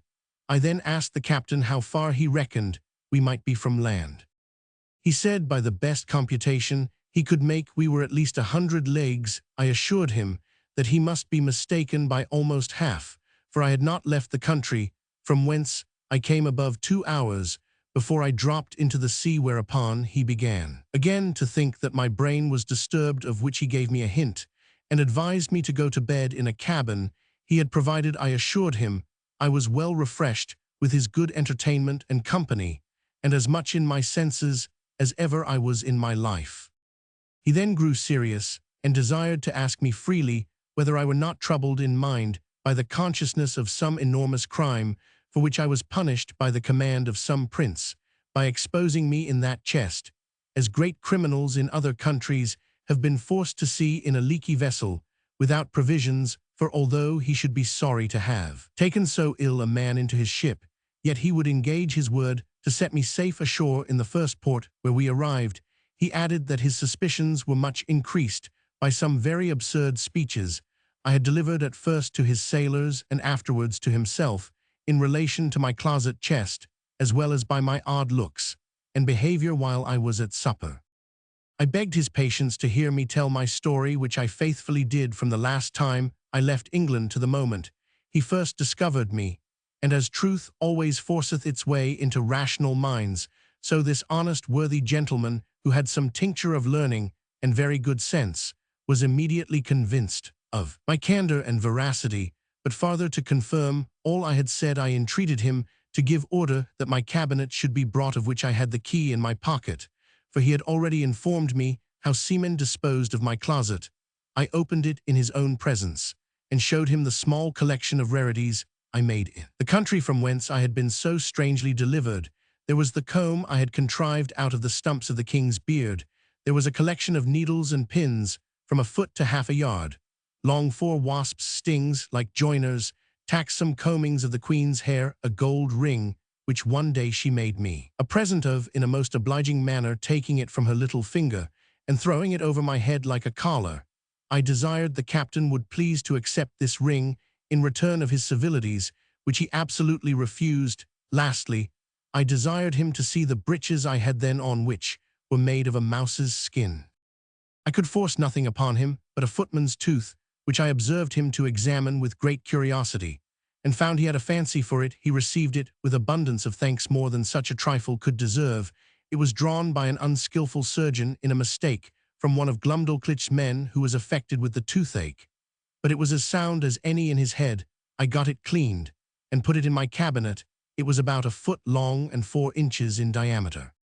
The captain was very well satisfied with this plain relation I had given him, and said he hoped, when we returned to England, I would oblige the world by putting it on paper and making it public. My answer was that I thought we were already overstocked with books of travels, that nothing could now pass which was not extraordinary, wherein I doubted some authors less consulted truth than their own vanity or interest, or the diversion of ignorant readers, that my story could contain little besides common events, without those ornamental descriptions of strange plants, trees, birds, and other animals, or of the barbarous customs and idolatry of savage people, with which most writers abound. However, I thanked him for his good opinion, and promised to take the matter into my thoughts.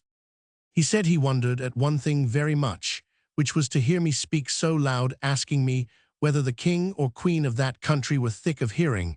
I told him it was what I had been used to for above 2 years past, and that I wondered as much at the voices of him and his men, who seemed to me only to whisper, and yet I could hear them well enough. But when I spoke in that country, it was like a man talking in the street to another, looking out from the top of a steeple, unless when I was placed on a table or held in any person's hand. I told him I had likewise observed another thing, that when I first got into the ship, and the sailors stood all about me, I thought they were the most contemptible little creatures I had ever beheld, for indeed, while I was in that prince's country, I could never endure to look in a glass, after my eyes had been accustomed to such prodigious objects, because the comparison gave me so despicable a conceit of myself. The captain said that while we were at supper, he observed me to look at everything with a sort of wonder, and that I often seemed hardly able to contain my laughter, which he knew not well how to take, but imputed it to some disorder in my brain. I answered it was very true, and I wondered how I could forbear when I saw his dishes of the size of a silver, 3d a leg of pork, hardly a mouthful, a cup not so big as a nutshell. And so I went on describing the rest of his household stuff and provisions after the same manner, for although the queen had ordered a little equipage of all things necessary for me while I was in her service, yet my ideas were wholly taken up with what I saw on every side of me, and I winked at my own littleness, as people do at their own faults. The captain understood my raillery very well, and merrily replied that he did not observe my stomach so good, although I had fasted all day, and continuing in his mirth, protested he would have gladly given £100 to have seen my closet in the Eagle's Bill, and afterwards in its fall from so great a height into the sea, which would certainly have been a most astonishing object, worthy to have the description of it transmitted to future ages. And the comparison of Phaeton was so obvious that he could not forbear applying it, although I did not much admire the conceit. My daughter kneeled, but I could not see her.